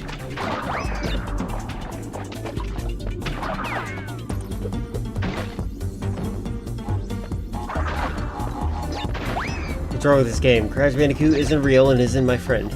If only he was our friend. I agree with you. Okay, so I think this right here is supposed to remind you what healthy water is supposed to look like before you go in here.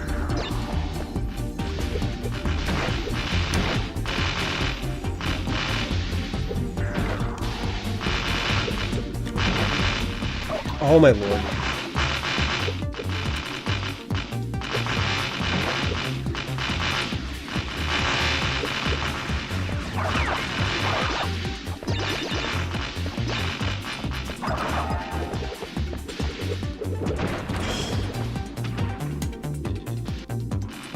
Okay, hold on. Look at what Crash's face looks like when I die. I'm gonna die real quick on purpose. See in the top right, his avatar? When I die, it like changes to this weird cursed image. Oh. Oh, why is it? Okay, last time I saw it, it was like 2 white dots in the middle of his face. Maybe I'm misinterpreting what I'm looking at.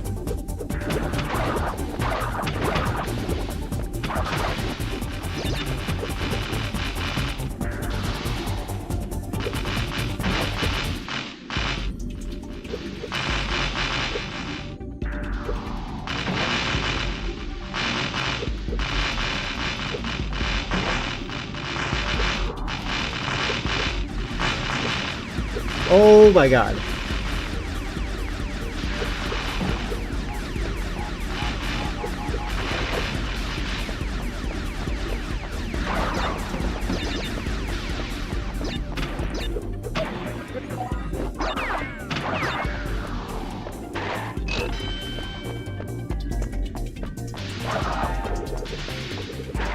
Oh my god, it worked.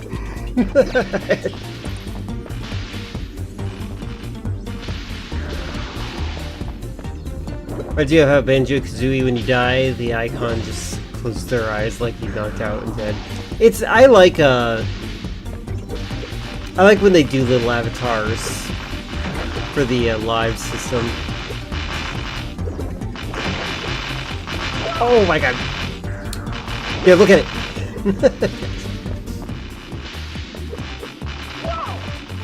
God, that looks so weird. Alright.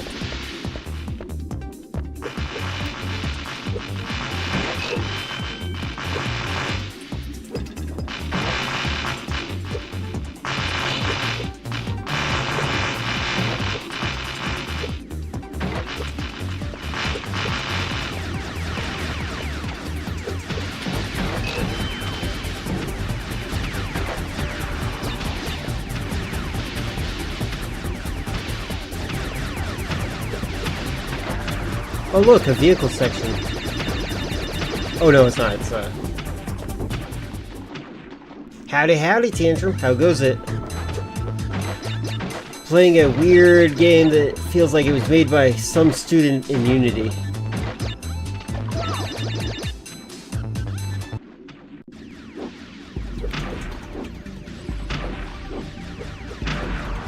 surprised they didn't hide the nitro in that stack of crates. Honestly,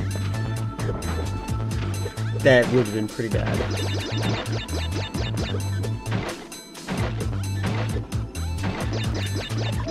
I fell for it again.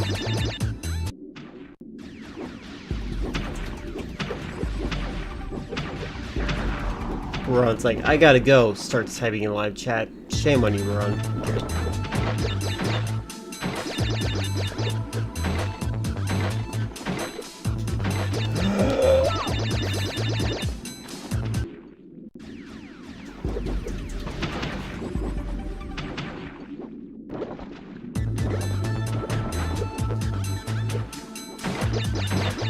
Case of nitro, 5 stack tires.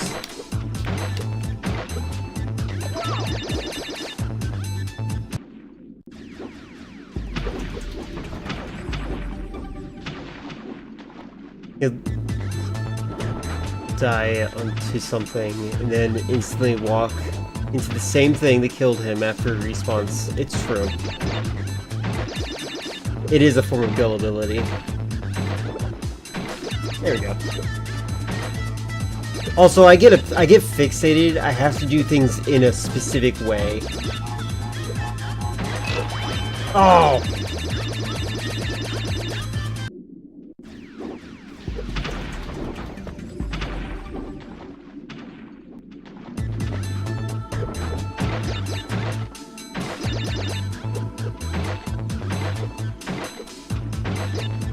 Like that.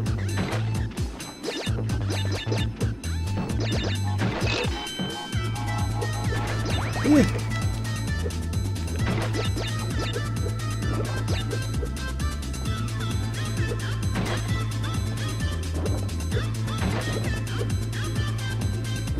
Oh. Okay, good. I think. Oh! Okay, you're not allowed to stand still when you're doing that.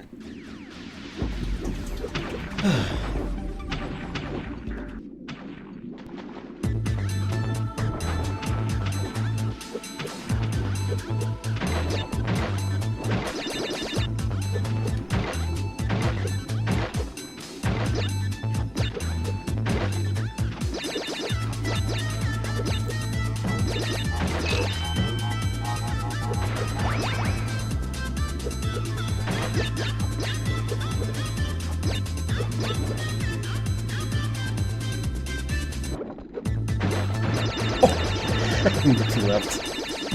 Ah!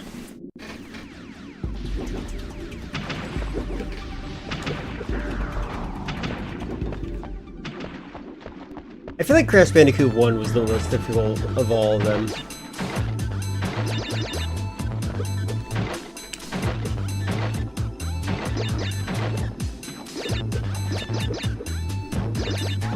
Nope. There we go.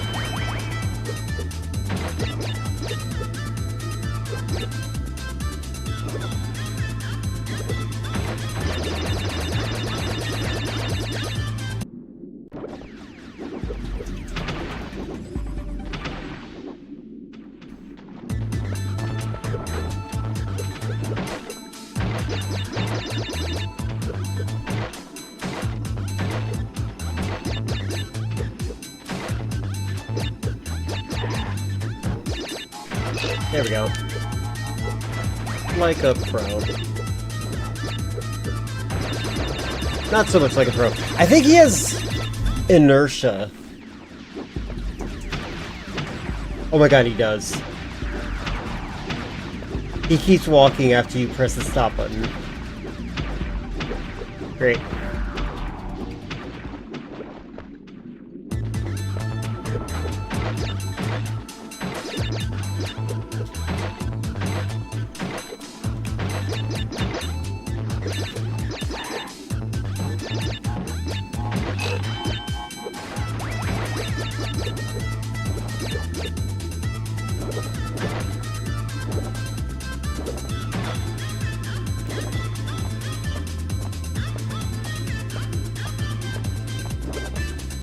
I hope this works.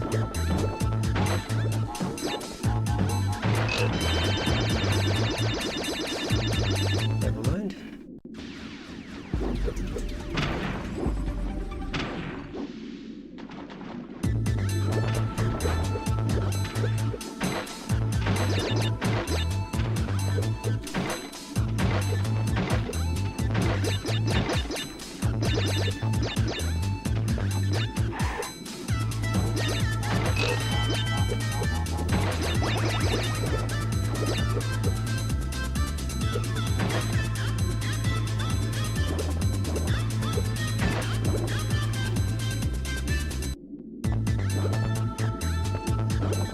Alright, I'm just gonna cheat real quick because I need to know.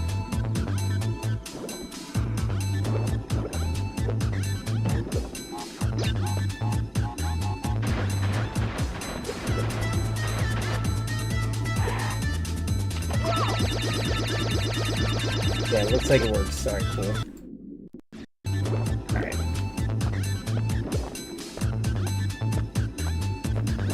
Crash looks like he's dancing. Oh, okay. Not allowed to jump there. I'm gonna just cheat again.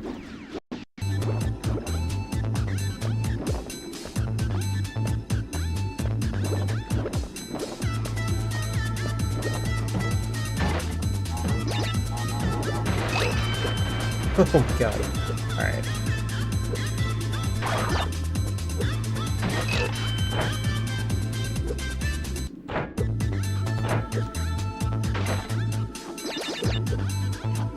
Wait, what am I forgetting? Oh yeah, there's like nitro boxes over there. I don't like that. They seem to have coded the bonus level to be influenced by the square level, the square things. Whatever. What? Whatever. Oh my god, I'm here.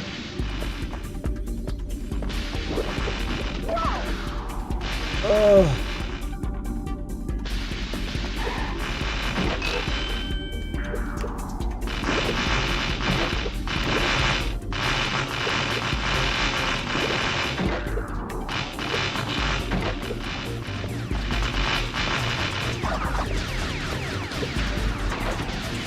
Why am I stupid?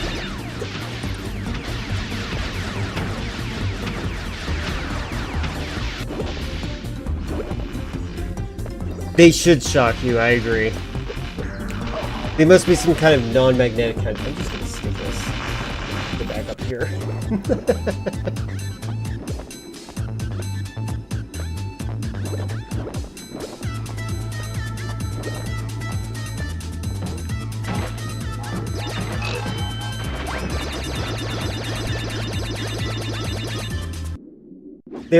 I believe that there's gotta be some type of metal that's probably electroconductive. I don't remember the word for it.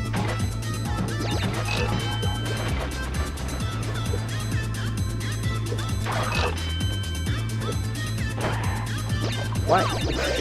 Why did you do that?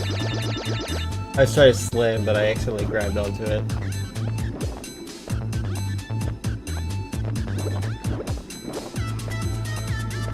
Bam, bam, bam, bam.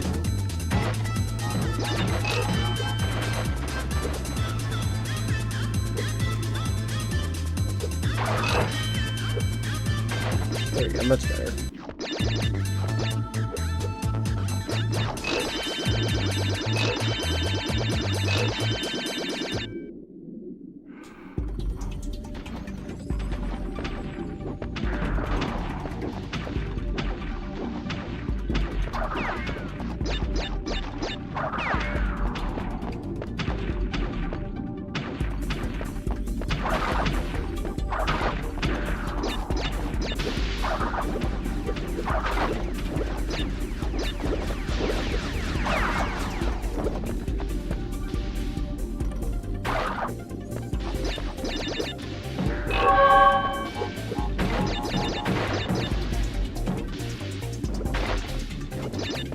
I didn't get a checkpoint. My god. I'm gonna give myself one.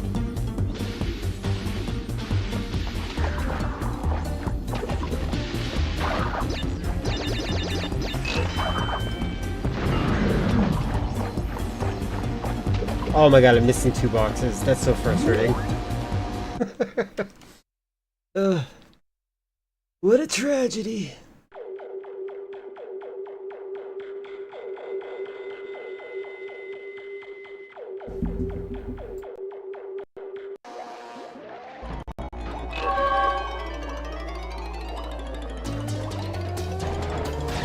Alright, boss. They treated me so unfairly. I did everything right, they indicted me. Get over here, you little orange sponge! 'cause we're gonna wring you out.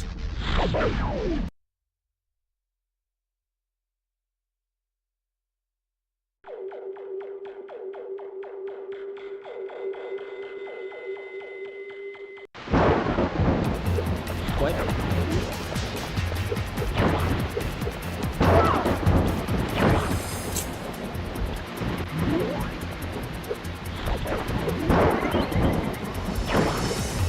Oh my god. That was me, definitely. Alright, so he's gonna... Oh my god. I like that, okay, that effect of making the, like, the jelly kind of thing going on. Oh my god, I suck. Also, just in case, I'm gonna give myself a save state just in case I lose all my lives and it makes me load the game.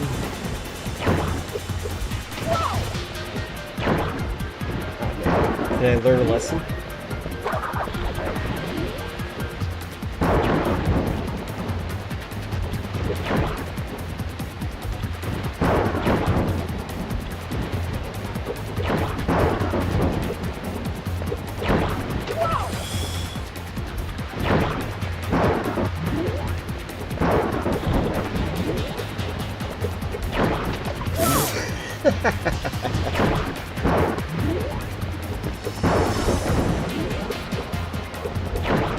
Oh my god, what the heck?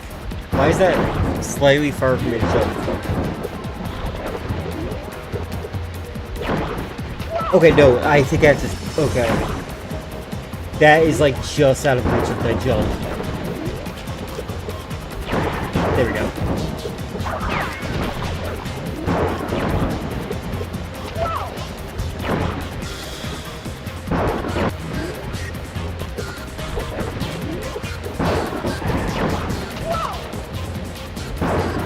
I should wait for the first one.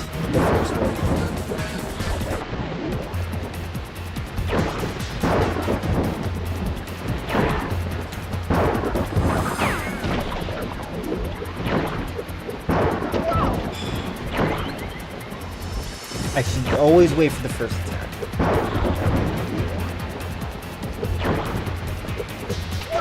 Oh, I thought I was over it.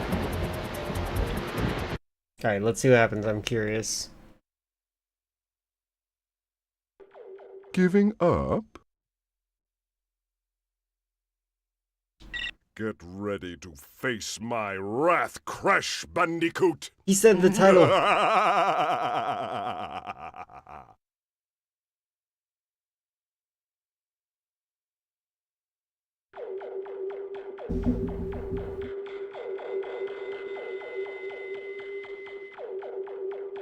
He said the thing! Okay, hold on. How far back does this send me? Okay, good. Okay, I was really worried.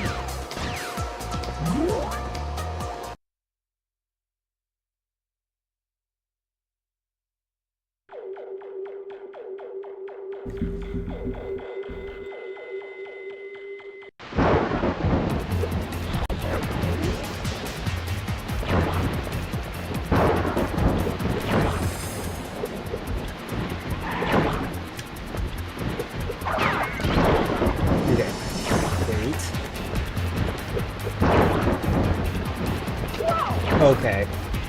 I have to duck. Or maybe I jumped into it.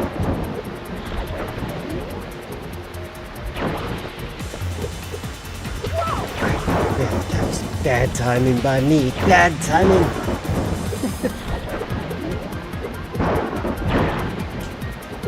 Okay, that was the best timing ever.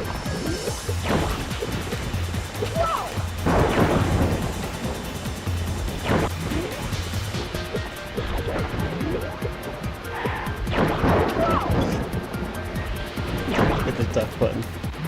That's the opposite of dodge.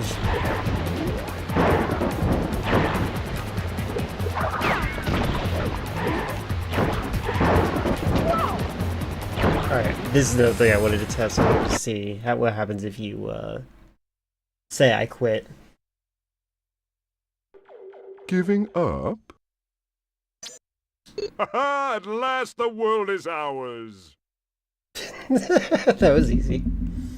What happens now? Okay, that's where it takes you to the main menu. Got it. That's funny.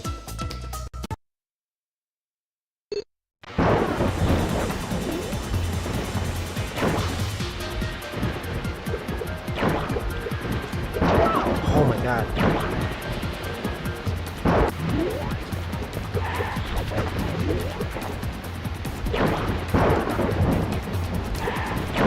Wait, do those sync? Hold on. If they don't sync, then maybe I'm okay. This is a test. They don't sync. Oh wait, no, they do sync. Never mind.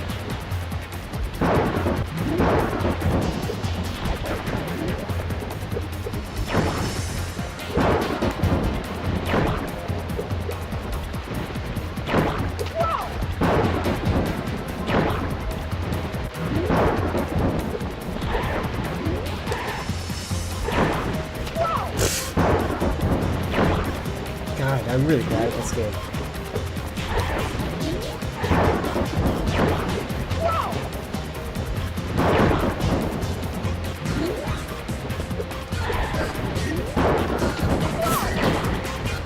That's for me trying to slide and I jumped instead.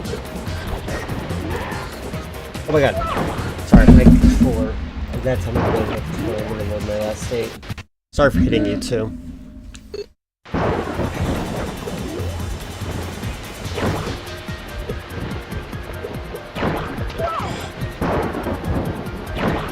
I shouldn't be this bad at this. This is me refusing to learn.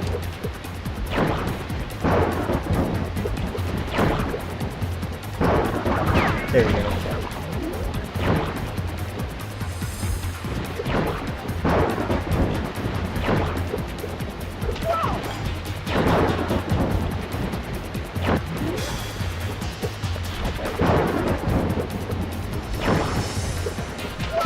Oh, come on. The hitbox is so unfair, I feel like.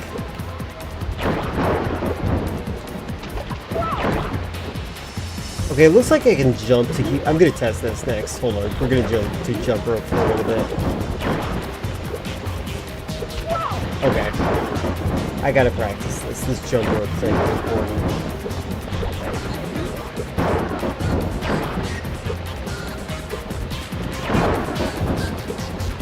Nope, it doesn't stay up forever. Got it.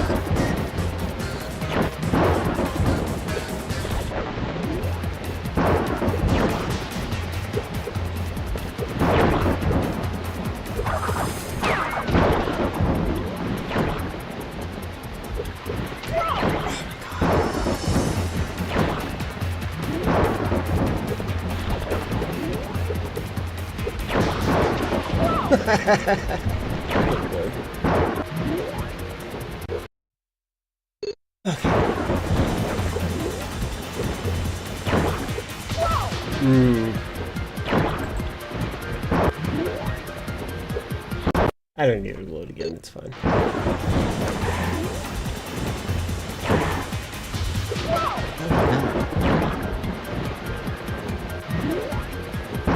I don't like the sound design in this game. In my opinion, it feels like it's bad. Oh my god.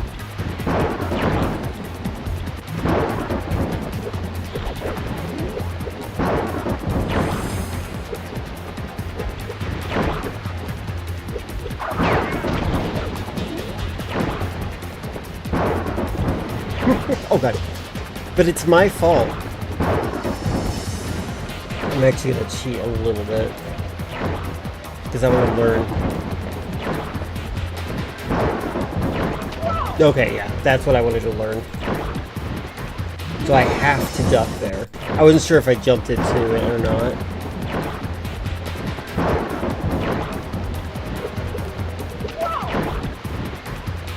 I do feel like this... The hitbox in this is so brutal. I wonder how Filler would feel about replaying this game. By the way, Filler didn't say they loved this game. This was just their first Crash Bandicoot game.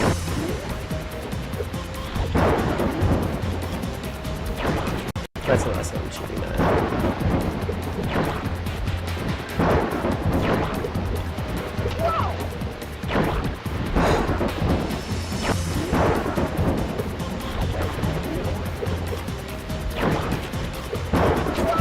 my god.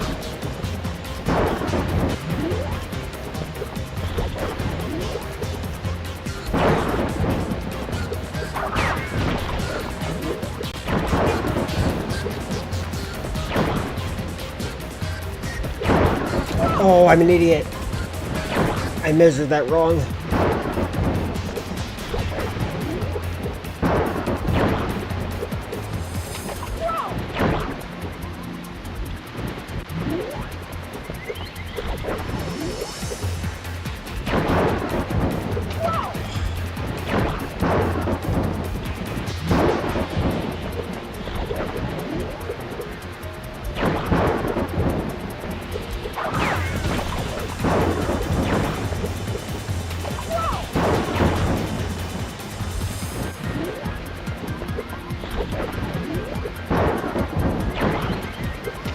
Oh my god.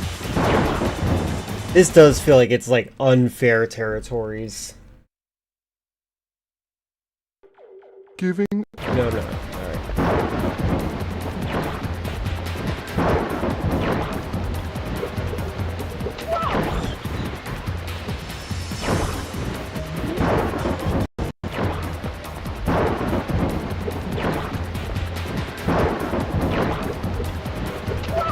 Just jumping over it is tough. Like a normal jump. The hitbox just seems very wrong.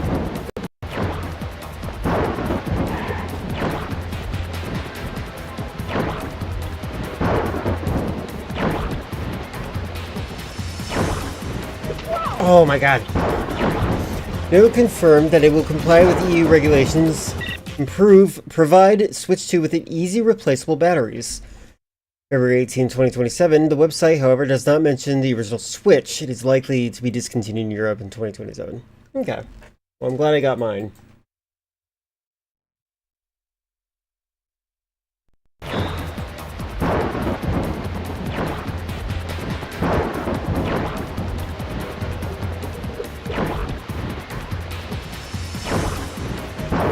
Alright, I think I figured out the rhythm finally.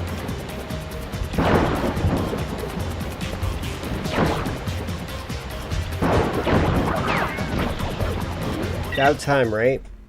And I'm not in Europe. I don't know, I feel like they would probably change up things in general. What is that? Oh my god.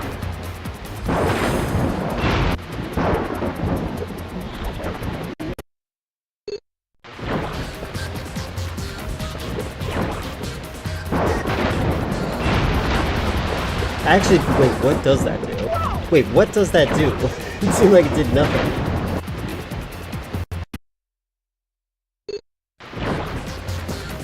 Yeah, I think they're gonna just discontinue it entirely and use that as the excuse to not do it anymore.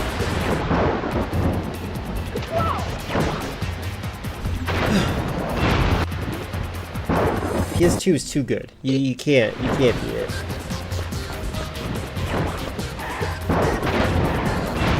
What happened there?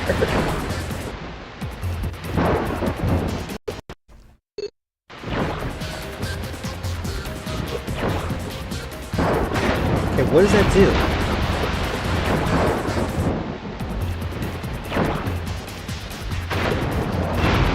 Like, what is that? What the? Oh, I was so close to beating it. Oh wait, does he not have a health bar? What am I doing?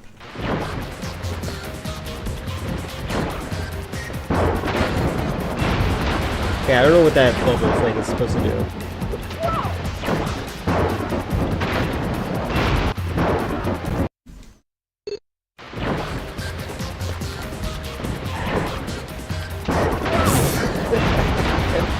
Okay, this game needs like a splash effect when you fall in the water.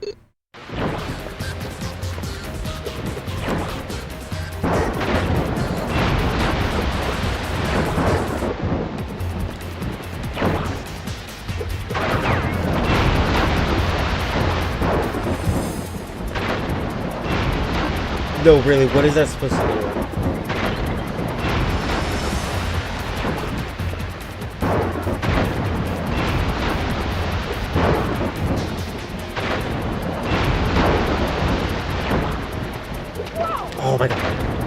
Oh, maybe it hurts to go over the platform. Maybe that's it.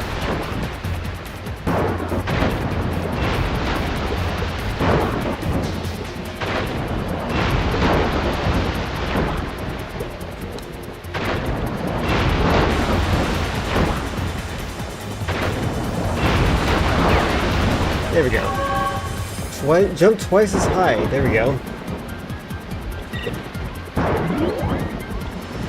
Whew. What an obnoxious game, huh?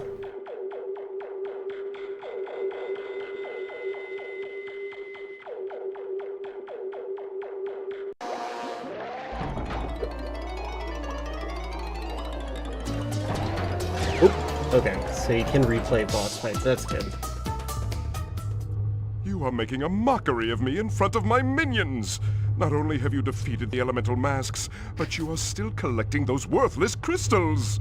Well, you've gotten this far, and this is as far as you're gonna get. Pyro, the fire elemental, will see to that. Oh, Cortex, come on! I don't need some flaming mask to help me! I can take Crash on by myself! Crunch, you will do as I say. You and Pyro will vanquish Crash and his annoying friends. Did I accidentally skip a scene? It feels like I missed something.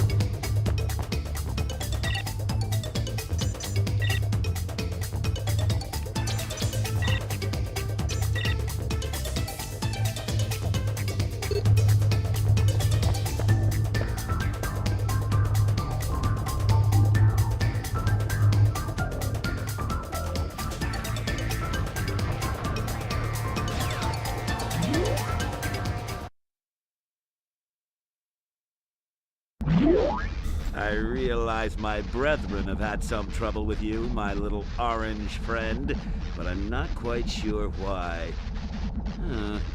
Is it getting hot in here? Is it safe to be wearing that fur? It looks flammable! He sounds familiar, but I don't recognize him.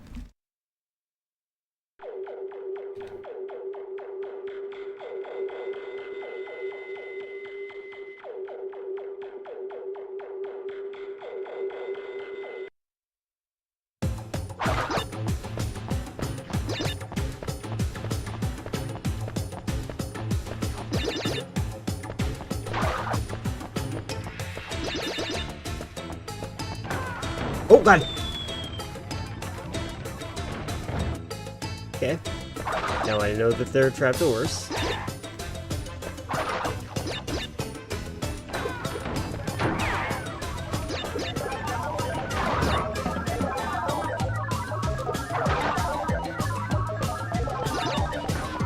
Oh my god, okay, so they open faster than I can run on it.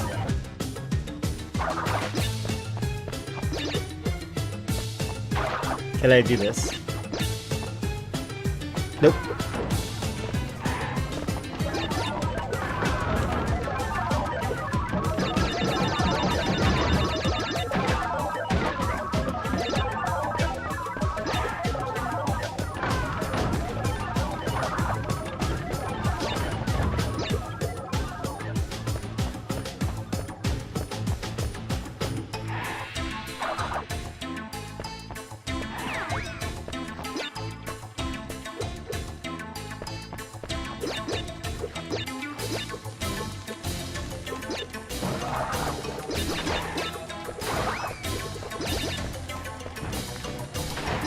Oh god.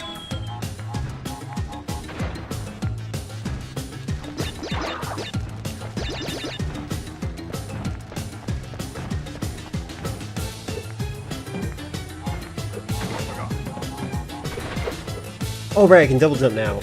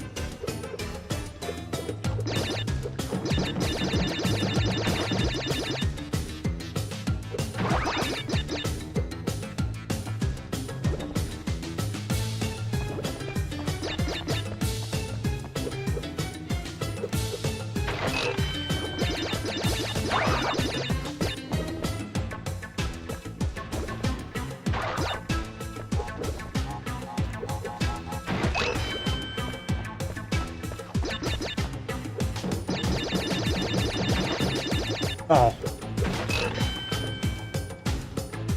Still feel like Switch 1 would have some time left in it with the new V. I think it's lasted more than any other console, really. What the? Interesting. This one felt mandatory. Oh my god.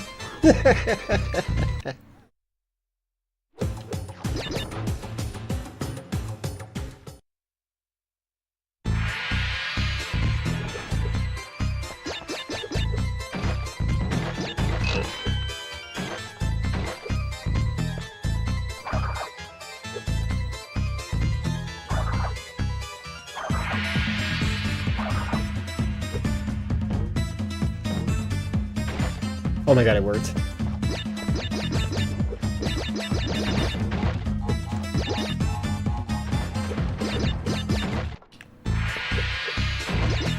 Can you imagine how insufferable I'm gonna be if there's a Black Ops 1? And that would be so funny. Because, like, they're, like, giving up with the console and they decide to do it, and, like, it's at its least popular point in all time, and people, they're like, I guess there's no sales on the Switch, and they decide never again to try.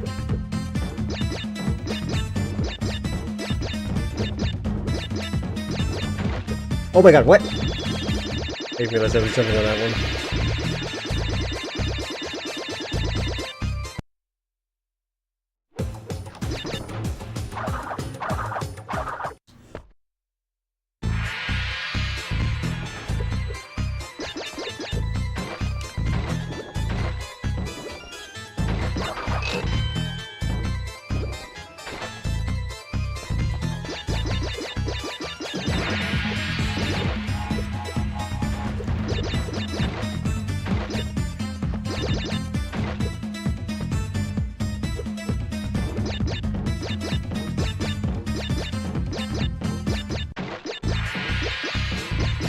Come on.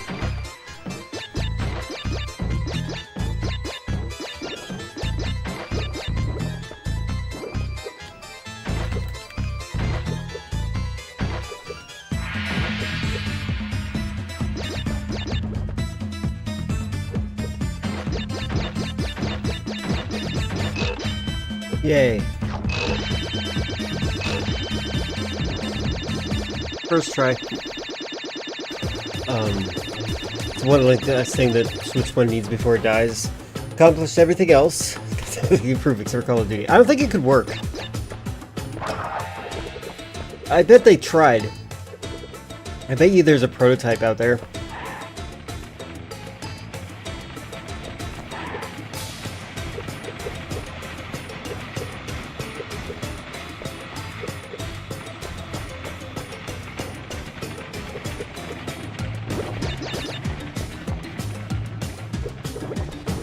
Oh my god.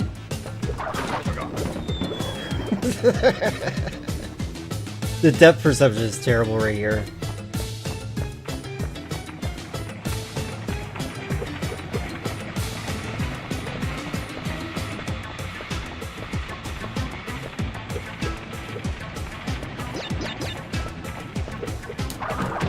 There we go.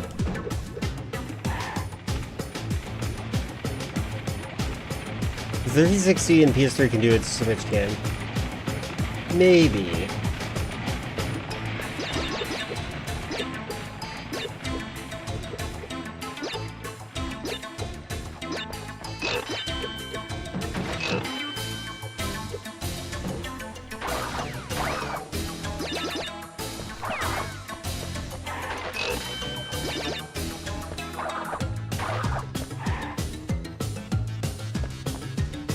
I think that he doesn't vote. He forgot to register.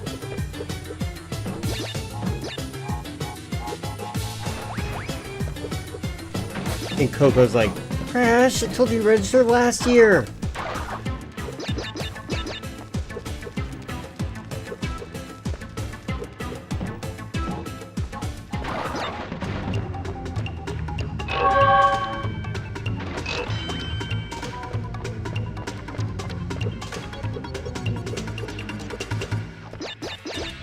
Oh god, no! Oh, I'm alive. Well, that sucks.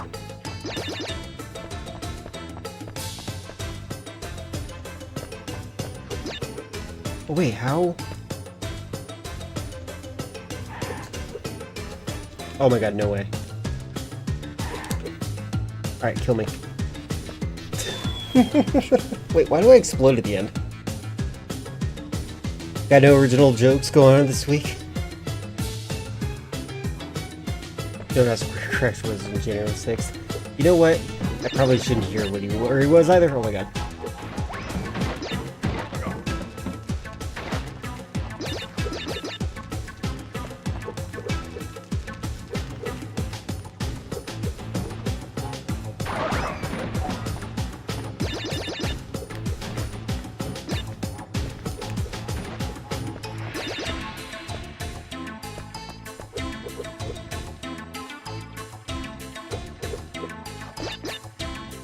Switch versus PS3. Propaganda, you mean? Oh my god, I did it again. Whee! Oh, come on. Is this the only way I can fall off? That's funny.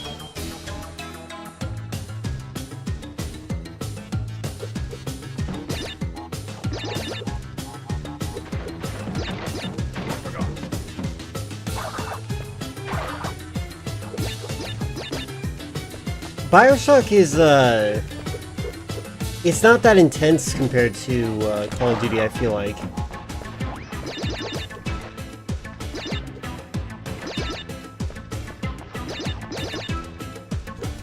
Like, Battlefield actually has you out in the open, you know? Remember how, Pragmata ran on my computer?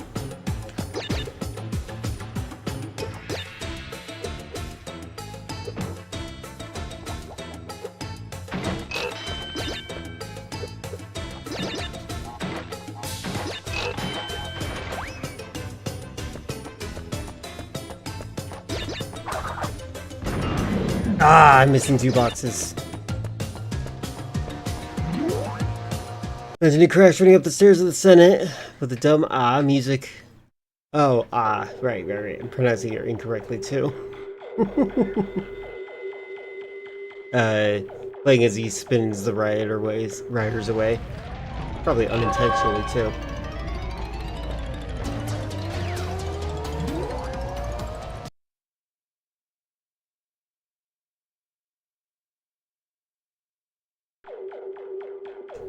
Crisis? That's a little bit better.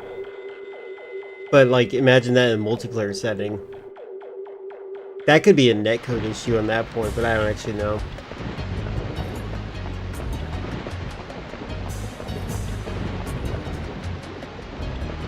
Is Coco supposed to appeal to Japanese people? Is that why? Oh, I'm an idiot.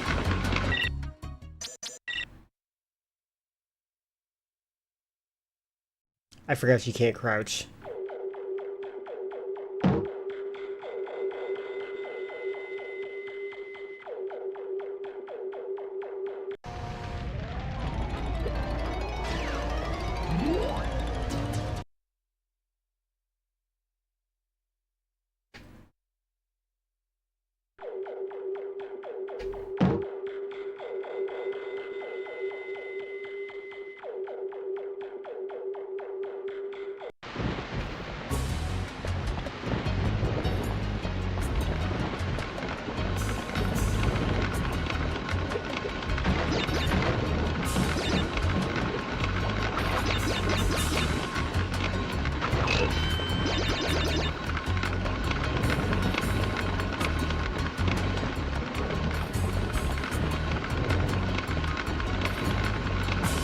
Fortnite.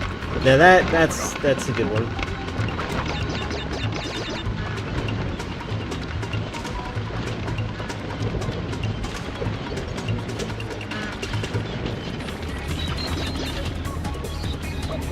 Oh my god. Oh my god.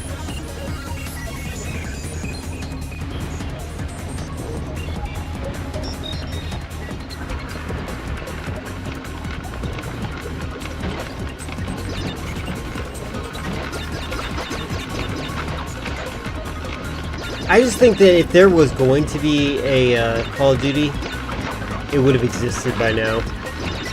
And I can't imagine there being, like, a valid reason to not have it.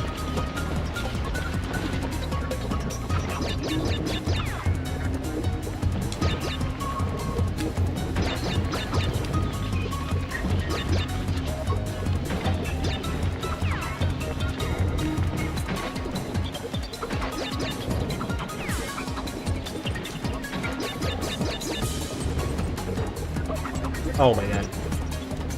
At least I got to a checkpoint.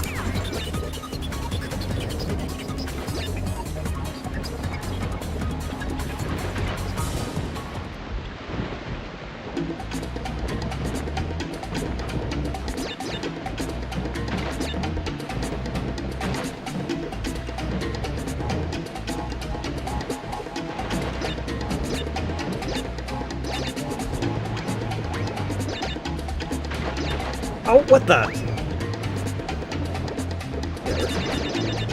No! I needed those boxes, actually. I feel like it was a judgment error thinking the Switch audience wouldn't want to Call of Duty, not a technical limitation.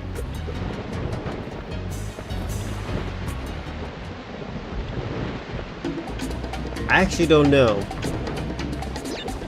What if they did pitch an idea to Miyamoto, and Miyamoto's like, this game's too violent. I don't like it.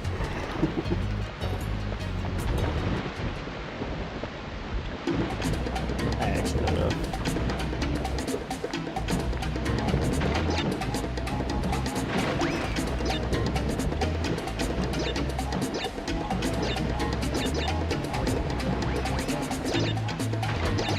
There we go.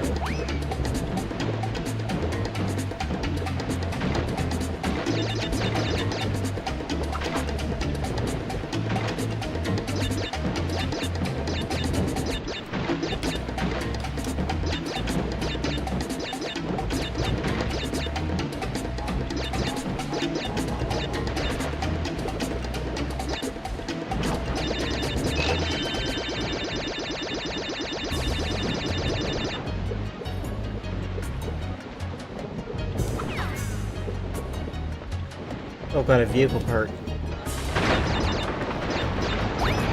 What is this? Wait, what is going on?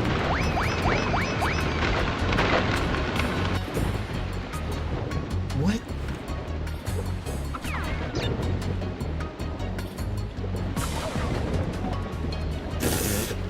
Where? Alright, hold on. I'm actually sitting here because, like, what was this?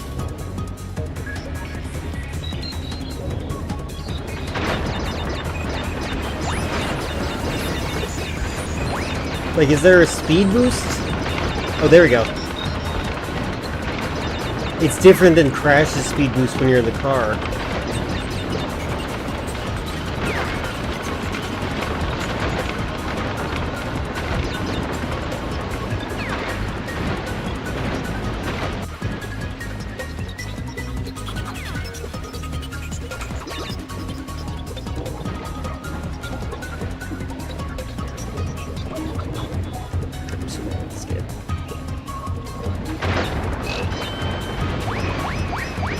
Oh my god.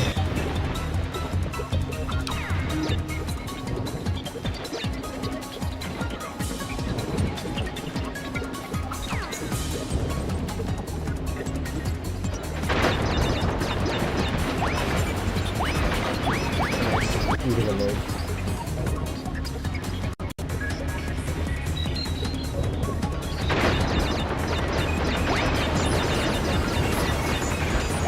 Okay, this is awful.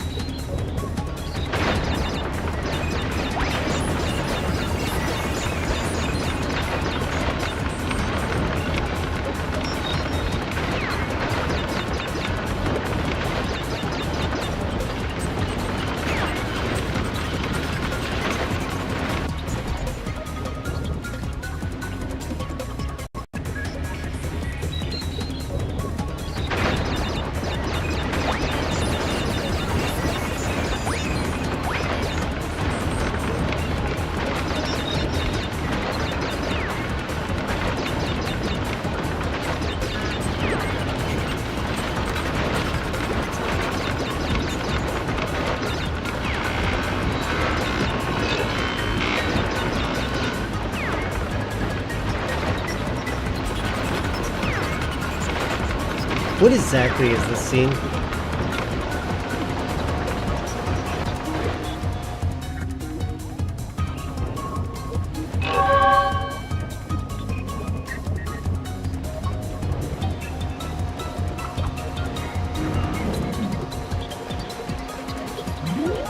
I don't think so. Miyamoto doesn't like twitchy games. He likes crawling on trees very slowly. He probably does like the concept of live service games, though. Give him more money.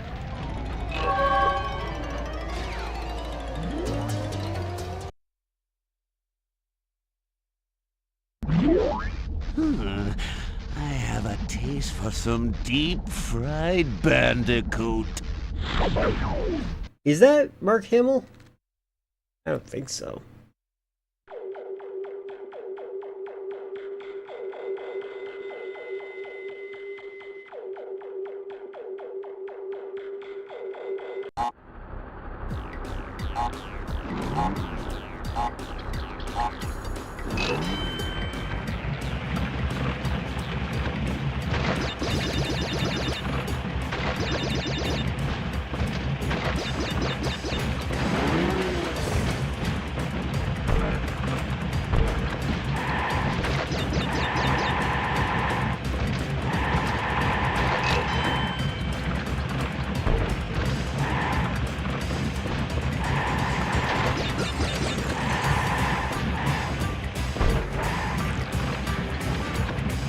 Why is he playing this music?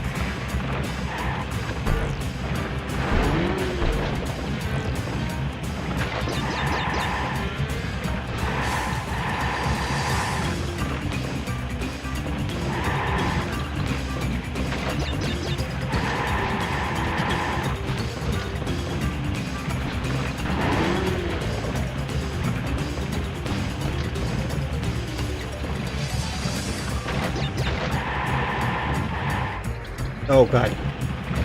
That was close.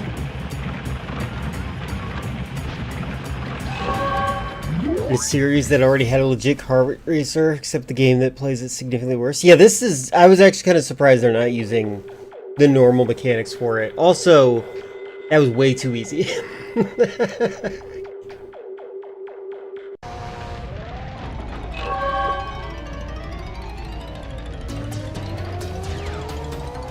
I'm kind of disappointed. There's so many vehicle sections in this. Like, why?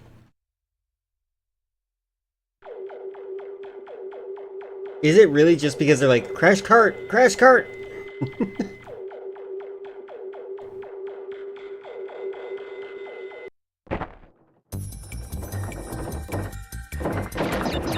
Okay, I'm not getting all the boxes here. I refuse.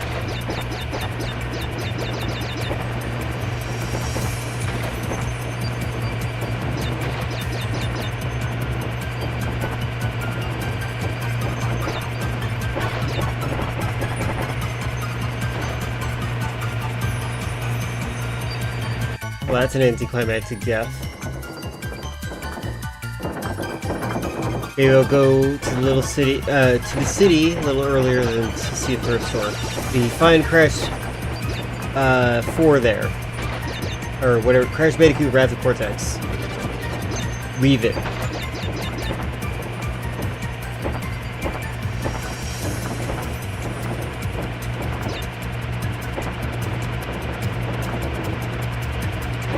Okay.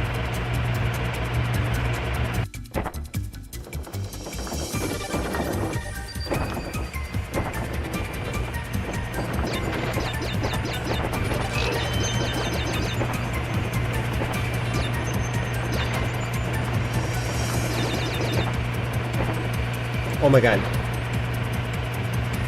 Gutter ball.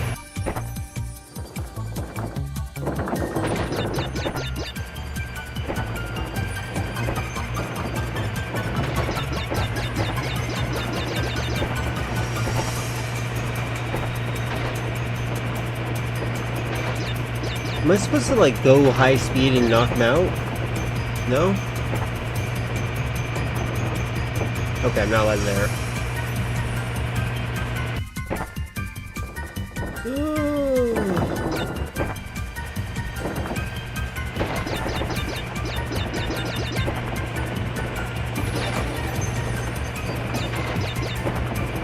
Oh, there we go. I was supposed to go faster than he could move.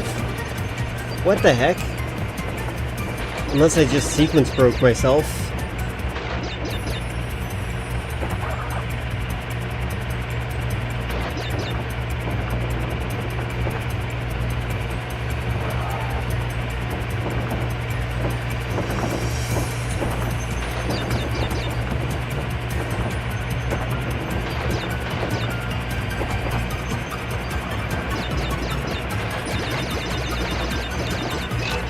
Oh my god.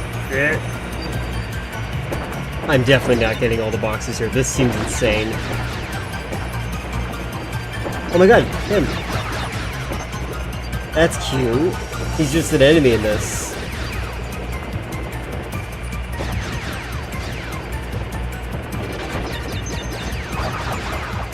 It's good to know that the guys who I defeated previously were not like... oh god, he's back.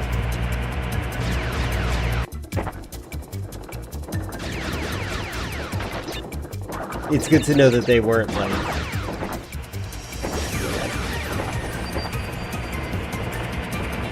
killed when I last saw them.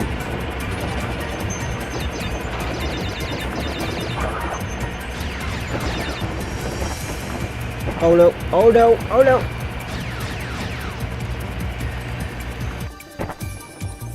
This mechanic isn't like terrible.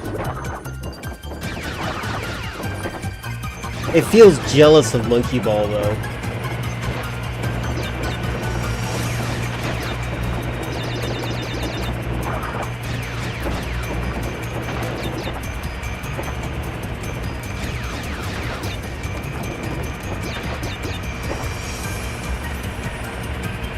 Oh my god. I don't even understand this mechanic. Like, why do I have a rolly ball?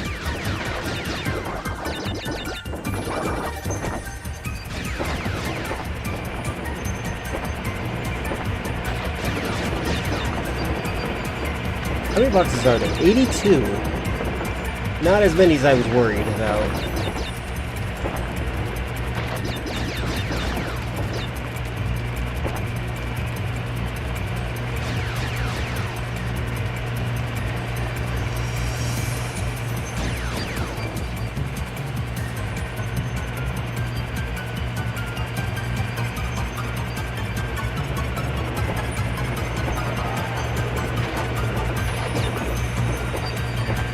Oh my god, am I stuck? Oh, I'm allowed here. Okay, good.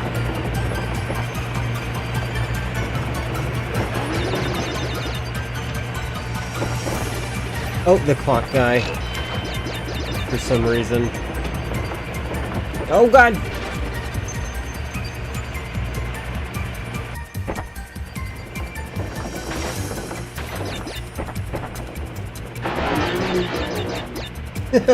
Couldn't do that again. Wrong way.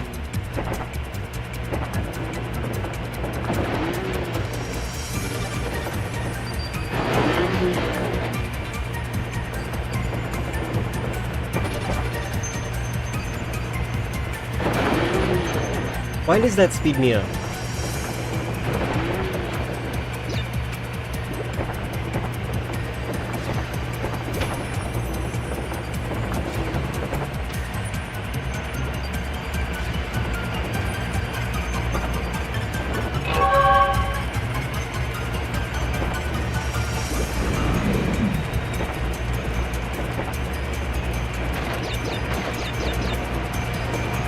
Oh my lord.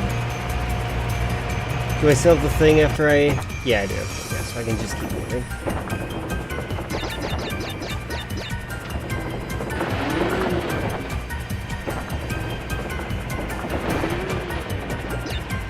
I did it right the first time.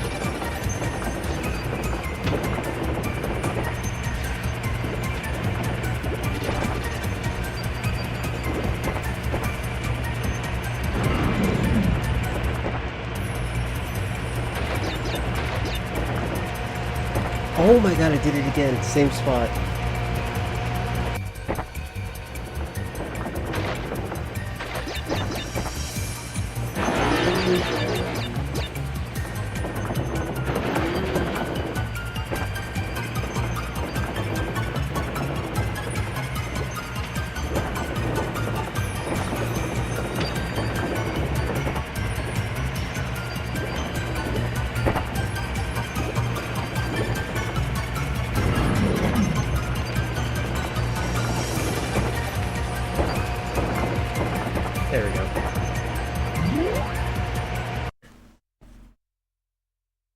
Tell that to Avowed. Hey, we have 9 people lurking in here.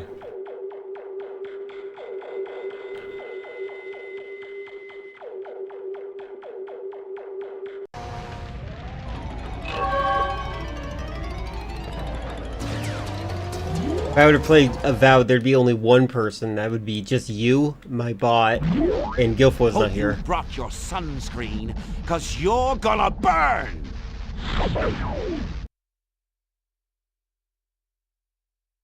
Man, these are really bad puns.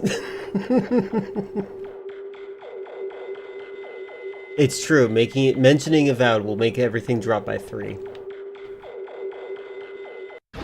I'm amazed that he has, oh god, the best part from the second game. I'm not even gonna bother with the boxes here.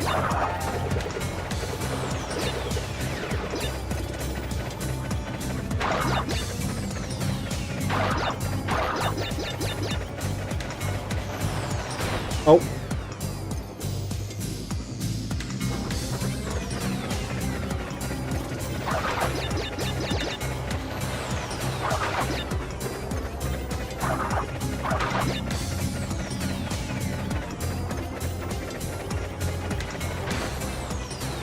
What a weird pattern. What the heck?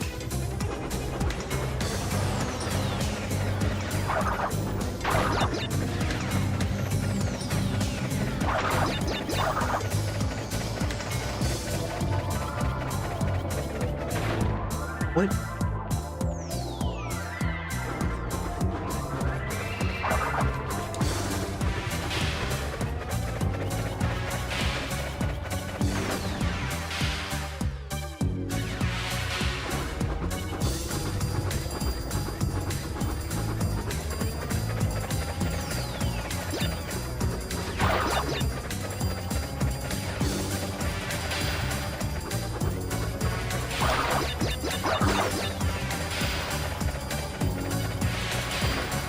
Okay, come on. The death animations aren't even that good in this, from my understanding. Like, they're not very interesting.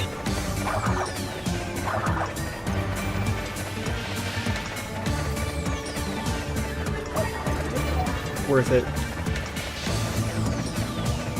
Oh my god. Oh, the hitbox.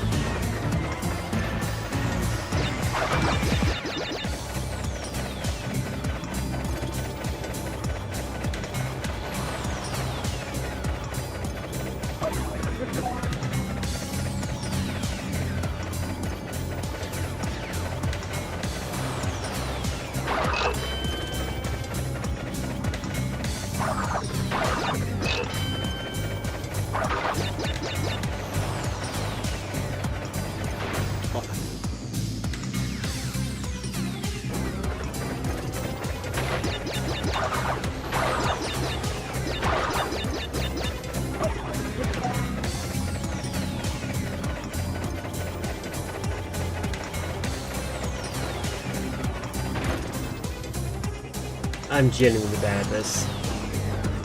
You did sleep? I figured you would. It is the only inevitability there.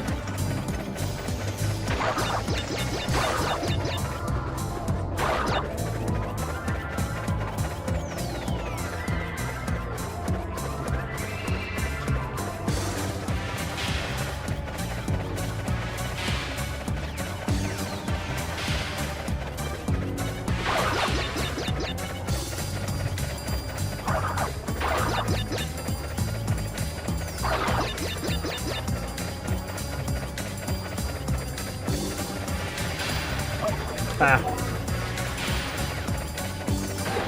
Thank God.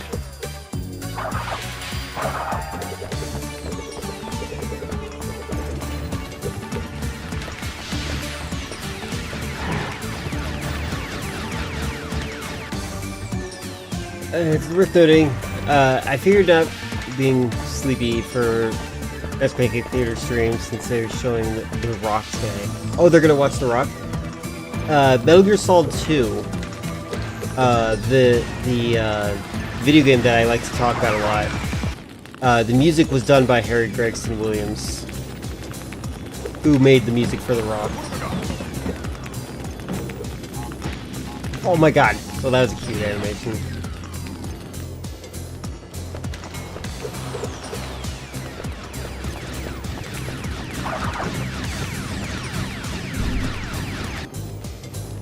I'm gonna cheat.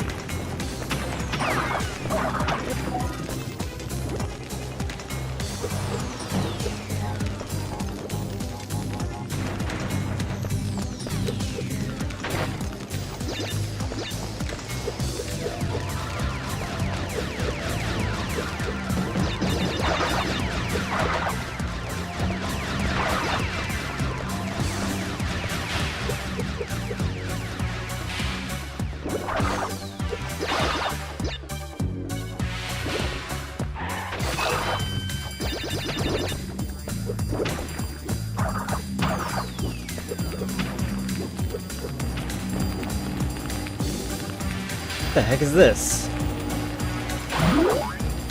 Oh. Wait, why? Why could do that? Why could I do that? Well, that's it, animation. That's my favorite one. Love that you can pass enemies and not follow. Yeah, they don't follow my character. It's weird. Up? Alright, thankfully I cheated, so it's okay. Oops, wrong one.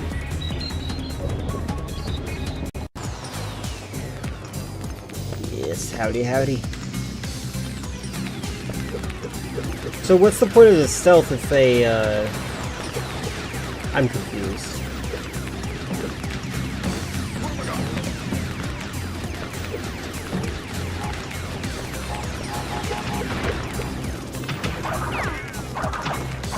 I don't know, why are these guys dressed in black? Are they supposed to be students?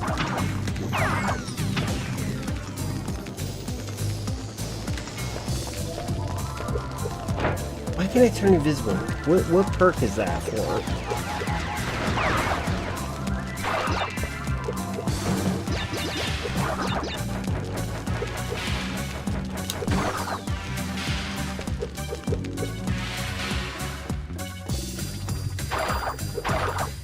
Oh, I see what I'm supposed to do. There we go.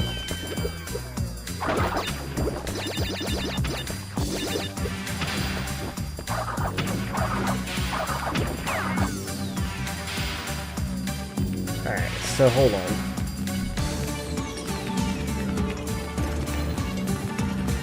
I'm actually gonna test this stealth out. Can I run through this? Yes, okay.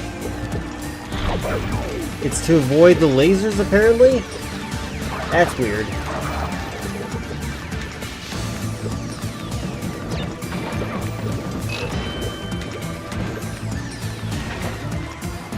Hitboxes are so bad you can barely stand on nothing. Yeah, the hitboxes are genuinely bad in this.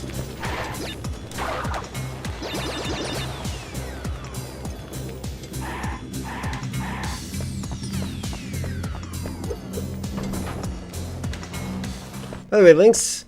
I'd love to recommend a YouTube Twitch channel called the Found Footage Festival. You have actually shared them before. They have a whole thing.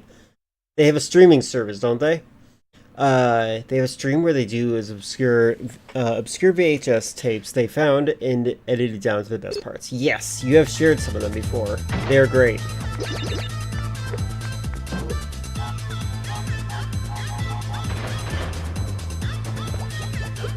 Wait, what the? Did I hear that?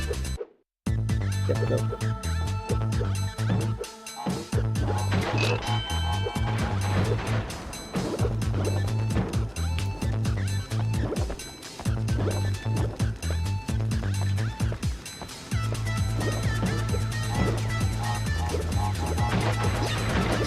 Oh, Jesus.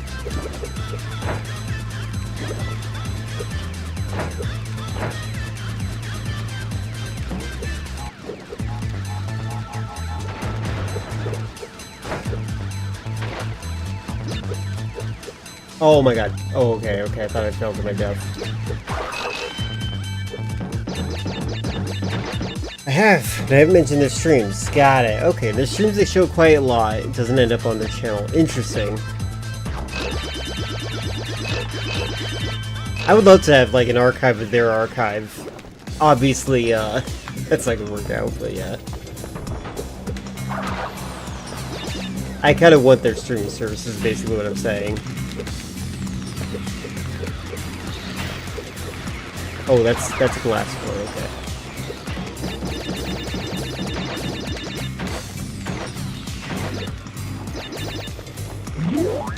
Oh, that's cute.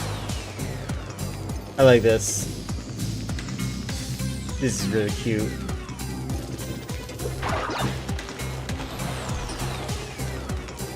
Rayman's gonna have ray tracing. Ew. Wrong way.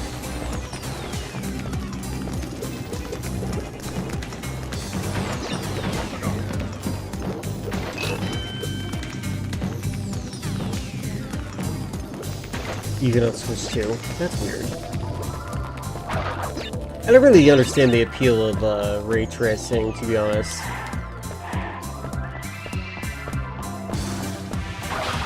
Like, I prefer, like, director's vision, like, shadow casting.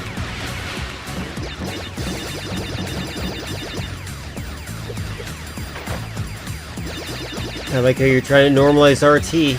But I'm telling you now, it's gonna be me assuming that you're talking about some racing game that I don't play.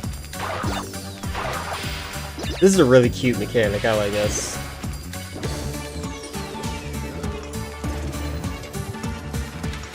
Even if it adds more depth to the color. Wait, why doesn't he have a skeleton? Even if it adds more depth to the color, like, it like removes the lighting direction. Like, I'm really big into, like, the way lights look in video games, and like they have, like, intent and purpose. Like it's a play or something like that.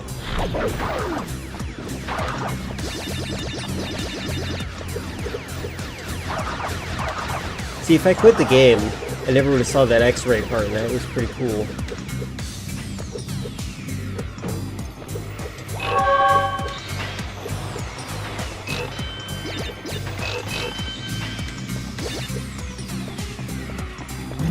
Okay, why?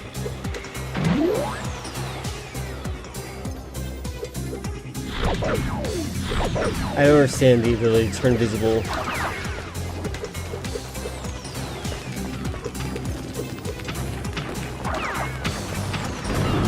Oh.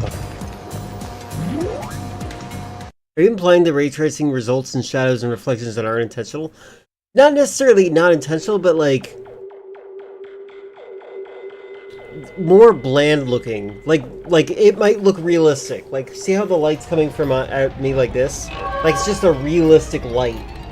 There's no drama. There's no suspense. There's nothing unique about it. It's a flat light that's aiming at my face. And it's a realistic light. Now, in Metal Gear Solid 5, they'll have harsh shadows, they'll have lights that come off in one side of his face, and then the other side's in complete darkness. Like, there's intent there. And it might look good, but, like, the problem is, like, I'm expecting it to be, like, people won't artistically utilize it, they'll just, like, be like, this is realistic, let's use this for our story mode. Crashes to ashes. Ah, the triumphant hero Crash, reduced to a pile of smoldering ash. Is this that dead guy? Let's finish this. I'm Troy McClure. I mean, ray tracing doesn't mean you can't do things like harsh shadows, doesn't necessarily need to be realistic. I'll have to see it.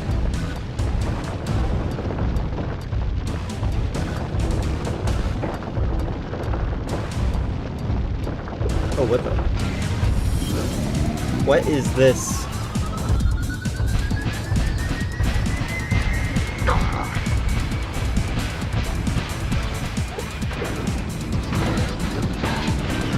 Two steps forward, 3 steps back.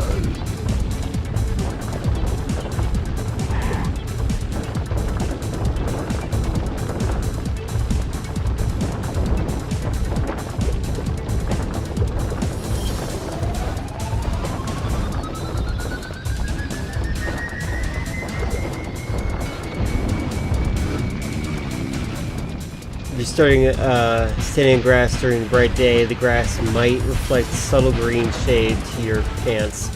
Oh, okay. Yeah, well, that's true. But, like, are they intended to do that? I don't know. I guess the thing is, like, because I don't have a machine that can handle ray tracing, I have yet to see, like, a reason for me to wish that I did have one. You know what I mean?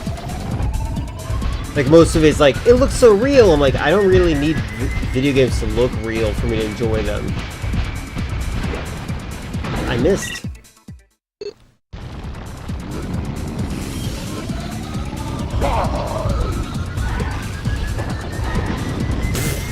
I think that's my favorite kind of animation in this. Which humorously is like the same animation as my last favorite one that I mentioned.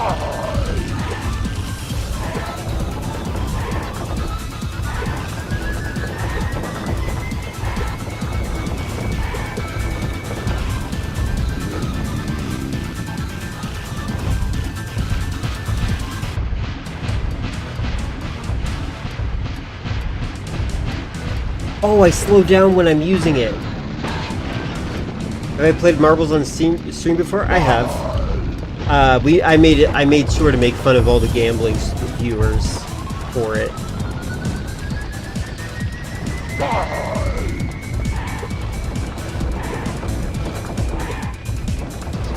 Oh wait, maybe not the game. Maybe we gambled on a YouTube video. Actually, now that I think about it. The reason I want it to be more popular is that I'm tired of reflections. There we go. I'm tired of reflections looking like blob because of low resolution cube map or something. I think that the solution of reflections being what Metal Gear Solid does, just create the character model again and just invert the controls. I like that system.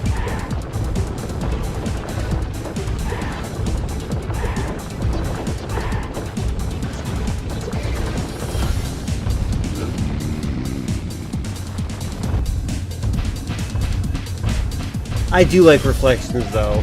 I remember being disappointed in Grand Theft Auto 4 for not having realistic reflections like the original ad showcased.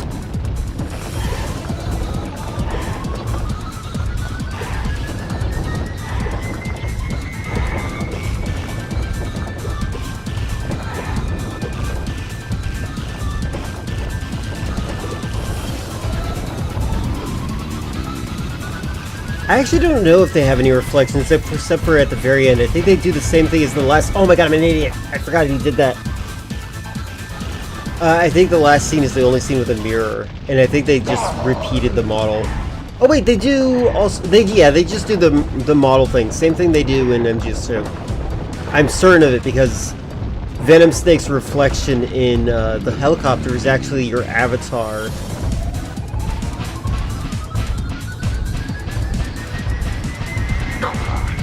This is really bad feedback-wise.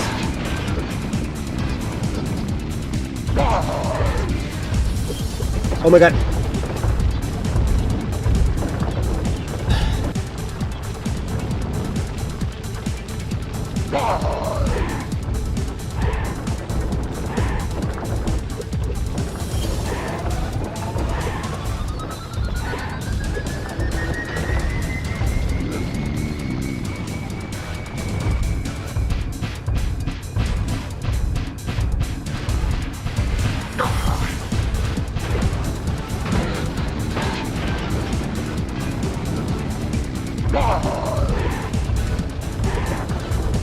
Oh, I was trying to get out of the way of that.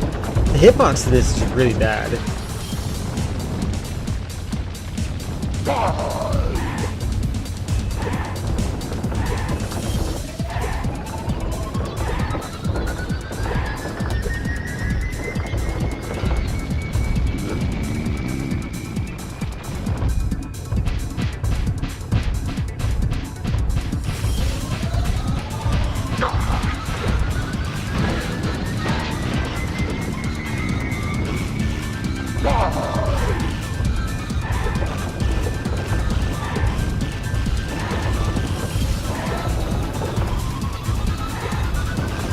Ah! I hit myself.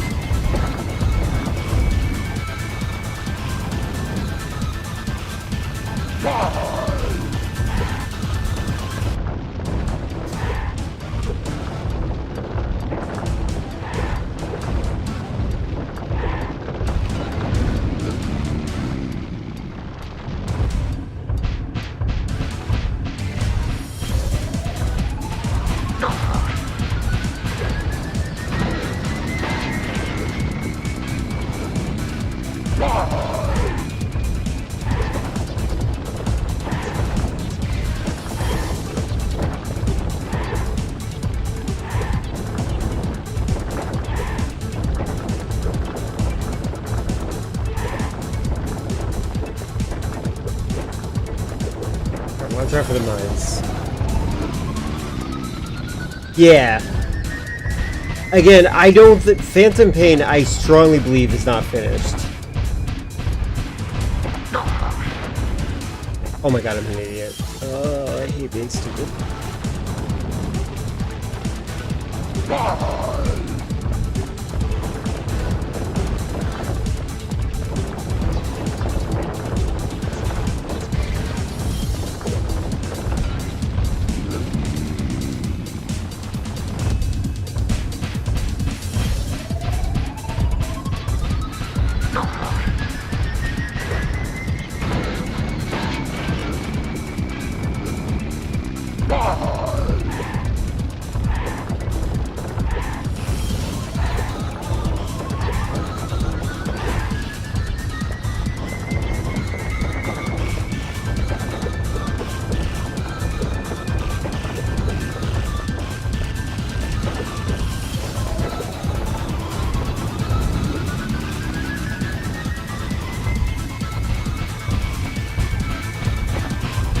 Oh my god, I was trying to steer away from it, but I did not. Terrible job.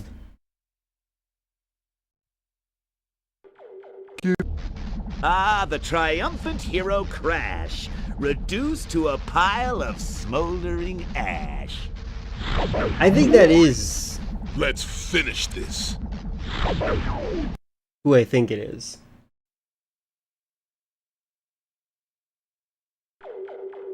You might already know, but screen space reflections takes what you see on screen, but that frame makes the make the reflection. But because it's not only what you see, it can't be used for something like showing the front of your character.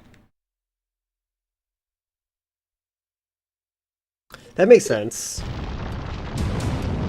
I actually did not know that.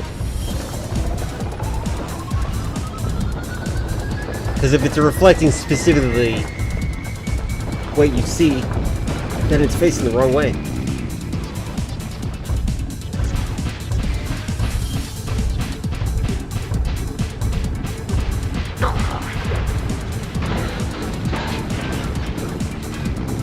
I hate this fight because I have to wait.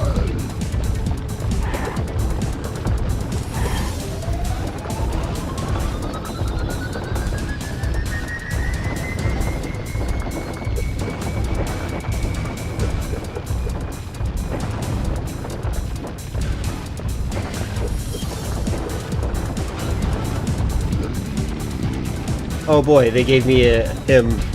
Wait, what? Wait.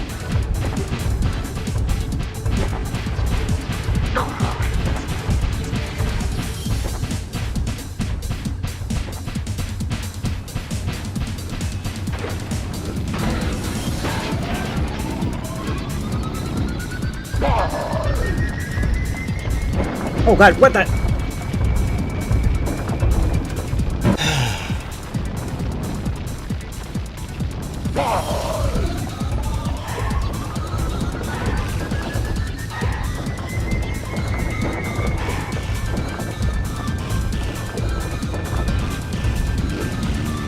Near a boat, the mountain reflects in the water, but with your character down, the mountain is no longer visible. You lose reflection of the mountain in the water, even though you should logically still be there.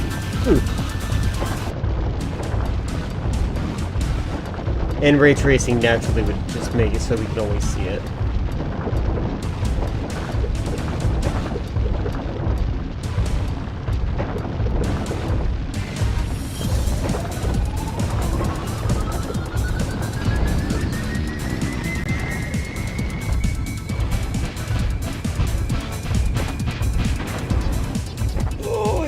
Forgetting about that. Oh, my brain. Why am I so bad? Yeah, ray tracing is all.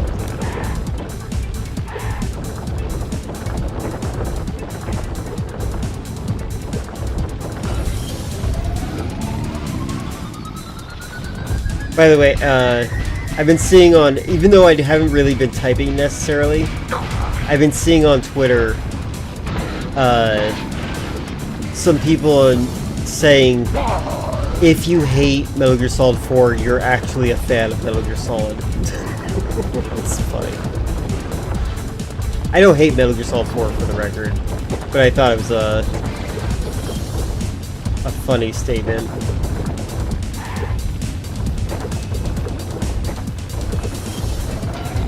It's just pure fan service. There's some parts that I really love in Metal Gear Solid 4, but it is largely just a fan service game.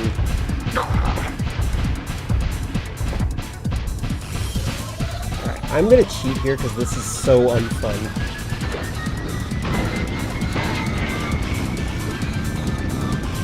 Dealing with the fan service, yeah. I feel like MGS5 is like my favorite. Wait, why isn't he doing the thing that he did last time? Oh, there it is.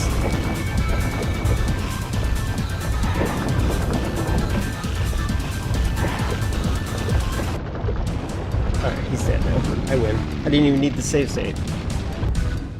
I think. Oh my god!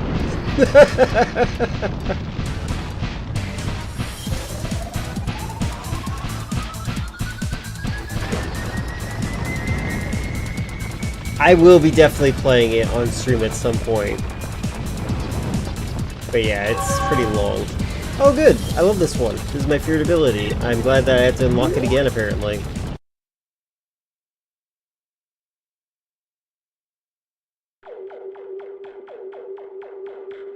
Does that mean I get a bazooka later in this?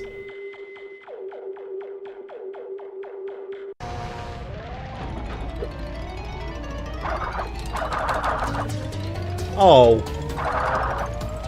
Oh, that is terrible.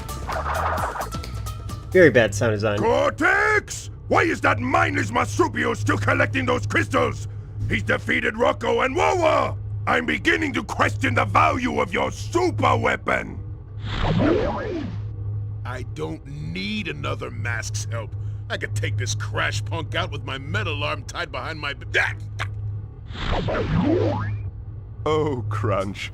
Stop being silly. Uka, he will use the elemental masks. No need for you to lose any beauty sleep. I feel like these need to be scenes, like actual scenes, not just their heads floating around.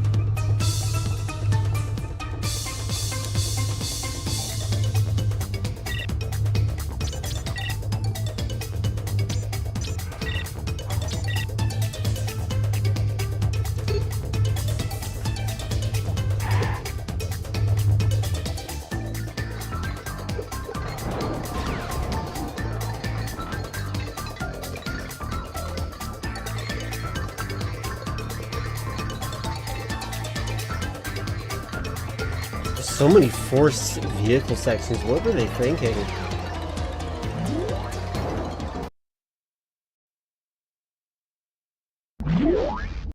The Crash Bandicoot, eh? Oh, I've heard so much about you, and this is the hero I have to blow away? Ha! Seems like a bunch of hot air to me. That's a real good Donald Trump impression.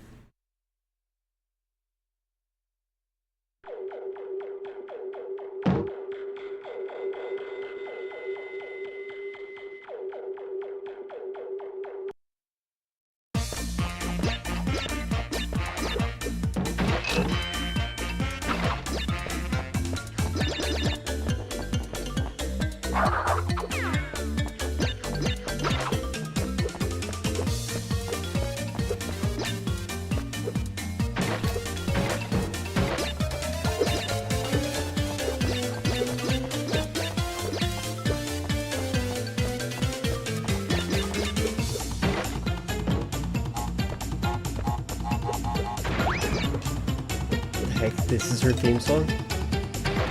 Oh my god. Alright, well. Psychologically, I was just gonna do one more until I died, and I just died there, technically. So, let's check out a YouTube video we can watch instead.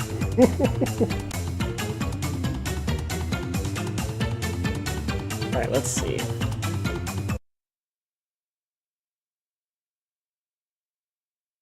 I do like Crash Bandicoot a lot, but I definitely see how people would be upset with this one. Let's see what's currently live. Or not live. Let's see the current video we watch.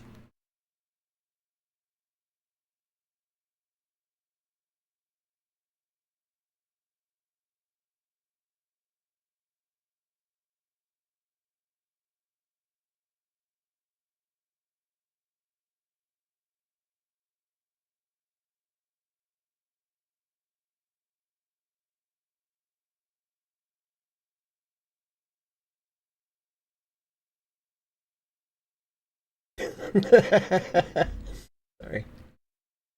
Apparently, Bernie Sanders is on the Crashing Out with Philly DeFranco, and that's how they described it. Bernie Sanders is crashing out.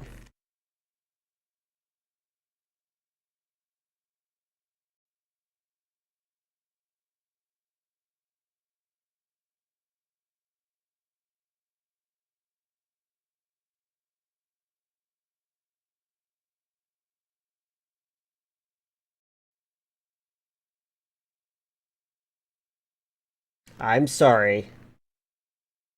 I'm currently looking for the video I want to see. Maybe we should see how Electric Playground's doing.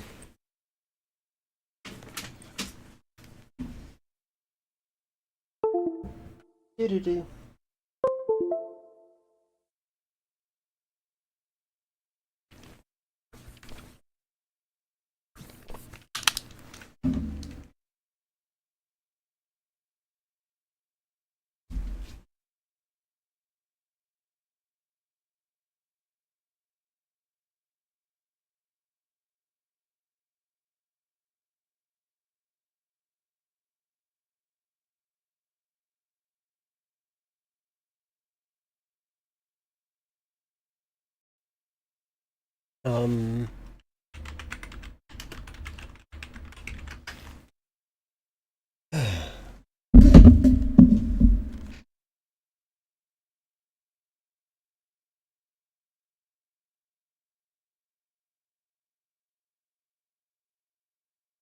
Open up Electric Playground. Let's check out what they did last for their retro one.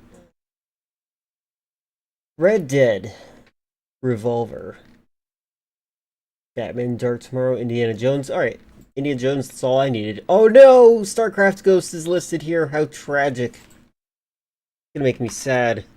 I really wanted to play that game. Like, as a kid who didn't really care too much about StarCraft, I did like it a lot, but like... Boop.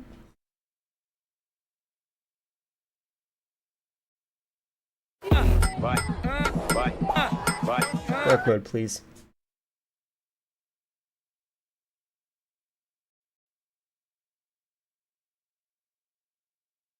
Oh god, what is this? It's 5 seconds. Can I hit play fast enough? Jump in my new EV with me. I found it on cars.com. What a weird ad. The Tempur-Pedic breed.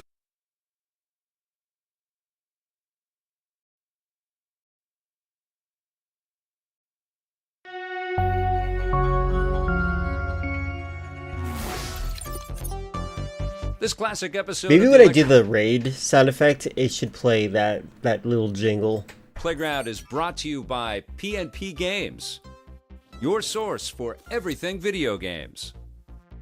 Support the partners that support Electric Playground. Remember, this episode first aired in 2002. Today on Electric Playground, we're taking a look at Batman Dark Tomorrow, Indiana Jones and the Emperor's Tomb for the Xbox, Red Dead Revolver for PlayStation 2, and Reviews on the Run is from Engine 374. What?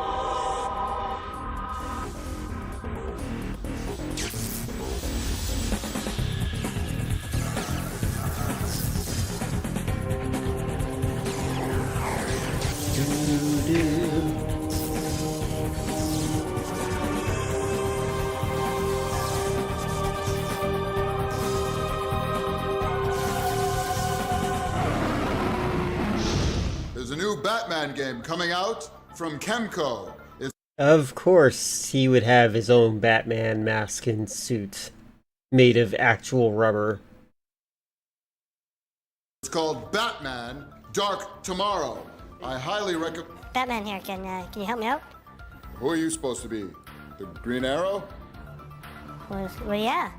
Sad. I'm trying to find the Justice League. Justice League? Yeah. Oh, okay. The Which joke one is do that you he's want to do? fat. 2 blocks this way, right? And then there's that coffee place in the corner. Oh, the one with the good mochas. Yeah. And then you keep going Gained weight, down a got couple fat, blocks, and died. on your right-hand side, you'll see a library. And it's right past the library on the left. Great, thank you very much. All right. Hey, if you see the Wonder Twins, tell them they still owe me $20. EP's in Seattle, Washington at Kemco. I'm talking with Colin Gordon, who's going to fill us in about Batman Dark Tomorrow. I'm the biggest Batman fan in the world, and I got to say, I haven't been too pleased with a lot of the Batman games that have come out in the past. Oh man, don't get your hopes up. Of them. So what are you guys doing with this one that's going to separate it from the rest of the bad Batman games that I've played? We've really taken Batman That back I've to his played. roots. So Batman, he's based on the comic books. It's not the movies. It's not the cartoon series. It's actually on the comic books. All right. We've had Batman uses detective skills in this game. So the player uncovers the plot as they play through the game. The player will pick up clues. They'll kind of deduce what's happening, what's going on in the world, and they'll also get to use Batman's stealth skills, which haven't really made a great impact in other games. The utility belt. What's he packing? What's Batman got in his utility belt? You've got a finger light. You've got back grapples, which are kind of used to scale buildings and jump from building to building. We got This looks pretty Batarang, rad. which is as close as Batman gets to a gun. Bat cuffs, which we use to cuff up bad guys after you've beat them up. I do like the idea of him doing bat cuffs. Detective Comics 27, Batman's first appearance, has sold for $125,000. Amazing. Mobilize them. Yep. The bat hook, which allows you to scale vertical walls. Smoke bombs kind of help you with your stealth aspect. Night vision goggles allow you to sort of see in the night. And then the med kit, which is kind of really useful if you're a player like me and maybe you aren't quite as stealthy as you should be. There's actually like a night vision angle. Yes. So you can see first person on Batman. Yeah, there's both the Batarang and the night vision switch you into first person mode. The Batarang you can't move, night vision you can. Well, in addition to the gadgets, of course, and being able to swing from building to building and all the cool things and toys that he gets to play with, he's also a fighter.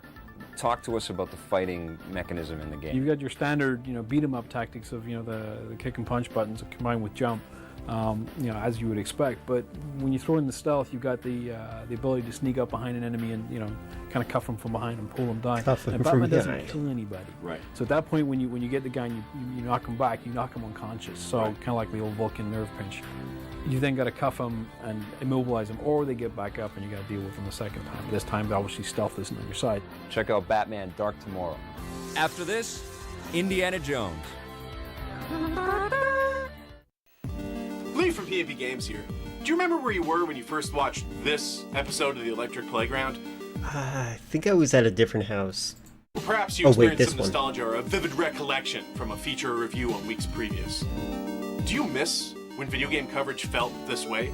For me, the Electric Playground was a Oh, he meant literally that You had episode. the inside track and the latest Lee. info on new video game releases when they Lee, were tell us discussed when in Metal Gear recess. Solid 6 is coming out. You knew that Game Y should be good because Vic told you that came from the makers of Game X. Vic and his team took a huge chance in the 90s that we would find a show like this cool. What I don't think they anticipated was how important a show I don't like like the cadence, but I approve of his message. this would be to me, to you, to video games, and celebrating them from farm to table for what they are. Fun. Is this the type of video game coverage that you grew up with, that you expect? Is this the bar to clear? Then why would you accept anything less? Subscribe to youtube.com/EPNTV and spread the word. The Electric Playground is forever, and we're gonna play forever. Okay, I don't like that ending of Shop the message. PNPGamesOnline.com. Lee, how do you feel about everyone having broccoli hair like yours? I think that's a goal. He wants to look younger than he is so he can hit on younger girls. I'm kidding. Oh my god, this is the worst. Look at this ad. 22 seconds, nothing. It just says, Gears of War, E-Day, Direct. That's it. Okay, goodbye. Not even good music. Not even hype music. There's a new Indiana Jones game coming out. It's from the guys who made Buffy. It's It was an called oddly serious tone, Indiana yeah. Jones and the Emperor's Tomb. Barely any animation. They could do better. I'm here today with Jim. He's the producer of Indiana Jones and the Emperor's Tomb. Now, Jim, tell me about the storyline for the game. No. This is a brand new adventure for Indy. It's set actually in 1935. Indy has to find the heart of the dragon, which is this magical artifact buried inside the tomb of the first emperor of China, which is actually a real place. It's a real archaeological site in Xi'an, China. So Indy has to travel around the world finding the pieces to be able to get into the tomb. Well, like any good Indiana Jones adventure, Indiana Jones and the Emperor's Tomb is a globe-spanning quest. Indy starts off in Ceylon, very exotic location, and then from there progresses through Europe, through the Middle East, ultimately to China. We try to pick the most exciting, visually different environments that we could to make the player feel like that they're really experiencing new places and that they're getting the most out of the culture. Sorry. It's a weird observation. This guy looks like he came straight out of, like, how to draw a guy who vaguely looks like he came from Spain. I don't know what it is. Like, Spain specifically, where the redheads are more common. This game was fun. The whole idea is to make the player believe I barely they're in played China, any make them believe that they're Indiana in Jones Prague. games. Each piece is tuned for the environment in which Indy is playing. So we have in Istanbul, for instance, the sound of the muezzin calling the Muslim prayers. We have in the jungle scenes, we have vocalizations of tribal chanting and monkeys and stuff woven Shaggy into look the like, music. true. And this is combined with all the big brass, John Williams sounding kind of action pieces. Oh, this is the one you that reviewed? I think the Oh, audience would come okay. to expect. Tell me about some of the enemies. Well, one of the enemies is Von Beck. He's sort of a Nazi version of Indy. He's kind of this Nazi version of Indy? archaeologist who's also after the heart of the dragon. And he's kind of Indy's rival for this object.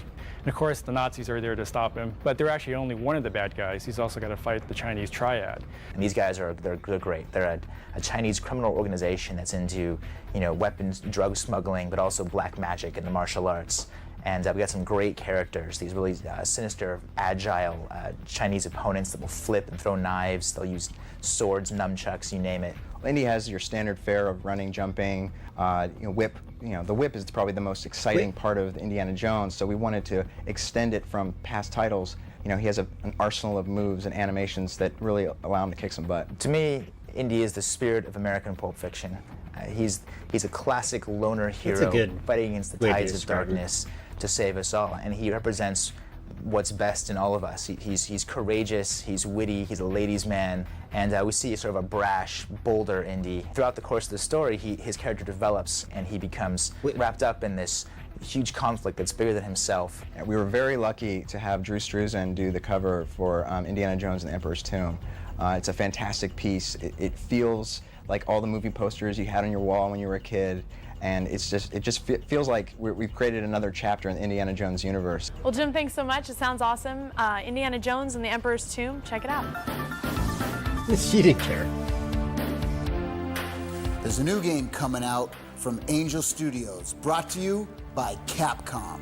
It's called Red Dead Revolver. Let's do this. I'm your Huckleberry.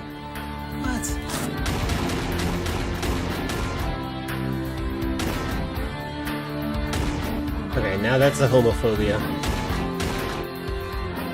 Red Dead Revolver?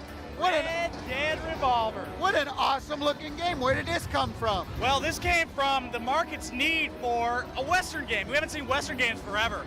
And what we wanted to do is capture the true essence of this classic spaghetti Western. You'll see it running up on the screen now. And what we wanted to do is go back to the early 20th century, where the music was using the real classic sort of Italian base. They were shot in Italy, as you know, so the style was very much there. Spaghetti We're looking Western. to capture everything, but more than anything, we want you to feel like you pull out the gun and you shoot the enemy. What's your mission in the game? What are you trying to do? You have I two think they different just modes, bought it. and as you go through, you want to defeat, basically, as with an Old West game, you've got the high noon, you've got to defeat the bad guys. But you can run into a bounty hunter mode where your goal is to collect money as you go through the game. And as you collect money, you can build up new weapons. You get a cool shotgun. You get to do, actually on your 6-shooters, you can take them not only to aim directly, but you can take them like this, rattle off some bullets in your You might not opponents. want to do that So gesture the purpose again. more than anything is to remember the Old West, have fun with it, and feel like you're drawing a pistol at high noon. Now what about the controls? Well, this game offers something incredibly unique with the controls. For someone who wants to start out the game and get to know it, or someone who isn't, quote, a hardcore gamer, you can run through and you can action, you can use the 6-shooter and you can zip through and shoot everybody and shoot them. Or yeah, I think this is only published by Capcom, but Angel Studios owned the IP, and Take-Two bought the Angel Studios. Yeah, that's exactly what happened.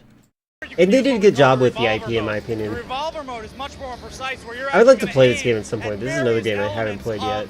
The enemies. And so you're going to be able to hit them in the arm. If you hit them in the foot, they go, darn, that hurt. And up from there, so it's very much realistic action with a lot of the Old West sort of flavor and humor. Can you go into a saloon, maybe play a little Pharaoh game, get a drink, and pick up a saloon girl? Absolutely, you can, Tommy. Not in the game, but you can do it if you'd like. Oh, darn! Don't go away. StarCraft Ghost is coming right up. Those are your live games, all in I one can't believe they place. lied. They put an ad instead. What you're looking for with Fire TV. I don't understand the red cards. This football is so confusing. I can help. Think of cards in football. Go away. Well, it's past and present game space in Winnipeg, Manitoba, Canada. We carry games, accessories, Oh, look, an actual ad. all eras. Shop PNP Games Man, they still suck with audio balancing. Online.com and support us as we support the Electric Playground. And play forever. It's like they have it at the same volume. They don't understand. It's been a long time since Blizzard brought us a game exclusive to the consoles, but that's about to change. Oh, is it? StarCraft Is it Ghost. about to change? Is it about to change? Hey, I'm here in Irvine, California. I'm with Bill Roper from Blizzard Entertainment, and we're talking about Blizzard's move back into the consoles with spoiler alert. StarCraft Ghost. Give us a scoop here. What is StarCraft Ghost? You play Nova in this game, which is one of the Ghost units, covert ops. So we've got everything from really just awesome stealth maneuvers, things like going with cloak I am very certain this song that's playing right now is in Spider-Man. technology, moving at hypersonic speeds to be able to get tactical advantages, all the way up to one of the things that people loved about the Ghost unit in StarCraft was being able to call down things like nuclear strikes or bring in battle cruisers or jump into siege tanks. Also, one of the things we're going to do is allow players to have a real active role in huge epic battles, another thing that was really exciting about StarCraft on the PC. And so we want you to not only have that hand-to-hand feel and then calling down strikes, but doing things like jumping inside of the Goliath light assault vehicles and doing things like jumping onto the hover bikes. So we really are taking the opportunity to make it a really personal experience all the way up to just like doing all kinds of crazy stuff on the battlefield. So how is the gameplay set up in this game? Is it like the real-time strategy stuff that you did with the original StarCraft, or explain this, the gameplay to us? No. Well, we definitely wanted to create something specifically for the console. Right. So what we focused on making was an action tactical mix. So really kind of a lot of the flavors of a first-person shooter, but at the same time we wanted to have a really strategic and tactical element. So it's definitely not a strategy game. It's not like one of the real-time strategy games. Oh my god, look at all StarCraft this universe. gameplay. But what it is taking a lot of those elements, that feel, that world, and then combining that into wonder why a they tactical decided action against type this. setting. We have Nova doing just some incredible moves in the game. One of the things we wanted to emphasize is that the Ghost not only has heightened technology that she uses and heightened mental abilities, but she's also incredibly physically powerful. And has a heightened agility. The idea, I think, was to kind of make her move like a panther. Cool. So she's got all these great moves and spins and flips and jumps and special maneuvers that she can do, and you can really see that stuff only in third person. Well, thank you so much, Bill. Hey, my pleasure. It's been great. Nice talking with you. Cannot wait for StarCraft Ghost. Yep, cannot wait, have to wait, never come out. Hey, welcome Yeah, to hopefully a Xbox prototype Live leaks. Wire. We've been looking at a bunch of Xbox games that are playable online. This week it's no different. We're talking about MechAssault, and I want to show you guys one of the interesting things about Xbox Live. We are in the MechAssault menu screens, and one of the things that you can do, I've got Ryan Mugford from Microsoft Canada on the other end of this, this game, and we're testing out the voice, what's it called, Ryan? What's it called? The voice masking? Voice masking.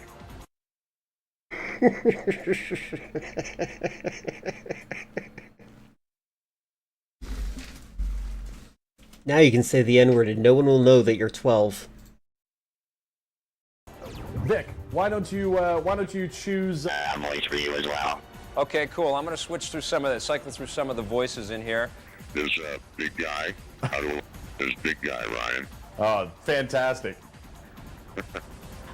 And how about Dark Master? Oh, That's one of my favorites. I like you as Okay, Dark I'm gonna turn off subtitles just for the sake of not understanding what they say.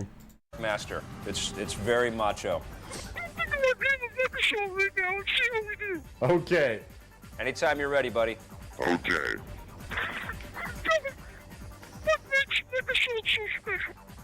Well, the thing is that first off, Mech Assault is definitely an amazing gaming franchise that so many people are familiar with. I You hate. have tons of By the way, people who this guy they have selling Xbox is like the lamest guy who got the job through nepotism. You can just feel it.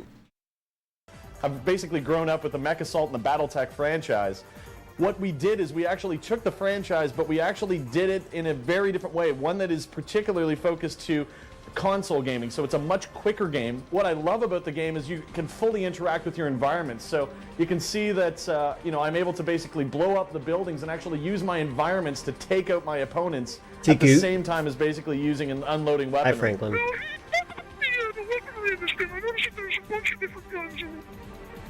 It really depends on the mech that you choose, and that's one of the things is that when you're going into competition, you really have to choose what type of mech to There match is a the leaked environment. prototype? Oh. So you have some mechs that are a little bit more nimble. You have other mechs that, basically have significant armor, like the Atlas. That's a lot of people's Maybe I should try that out. Incredibly tough mech. You don't have the ability to maneuver very quickly. You can see that Vic is currently smoking. So what that means is I'm kicking Vic. I believe I'm just about to blow you up here, Vic. How many different Franklin, I mechs are can't there, sit down Ryan? here. 25 mechs, but here's the cool thing, what we love is the guys at Fastest Studios and Day One Studios. It's easy to find. I bet I could get it. Are basically going to be giving you additional mechs and additional levels for free when you purchase Xbox Live and Mech Assault. Oh, just hang on. I've got to take you out here, Vic. This is too easy. Ryan, this game is a ton of fun. It's really an awesome treat to kill you as I'm interviewing you. Gotta love Xbox Live. Get back to the subtitles on. What are they reminding me of? Just that there's food? I guess it is barbecue season. Fit everyone in with iPhone 17. Oh, it released pretty recently. That's nice. By recently, I mean almost 10 years ago. AP's here at the Roundhouse in Vancouver. We're on engine 374. We're talking about Resident Evil 0. I love that in 2026 we have Tomodachi where characters sound like Victor. That is the nice. GameCube. What'd you think of this one? It's the So one with funny. the zombies in it. Yeah. You know what the problem with this game is that graphically it's one of the best looking video games of all time. The Absolutely. cinematics are some of the best cinematics of all time. Well, let's put our flag in the ground. These are the best looking video game cinematics we have ever seen. Incredible stuff in this thing. Yes, but the problem is that the pacing of this game is so slow. You're walking for your life through the whole game, but what makes it worse is the fact that there's so many load times. I mean, you load for every room that you go into, you load for the cinema screens that come up and sort of tell the story. Gee, I wonder if that has to do with It's graphics so at all. plotting and slow. And all the zombies in the game go. And another big problem is the controls have not been upgraded Is since the peak Victor earlier Resident fashion? Evil, so I you're need to still look more pivoting carefully. and rotating around as slow as you possibly can go. That's why they call this game Resident Evil 0. Why is that? Because they made 0 control changes. They did innovate in some other ways, though. I mean, now you actually have two different characters. You have Billy Cohen, who's this tough guy, and then you have Rebecca Chambers, who's tough this guy? rookie cop, and there's friction between them. But they have to work together, and you actually get to control both of them together. At any time. Or separately, and you can bounce between both of them, and you actually need them to solve puzzles to work your way through the game, which is kind of nice. Now, the reason they called this Resident Evil 0 was because this is the prequel to the original Resident Evil game on the PlayStation many years ago. Now, my question is if they do a prequel to this game, they're going to have to call it Resident Evil -1. Well, Hey, that's exactly what they should call it. Just be a happy game. There would be no bad stuff in it. It'd just be like walking around. You Zero wouldn't even hear the control zombies. changes. Yeah, there you go. Frankly, even though the graphics are insanely gorgeous and there's a couple of nice little additions and innovations, it still feels like the same old Resident Evil. 7 out of 10. I give it a 7 as well. You know what? That's an okay score range, I On think. to a little stealth action now on the Xbox. Let's talk about Splinter Cell. What'd you think of this one? Well, talking about great graphics, now Splinter Cell has got to be the best in-game 3D graphics I've ever seen on any game. This is by far the best Xbox game, I think, out there on the market. Yep. Let's talk about the art. We're talking about real-time rendered lighting and shadow effects. So beautiful. And Resident Evil 0 has some great graphics, but you got to remember that they're not real time. It's not like you can walk around inside of each of the environments. In Splinter Cell, you can, and all the different sort of visual effects to bring out that detail and that richness.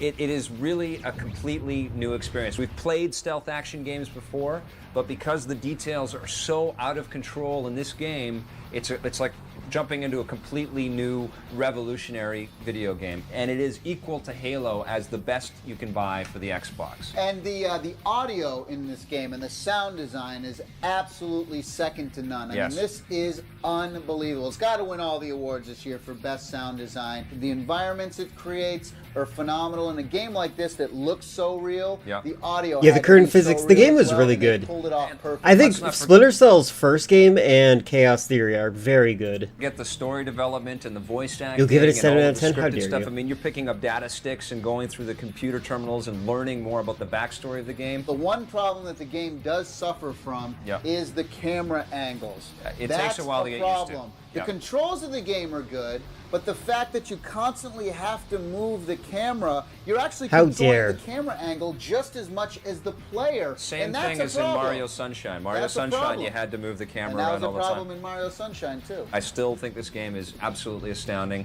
It is equal to Mario Sunshine as my game of the year. Wait. I just realized what Tommy was complaining about. Was he complaining about 360 cameras? Game does suffer from is the camera angles. It takes a while to get used to. The controls of the game are good, but the fact that you constantly have to move the camera, you're actually controlling the camera angle just as much as the player. Same thing as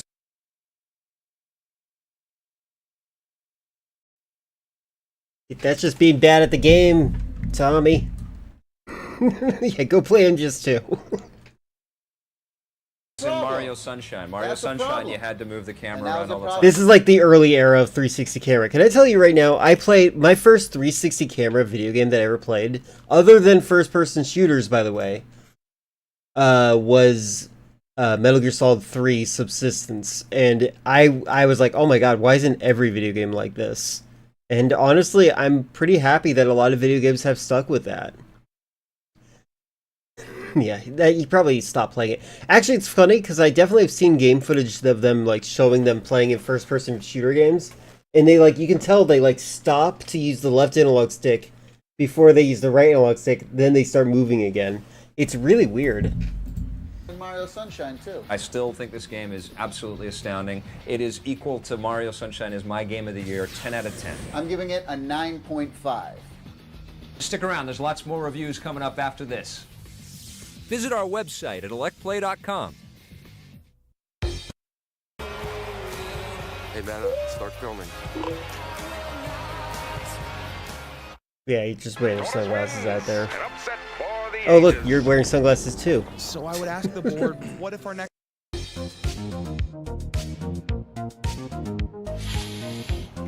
It's springtime in the Peg, and my mind is inundated with memories of walking 6 blocks to my local flea market to wheel and deal on trading cards. That's not Canada. Where's the snow?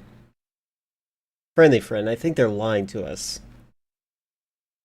Guess it's true. Old people have a playing would be looking at either the floor or the sky, depending on or walking the walls. Yeah. Wish there was an old person playing video games. Wish granted. Oh wait, you don't have any video games, do you? Retro video games. Grandpa Gamer. I have also heard of the Skyrim grandmother. I think she's still alive. Hopefully she lives long enough to experience Shop pnpgamesonline.com, your source for everything video games. Elder Scrolls 6. We released our retro favorite. We stock it all. Yeah, she's still alive. Good. What the heck? Yeah, video games keep you young. She doesn't play. Yeah. At least not visibly. I think that eventually people started trolling her, maybe? Shinobi, I don't which know. is Sega's game for the PlayStation 2. What do you think of this? Now, Shinobi in the 80s was an old Okay, this game looks arcade really cool. which I loved a lot. Then we saw it come to the Genesis. Yep. I played this game. We got it on the PlayStation 2. The gameplay itself... She's an NPC. I think she's an NPC in Skyrim too, is she not? Oh wait, no. That wouldn't make sense. Well, she better be. ...is very simplistic, and it really does give you that... What if they're waiting to release The Elder Scrolls 6 until she dies, specifically so they don't have to pay her later? ...these kind of arcade feel, especially the music. Yeah. I like the music. It's But sort of the this techno-funk stuff. But the problem is... The music is fine. The music is as good as anything Tommy's ever produced. It's The Elder Scrolls series, so... Someone may have made a mod for Skyrim, I'm sure. Yeah, that would make sense. I'm going to do a jumbo and ask you to read my buried comments about Resident Evil 4. The weird thing about my relationship with Resident Evil 4 is that I'd give Resident Evil 4 like a 9 out of 10 for the time. I'd give Resident Evil 0 a 6, but I'd rather play Resident Evil 0. You know, to be honest with you, I love Resident Evil 4, but like I also have like the exact same problems you have with it. I find the game charming enough that I enjoy it. A lot of the problem is that the game is like it feels like a chore. I feel like it's actual labor to get through the game. So I get it.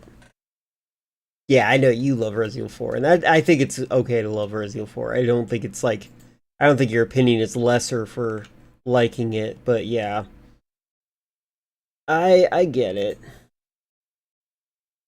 Reminded of the 80s and by the way, you're always allowed so to ask me to frustrating, reread these kind of something. games, like when you got all the way to the end No. It's like doing labor, performing labor. level, and Work. then you missed the final jump. You had to go There's back no to- halfway point, so they go all the way back. This game gets very frustrating. I think Sega has a pretty well-loved franchise here with this character and with this backstory. They could have put a little bit more effort into fleshing out the game design and the art especially. I mean, the character stuff is nice. The sword maneuvers and stuff like that are very cool. I like the stuff too where you can slash 5 guys in a row and you work Five out a guys? meter He on predicted top of 5 your guys. sword, and suddenly you'll flash to this cut scene. Right. Get it? Oh, I get Okay. it. And you'll see. I'll start off in front of that little house. I'll feel a sense of dread of the adventure, not in a way that is intended. I feel like some of the sequences just feel like it's like an endurance fest, right? Yep, Vic invented 5 guys. A quick little scene of him chopping all the bad guys in half, and that kind of stuff is kind of fun. I like that. The action is nonstop, just like that'd be the old horrific. arcade days. But you're right, it is a very limited experience that could have been fleshed out quite a bit more if they'd paid more attention to the overall style and design. I mean, those environments, they really are lame, especially when you compare them to games like Resident Evil and Splinter Cell. I mean, this stuff looks so archaic. It almost looked like a PlayStation 1 game to me, in areas, Right, yeah. I mean, the cool part is you can climb around the walls. I mean, again, there's some okay elements. Talk to me in 2004, and I thought it was the greatest game ever made with the best controls. Yeah, well, at the time, you didn't know the direction that Resident Evil was going to go in, and once you see Resident Evil 6, you're like, I regret everything. But then when you really start to sit down and play this game hour after hour after hour, it turns into a It was a frustration 2004 fest game. as opposed to a fun game that feels like you're progressing. On and the everything's GameCube. Cool. I'm giving this game a 6.5. I was hoping for a Devil May Cry killer. This definitely is not. I'm going to give it a 6.5 as well. I really like that game, Shinobi, but I wouldn't like. I liked playing the demo of it over and over again, but I guess it did overstay its welcome eventually. What is this ad? Oh, what? For Pfizer? Go away. Well, wouldn't great yearly release. Yeah. Was it 2000? I think I have it listed in my game collection as 2004, so I guess I'm wrong. all right, the last game we're going to talk about today is Die Hard Vendetta from Sierra for the GameCube. What do you think of this one? Well, you know, hated it. What ruined it for me is the graphics. I like the fast-paced action shooter. How okay? Dual wielding revolvers seems like the worst idea in the world if you're in a shootout. Do that well. Yeah. But the problem is that the graphics. Really, this game looks like it was done on an N64. Yeah, he ruined your bit. Chris, you're a terrible person. You know that, right? Splinter Cell. It's not even in the same world. They're not even in the same category. I mean, you got the lip syncing on the characters, and some of the facial models are okay, but you're right. The background environments look really tacky, and you know there is a little bit of reflection in some of the mirrors and some of the water. Oh man, this does look pretty bad. You know, finesse and detail like you're seeing in a lot of the current games out there. And they only have they'll build one character model of a female. First rule of improv is never talk about improv. Then she'll be the female throughout the entire level. Female? This is stuff that people used to do 7, 8, 10 years ago. Come on! There's some fun stuff in there. Nah, the thing that this game suffers from the most, though, is the fact that it's so completely linear. Yeah. I mean, they expect you to do, you know, again, in a world where females always ruining the games. Open-ended, and there's lots of games out there that offer lots of different ways to get through the game. Yeah, this is just do it or don't do it, and you can't progress until you talk to this person. It's very connect the open dots. this door. I don't like it.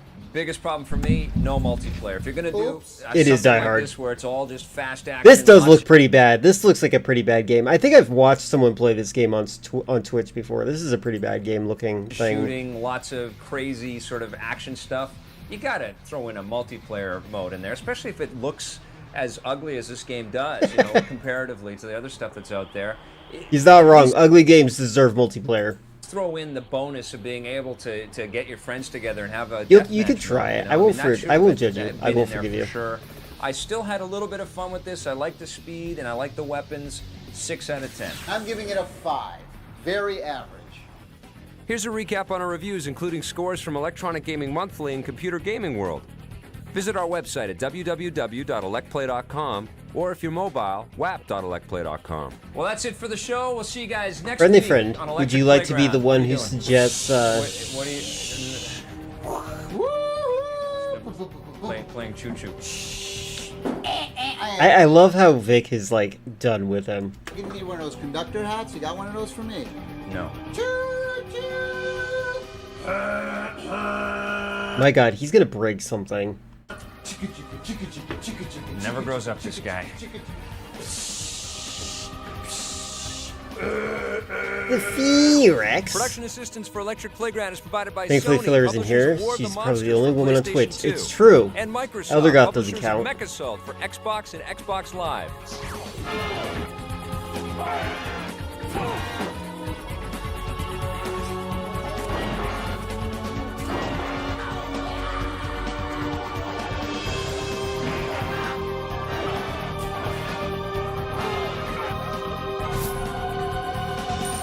Yeah, nobody on the internet knows you're a dog.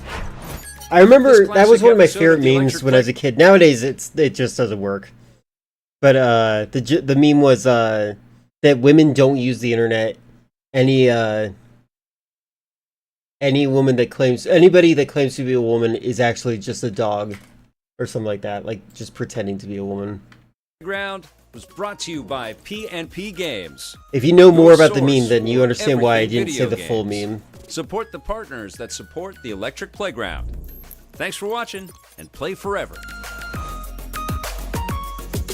Friendly friend, would you like to suggest a video next? You can count. You can too count. Oh, you too count. There you go. I can't read. I'm illiterate. As a male feminist, you girl. Somebody 3D printed a Jello cube from. Oh, they did. That's interesting. They have translucent gel, plastics that you can print with. That's neat.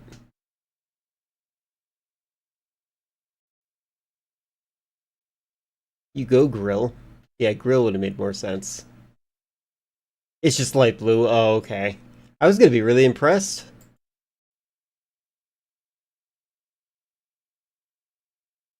I was gonna be super impressed, and now I have to be just sad.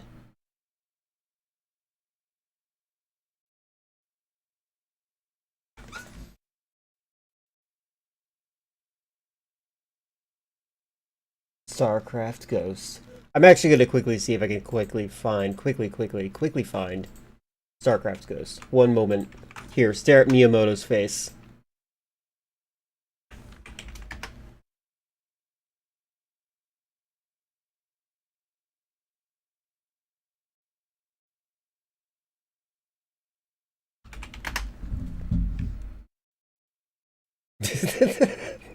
He's not doing too good, I'm sorry.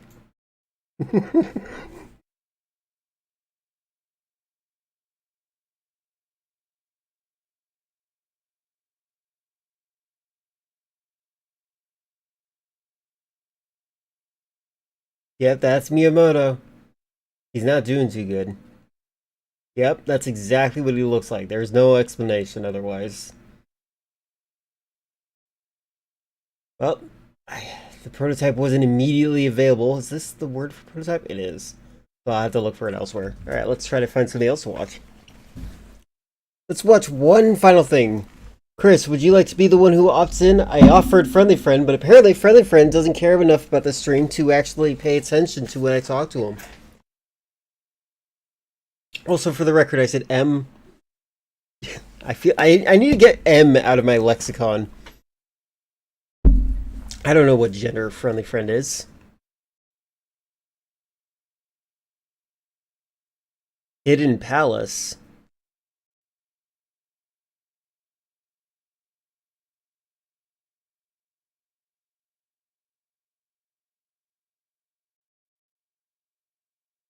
Oh, that's he says. Sorry, I didn't understand what you meant. Got it.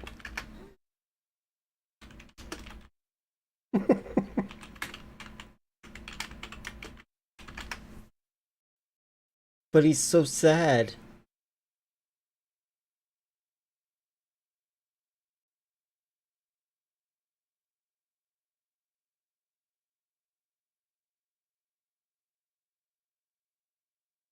Oh, it's for Xbox. Okay. I'll have to get this later, I think. I don't think I have my storage space that plugged in.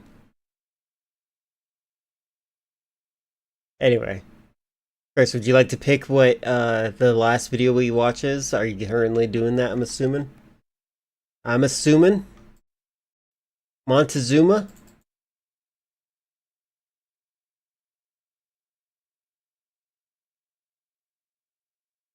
Okay, cool.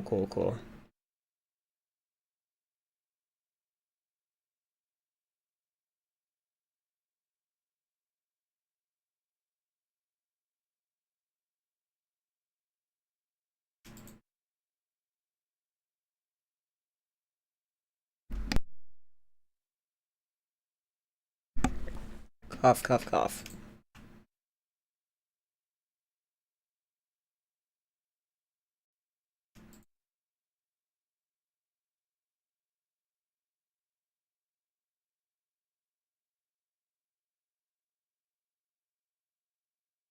Oh, it downloaded. Wow. I didn't even notice that I clicked the download button. Cool.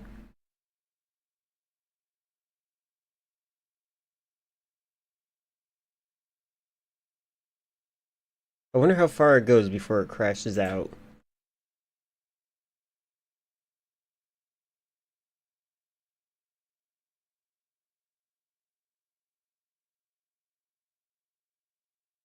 I'll test how well it works before I even try the game out.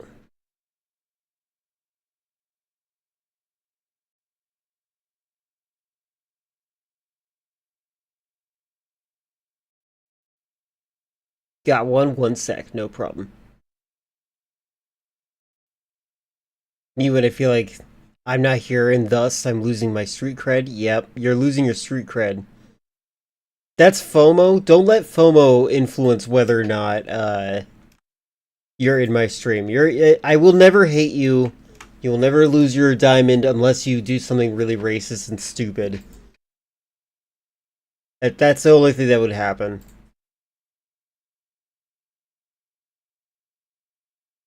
Fear of missing out.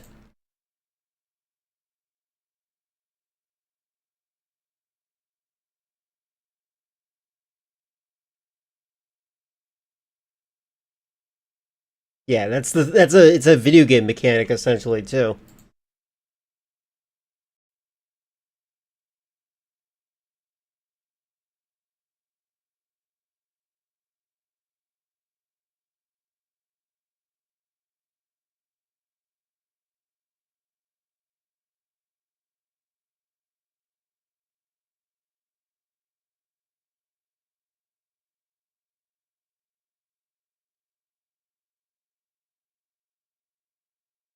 You blame the political content you get recommended, probably.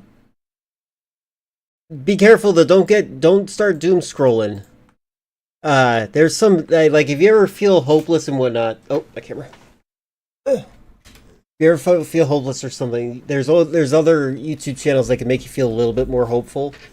Some More News has a section called Even More News, where it's them actually just doing a live performance and they're talking to each other about what's happening and what to do. There's also Crashing Out with Philip DeFranco. That's pretty good because they talk about optimism and things that you can consider doing, like things that you should be mad about and things that you should feel optimistic about.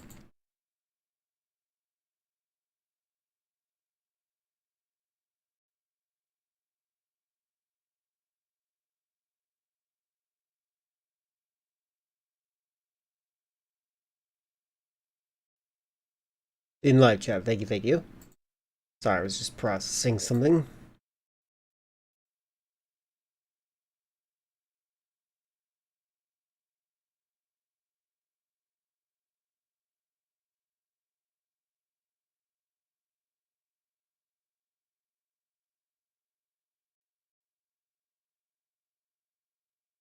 Lost in Retro. Buying a Nintendo GameCube games for $1 each. Lost in Retro episode. You do have some fallbacks when world politics starts affecting your general happiness. Good. It is important to make sure that you understand the use of, like, useful frustration and anger with politics, and also, like, if you can't do anything about it. Like, you want to be just motivated enough that if you were able to, you can go to a protest. You want to be just motivated enough that you can go vote.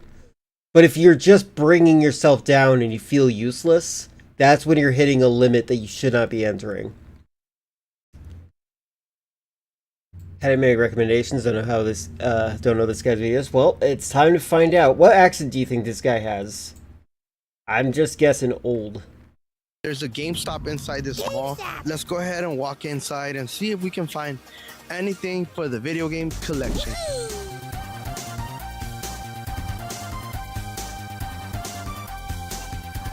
And we made it to GameStop. And the Bricks and Minifigs side quest. Oh yeah, that also will get you mad about politics. But you know what? Yeah, as long as you feel like ACAB, me too. And this location has a designated corner for retro games, which is awesome because we always it's crazy. We can to see if we can add any games to our collection. We start off with the Xbox 360 titles. I honestly don't know why anybody trusts cops. Onto the PlayStation 2, GameCube, Wii. And we got this Red Steel 2 right here. And we move on to the PlayStation 3 games right under. See if we can find anything else. We do collect for majority of the consoles, so we're just looking for any random pieces that we might be able to add. But yeah, they do have some great games, great selection here today. So that's why it's important to document everything. Picking this up, and I'm looking to see if I can find anything else. And then I turn around, and then what? No way they have some PlayStation portable games. Dude, Super Street Fighter on the Nintendo 3DS? I might just have to take that. Yo, I love Killer Clowns from Outer Space, and I didn't even know they had a video game on the Xbox. Wait, what? On the Xbox? Has anyone played this? Let me know. Drop it in the comments. It's just... Oh, Xbox Series X. Okay. I was gonna get confused. I thought he meant the original Xbox. It's a good game or not. Now I'm probably gonna have to drop a gameplay or footage of this. This is a game that is way too proud of the fact that it's made with, what is it called? Unreal. Find what you love, sell what you don't. The place you call home is important to you, so it's waiting for this to go away. There we go. Killer clowns? Like, from outer space? terrorize all humans. If there's one console that I have not started collecting for, but I am debating if I should or not, is the PlayStation 4. If you collect for the PlayStation 4, let me know why I should begin, and let me know a couple titles that I should collect. I'm gonna add these for the collection, and then we got these 3 PlayStation portable games. We got Miami Vice on the PSP. We got Dead to Rights Reckoning, which is a sick game. I'm glad I can add this one to the collection. Happy I found it here. And we got Need for Speed Underground. I was getting sick from my gallbladder sickness around this time period. I wish I wasn't, because that game was great. I do want to play through it. I'm disappointed no one makes jokes like, whoa, these graphics are unreal. Engine. I'm sorry. $12.99. Maybe next time. Pretty much each one was like less than 15 bucks, and I don't see PSP games, and they're super clean. Each one had their manual, which is super sweet, y'all. I love it. Super ecstatic.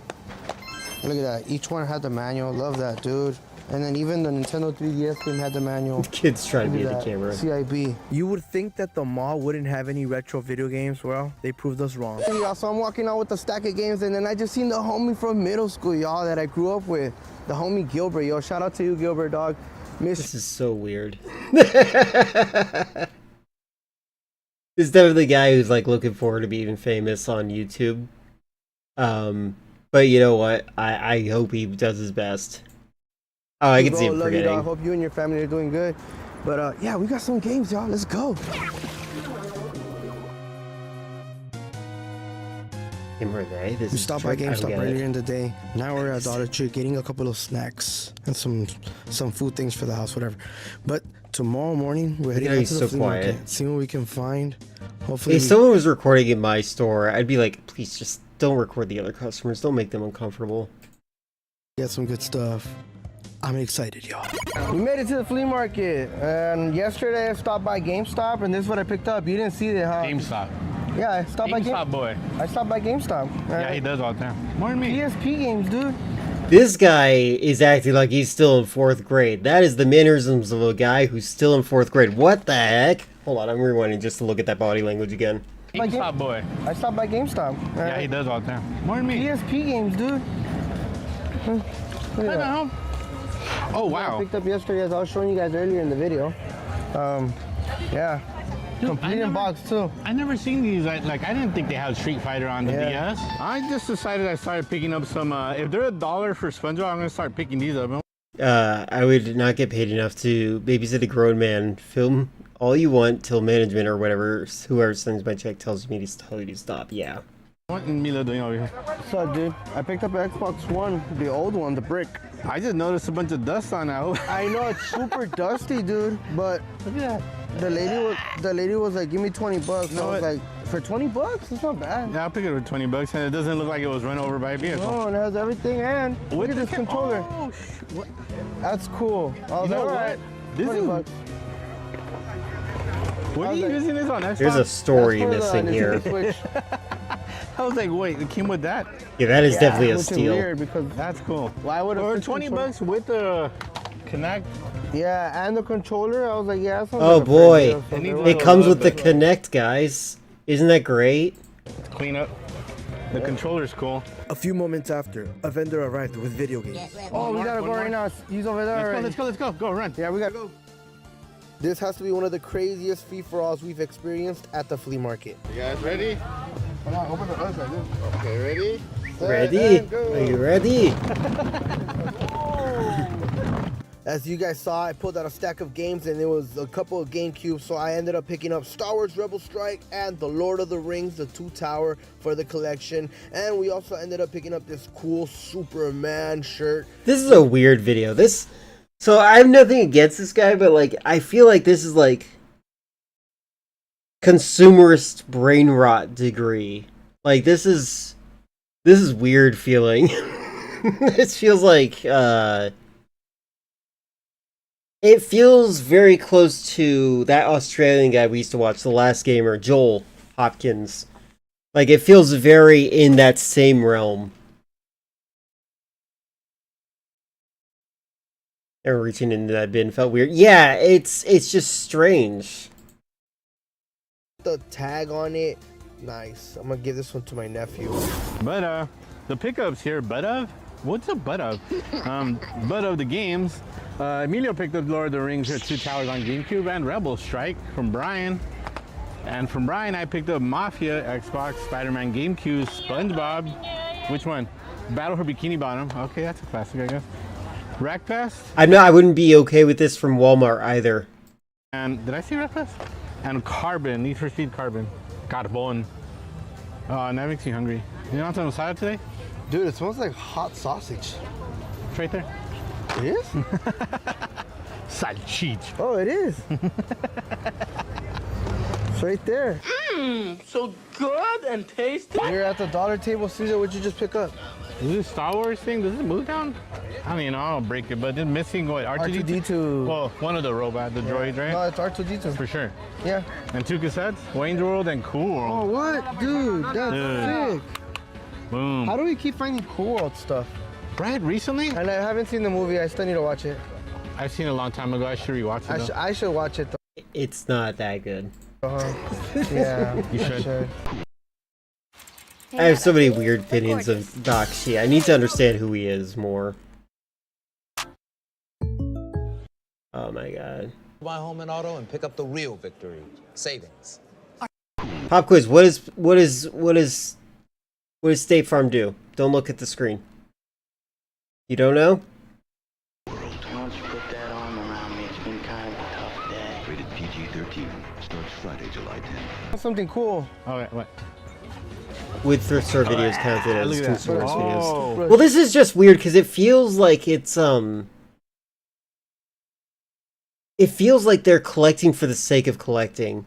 It doesn't feel like they're actually fans of what they have. They're like, look, I got a Cool World thing. It's like, I've never seen this actually. It's strange. Oh, I see something in your hand over here. But look, sports, but what? Just They're good neighbors, Legion. That's the only answer you need. And Harry Potter? Wii? Harry Potter for the Wii, CIB. Wait, no, it's not CIB. It's Not missing. CIB? Oh. No. It's $1 though. And DuckTales. It's $1. I have the game complete. I mean, I have the game loose at home, so now I can complete it. That's what I meant. And then DuckTales. Woo! Yeah, we could always use more Wii slip covers. Like, what is their goal? Me and Caesar love picking up VHS. What's my opinion of Bakshi, like, Heavy Traffic? I haven't seen Heavy Traffic yet. I need to see. I need to watch more of his movies. See, he enters a weird realm of not having good pacing, but not like in a boomer sense, but in a narrative structure sense. Like, his movies are all meandering and wandering off into different sections, and then there's a very violent climax, and then the character at the end is like, oh, I'm so sad, this is just what life is like now, and then credits. It's weird. Nightmare Love placement. Wait, does he have 2 loves? What is that? Is that a camera?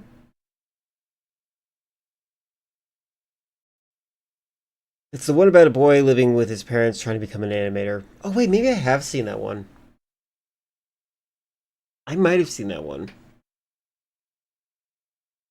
Yeah, I've thought a lot about Ralph Bakshi. Like, ever since I found out he was still alive, I'm like, all right, I gotta figure this guy out.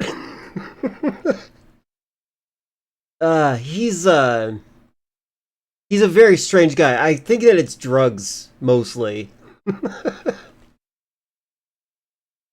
But, like, at the same time, his messages are usually good. Like, you could tell he's not a racist. Like, he might use racism in his movies, but, like, you could tell he's not.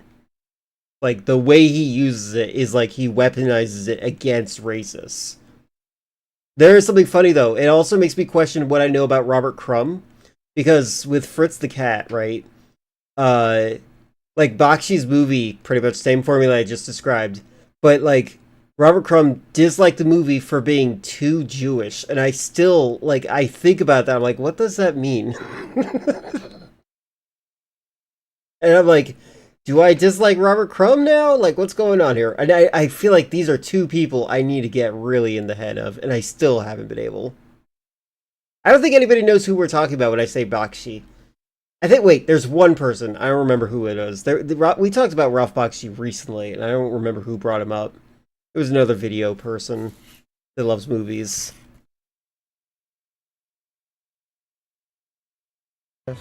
We went back to Brian's spot after picking up all those GameCube games, and then we were like, you know what, how much, Brian, for the leftovers, because nobody wants to take these home anyways. They're just looking at them.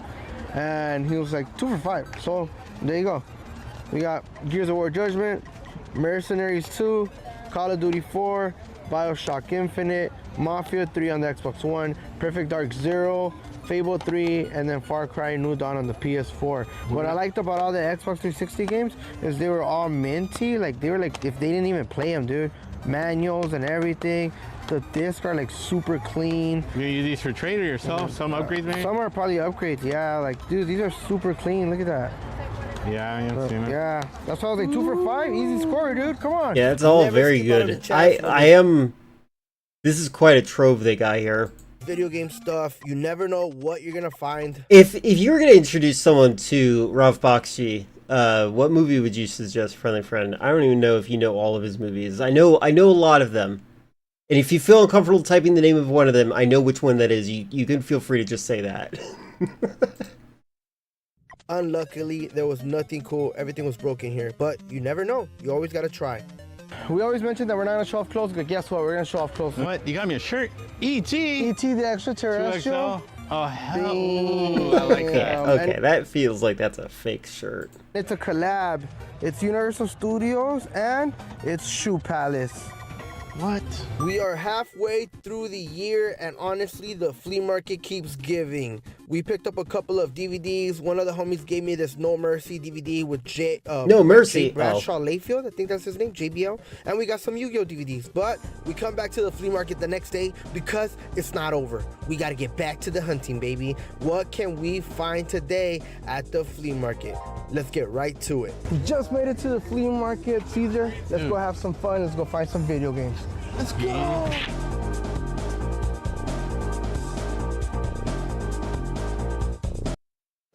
Oh my god.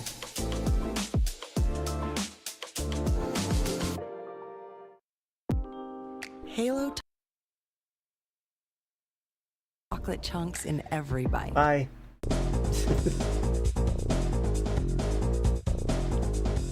Once again, our friend Brian brought some more video games. Oh, what the heck? This one's cool. That's the one that came with the money. I've never seen this one before. That's the one that came with the money? Oh, yeah. I see that one. Minecraft, this is a classic. Old school. This is a classic. Yeah.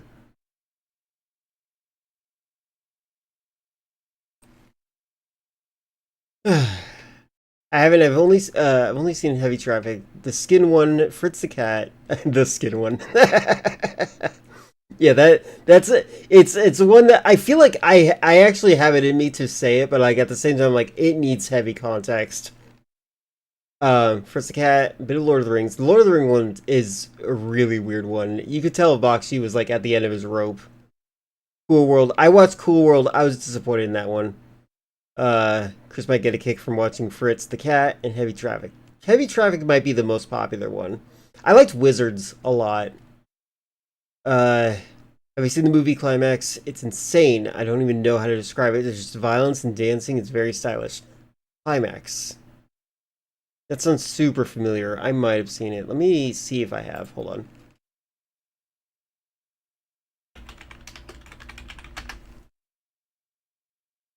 (2018). Oh wait, is there 2 movies? Oh no, the plot is set in 1996. This looks familiar. I don't know if I've seen it. It came with the money, referring to GTA Shark Card. Oh yeah, no, it did. Yeah, that's exactly what it's talking about. That's still silly. Okay. Which one? Oh, dude, I need that one. Being able to collect video games with your friends or your family is awesome. Finding stuff in the wild, it's just a great feeling. Being able to collect or find pieces that you've been wanting or that you need is pretty cool. But this bin had a ton of video games mixed from PS4 to Xbox 360, Xbox One, PlayStation 2, PlayStation 3. There's just a variety of a bunch of different games. These are all the games that everybody did not want, so these are pretty much the leftovers. But as you can see, there's a couple of still good ones in here, which I ended up picking up myself. And mind you, each game was just $5. I love this place. What's up, dude? Wait, this is everything you got today? He's getting dollar store David Lynch to come along. He's just collecting people with him. He's like, hey, you got a camera? I'm lonely. Take me with you. I love this place. I love refrigerators. About 150 copies of it. Yes, I did. I want to know the story behind that. I love this place. What's up, dude? What'd you get today? Wait, this is everything you got today? $35. You? Yeah. Him? Wait, what do you mean him? Caesar. You got all this? Yeah. And then look, and that too. Look. What? Oh, bro. Let me. I got $1. What? With the? No way, dude. Oh my. Oh my god. Yeah, the lighting's horrible, but. God, you're fucking nasty. Oh my goodness. God gracious. Mario. We're gonna take all of these from Caesar. Look. Yes. Okay, that was nice. Dude. This one has Hickman. that one has treasure. This is just... Fire. These games being sold like this is like a tragedy. What happened? Pac-Man Fever has Pac-Man. It's in there. What's the story? Oh, that's a banger. Yes. 007. No, okay, I don't know the price on that one, but Yes, Timmy Mr. Turner. Oh, Zoo Cube. I've never seen that before. I don't know. That's cool. It's by Acclaim. The Red Getaway, Midnight Club 3 is a good one. Smash Bros. In the Wii. Naruto for the GameCube. This is like a... Oh, it's Custom Robo. That's something else. Look. Custom Robo. It's probably a bit more. Oh, WarioWare. This one has Oh, Shadow. Wait, that's a banger, right? Let's go. Wait, yeah. is there another one already? No, I don't think so. No, that's it. Okay. Felt like a stick. Oh, good scores, dude. I found it. Wait, you found it, dude? Yes, I did. Oh, let's go. Is this like a bugaboo? Don't touch me. I found it. He's gonna leave me hanging. I found it a lot of times. Yeah, he just left me hanging. Thank you. Oh. This is what Marvin just picked up. He's on a phone call. Avatar, the game. Iron Man 2. With War Machine. That's cool. Dead Space 3, Dead Space 2, Dead Space 1. My guy got all 3. Street Fighter, Battlefront, Marvel. This is like scalper territory, isn't it? Like going to the Pokemon card area and just like getting as many cards as you can. You can also tell what time it is. It's pretty early in the morning, I think. There's a game on the floor. They don't care. If I saw that again today, I'd probably buy a backpack from the same thrift store and buy as many Call of Duty Ghosts as I could fit in it. For all your Wiis? This is Capcom Infinite. And then he got the official X Wolverine game. I got some games right Transformers the game. He got a nice little stuff. Yeah, I got some games right now. And then I think we might take that PS2. I think he's buying We're these. gonna take this GameCube. With the controller, nice little find. Good score, Caesar. This is gonna add up to what I found earlier this morning. This is to complete what you found? Nice, dude. Metro Exodus, Destroy All Humans 2, and Borderlands 3. I see sports games, dude. Borderlands 3 is pretty nice. You can make oh my cool god. things for your Just city. cram your video full of ads, why don't you? That makes anything a thing. In Albany, we root I'm for nowhere the near home team Albany. because they're our team too. He's replay like you're replaying your armor. Things Yeah. that go what? I'd be worried about breaking my Things that stuff go. in my backpack. All sports. Sports! Sim. Yo, let us know in the comments, are you guys a sports video game fanatic? Or are you a Wheel of Fortune fan? Or are you a Wheel of Fortune? Or are you a... What's your double gender? fan Wheel of Fortune or sport game? We Fit. Oh, it's got mold on it. What the f? Why are you playing with your toys, dude? Oh no, it stopped working. There it is. Family Feud. Family Feud is better. Dude. So how did you find all this stuff? I found it. I was actually at one point I decided to collect some type of game shows and put them on my hard drive, and I'm like I have to decide what would be entertaining to watch, and also fun to rewatch if I want to. I'm like, you know what, Family Feud. That's like the only one. And a place for that. Oh, whoa, saying slurs? I want to hear that again. Oh no, it stopped working. There it is. Alright, dude. So how did you find all this stuff? I found it on a place with that. Oh, whoa. Okay, Oh, and that this one has is a power the supply. morning finds that Dude. my uncle and Caesar got. This was like literally right now in the morning, as soon as we got the day started. Caesar got a slim and a fat PS2. And what else did you get? Turn around, can I turn around? Yeah. See some games in there, dude. What games you got? You got some memory cards? Yes. These are a little cleanup. They're a little PS1, yeah. PS2. Oh, you know your controllers right here. PS2, And what's the other one? PS2, and the cables. PS2. Yeah, there you go. And okay, surprise me with the game. I swear, I like doing accents, but sometimes it does feel like it could be a racism if I'm not careful. Because he said, this is gonna make us excited to share 4. with you guys. You only need 4. Ooh, Super Smash Bros. Brawl. Getaway. Corvette. I think I actually need this for Corvette the PS2. Evolution GT. That's funny. I think I need that for the PS2 collection. I don't have that. So those are the. But onto the bangers right here. Oh, there's one more PlayStation. Oh, the rest are GameCube. Dude. Midnight Club. Dude. No. But here we go. Zoo Cube. Zoo Cube. What is this? Fairly Odd Parents. Fairly Odd Parents, 007. Ooh, Sonic. Dude. Pac-Man Sonic. Fever. Naruto. Mario Kart. Spyro. Dude, Mario Party. Pikmin. And Mario. So many Pikmin. But some of them are actually not in there though. That's the thing. This one has Tak and Shadow Hedgehog. Which is still a great game. I'm stuttering. Mario Party 4 unfortunately is not in there. But it's Shrek 2. I mean, you know? Yeah. Okay. Oh, I just dropped a game. Spyro, Heroes Tale. Yeah, these are some nice Dude. games though. Can't lie. This one. Yeah. There's some no manuals, but I mean the games are in there. So Yeah, that's they're in good, here. dude. This feels so weird. Like, I mean, see, I've never seen that game before. What is this, dude? Let's drop a trailer. What the frick is Zoo Cube? I go through No Xbox idea. controllers with the goofy groceries. That's unfortunate. You should get an 8-bit controller.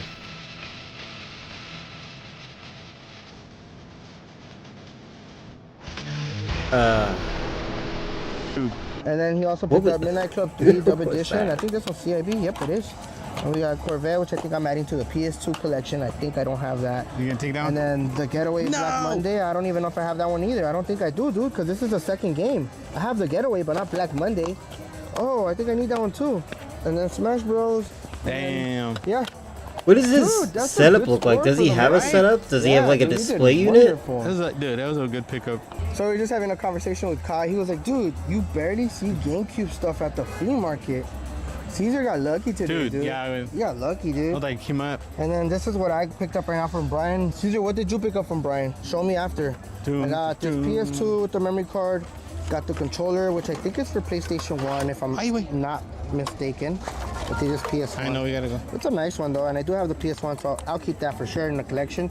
And we got 99 Nights. If he just Dude, eBays them, I it'd be need so this sad. one. It could Let's literally go. be We that. got Fear. Fear 2. We got Fear 3. Call of Duty I like having a Royal War, collection too. Skate 3. Alpha Protocol. Monster Jam. And the Getaway Black Monday, which Caesar just gave me. And the Corvette Evolution GT. And the Corvette. This is everything that I picked up today, for now. And then, Caesar, what else did you get, dude? So aside from all that, I was able to pick up the GameCube. So you picked up a GameCube. Nice GameCube, yeah, pretty clean. Controller. And just a couple of games for the one. Games for the Xbox One. Destroy All Humans, Metro Exodus, Borderlands 3 Steelbook. Nice and clean. Dude, nice. Just add that to collection. Thank you for watching, everybody. We'll see you next Tuesday. Bye, knockoff David Lynch. Hold on, I have to see. Most popular video. Boston Retro Flea Market. Does the flea market have games? 78. That's weird. Oldest. Horizontal version. Vertical version.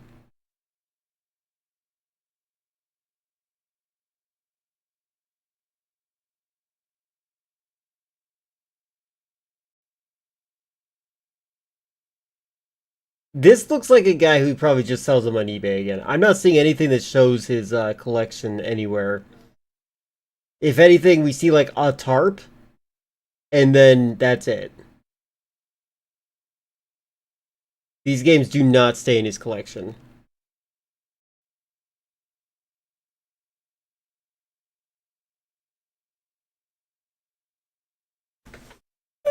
I'm a little more discerning of PS2 games. Oh wait, if you see a GameCube game, PlayStation 1 game, you'll pick it up regardless of what it is. That's fair. PS2 has a lot of good games, though. Like, more than most games. They have like thousands of them. Lately there's a drought of any games thrift store. So if I have the cash, I'll probably say yes unless it's Madden. Yeah, football games are stupid. Yeah, the vibe I'm getting is that this guy might have a storage unit that he stores all this in. Hold on. Let me see what happens if I write the word collection in his search category.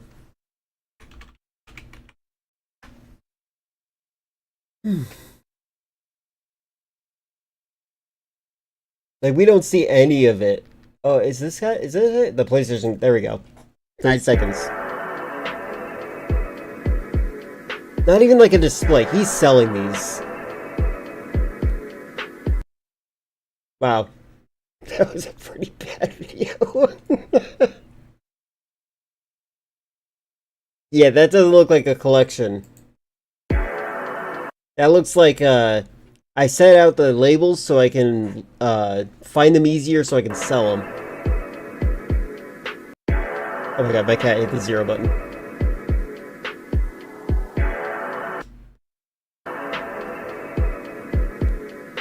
Yeah.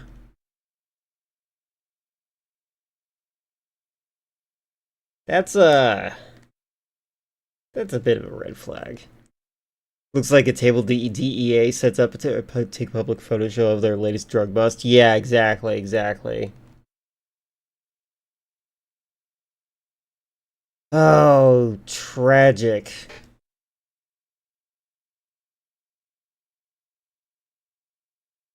Alright. Let us raid out then. Let's see who currently is live.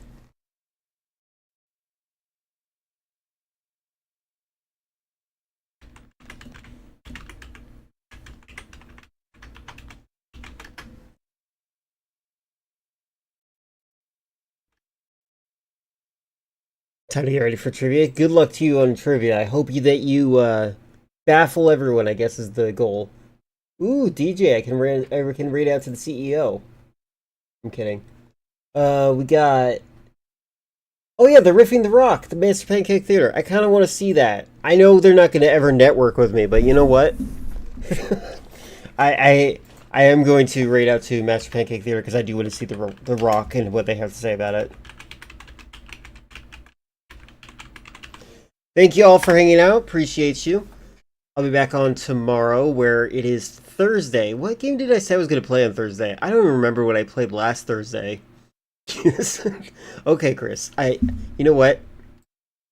Take a second off. Anyway, I appreciate all of you. I'll be back tomorrow on Thursday. I don't remember what game I'm going to play, but we're going to go check out gonna check out Master Pancake Theater. Have a good one. Bye.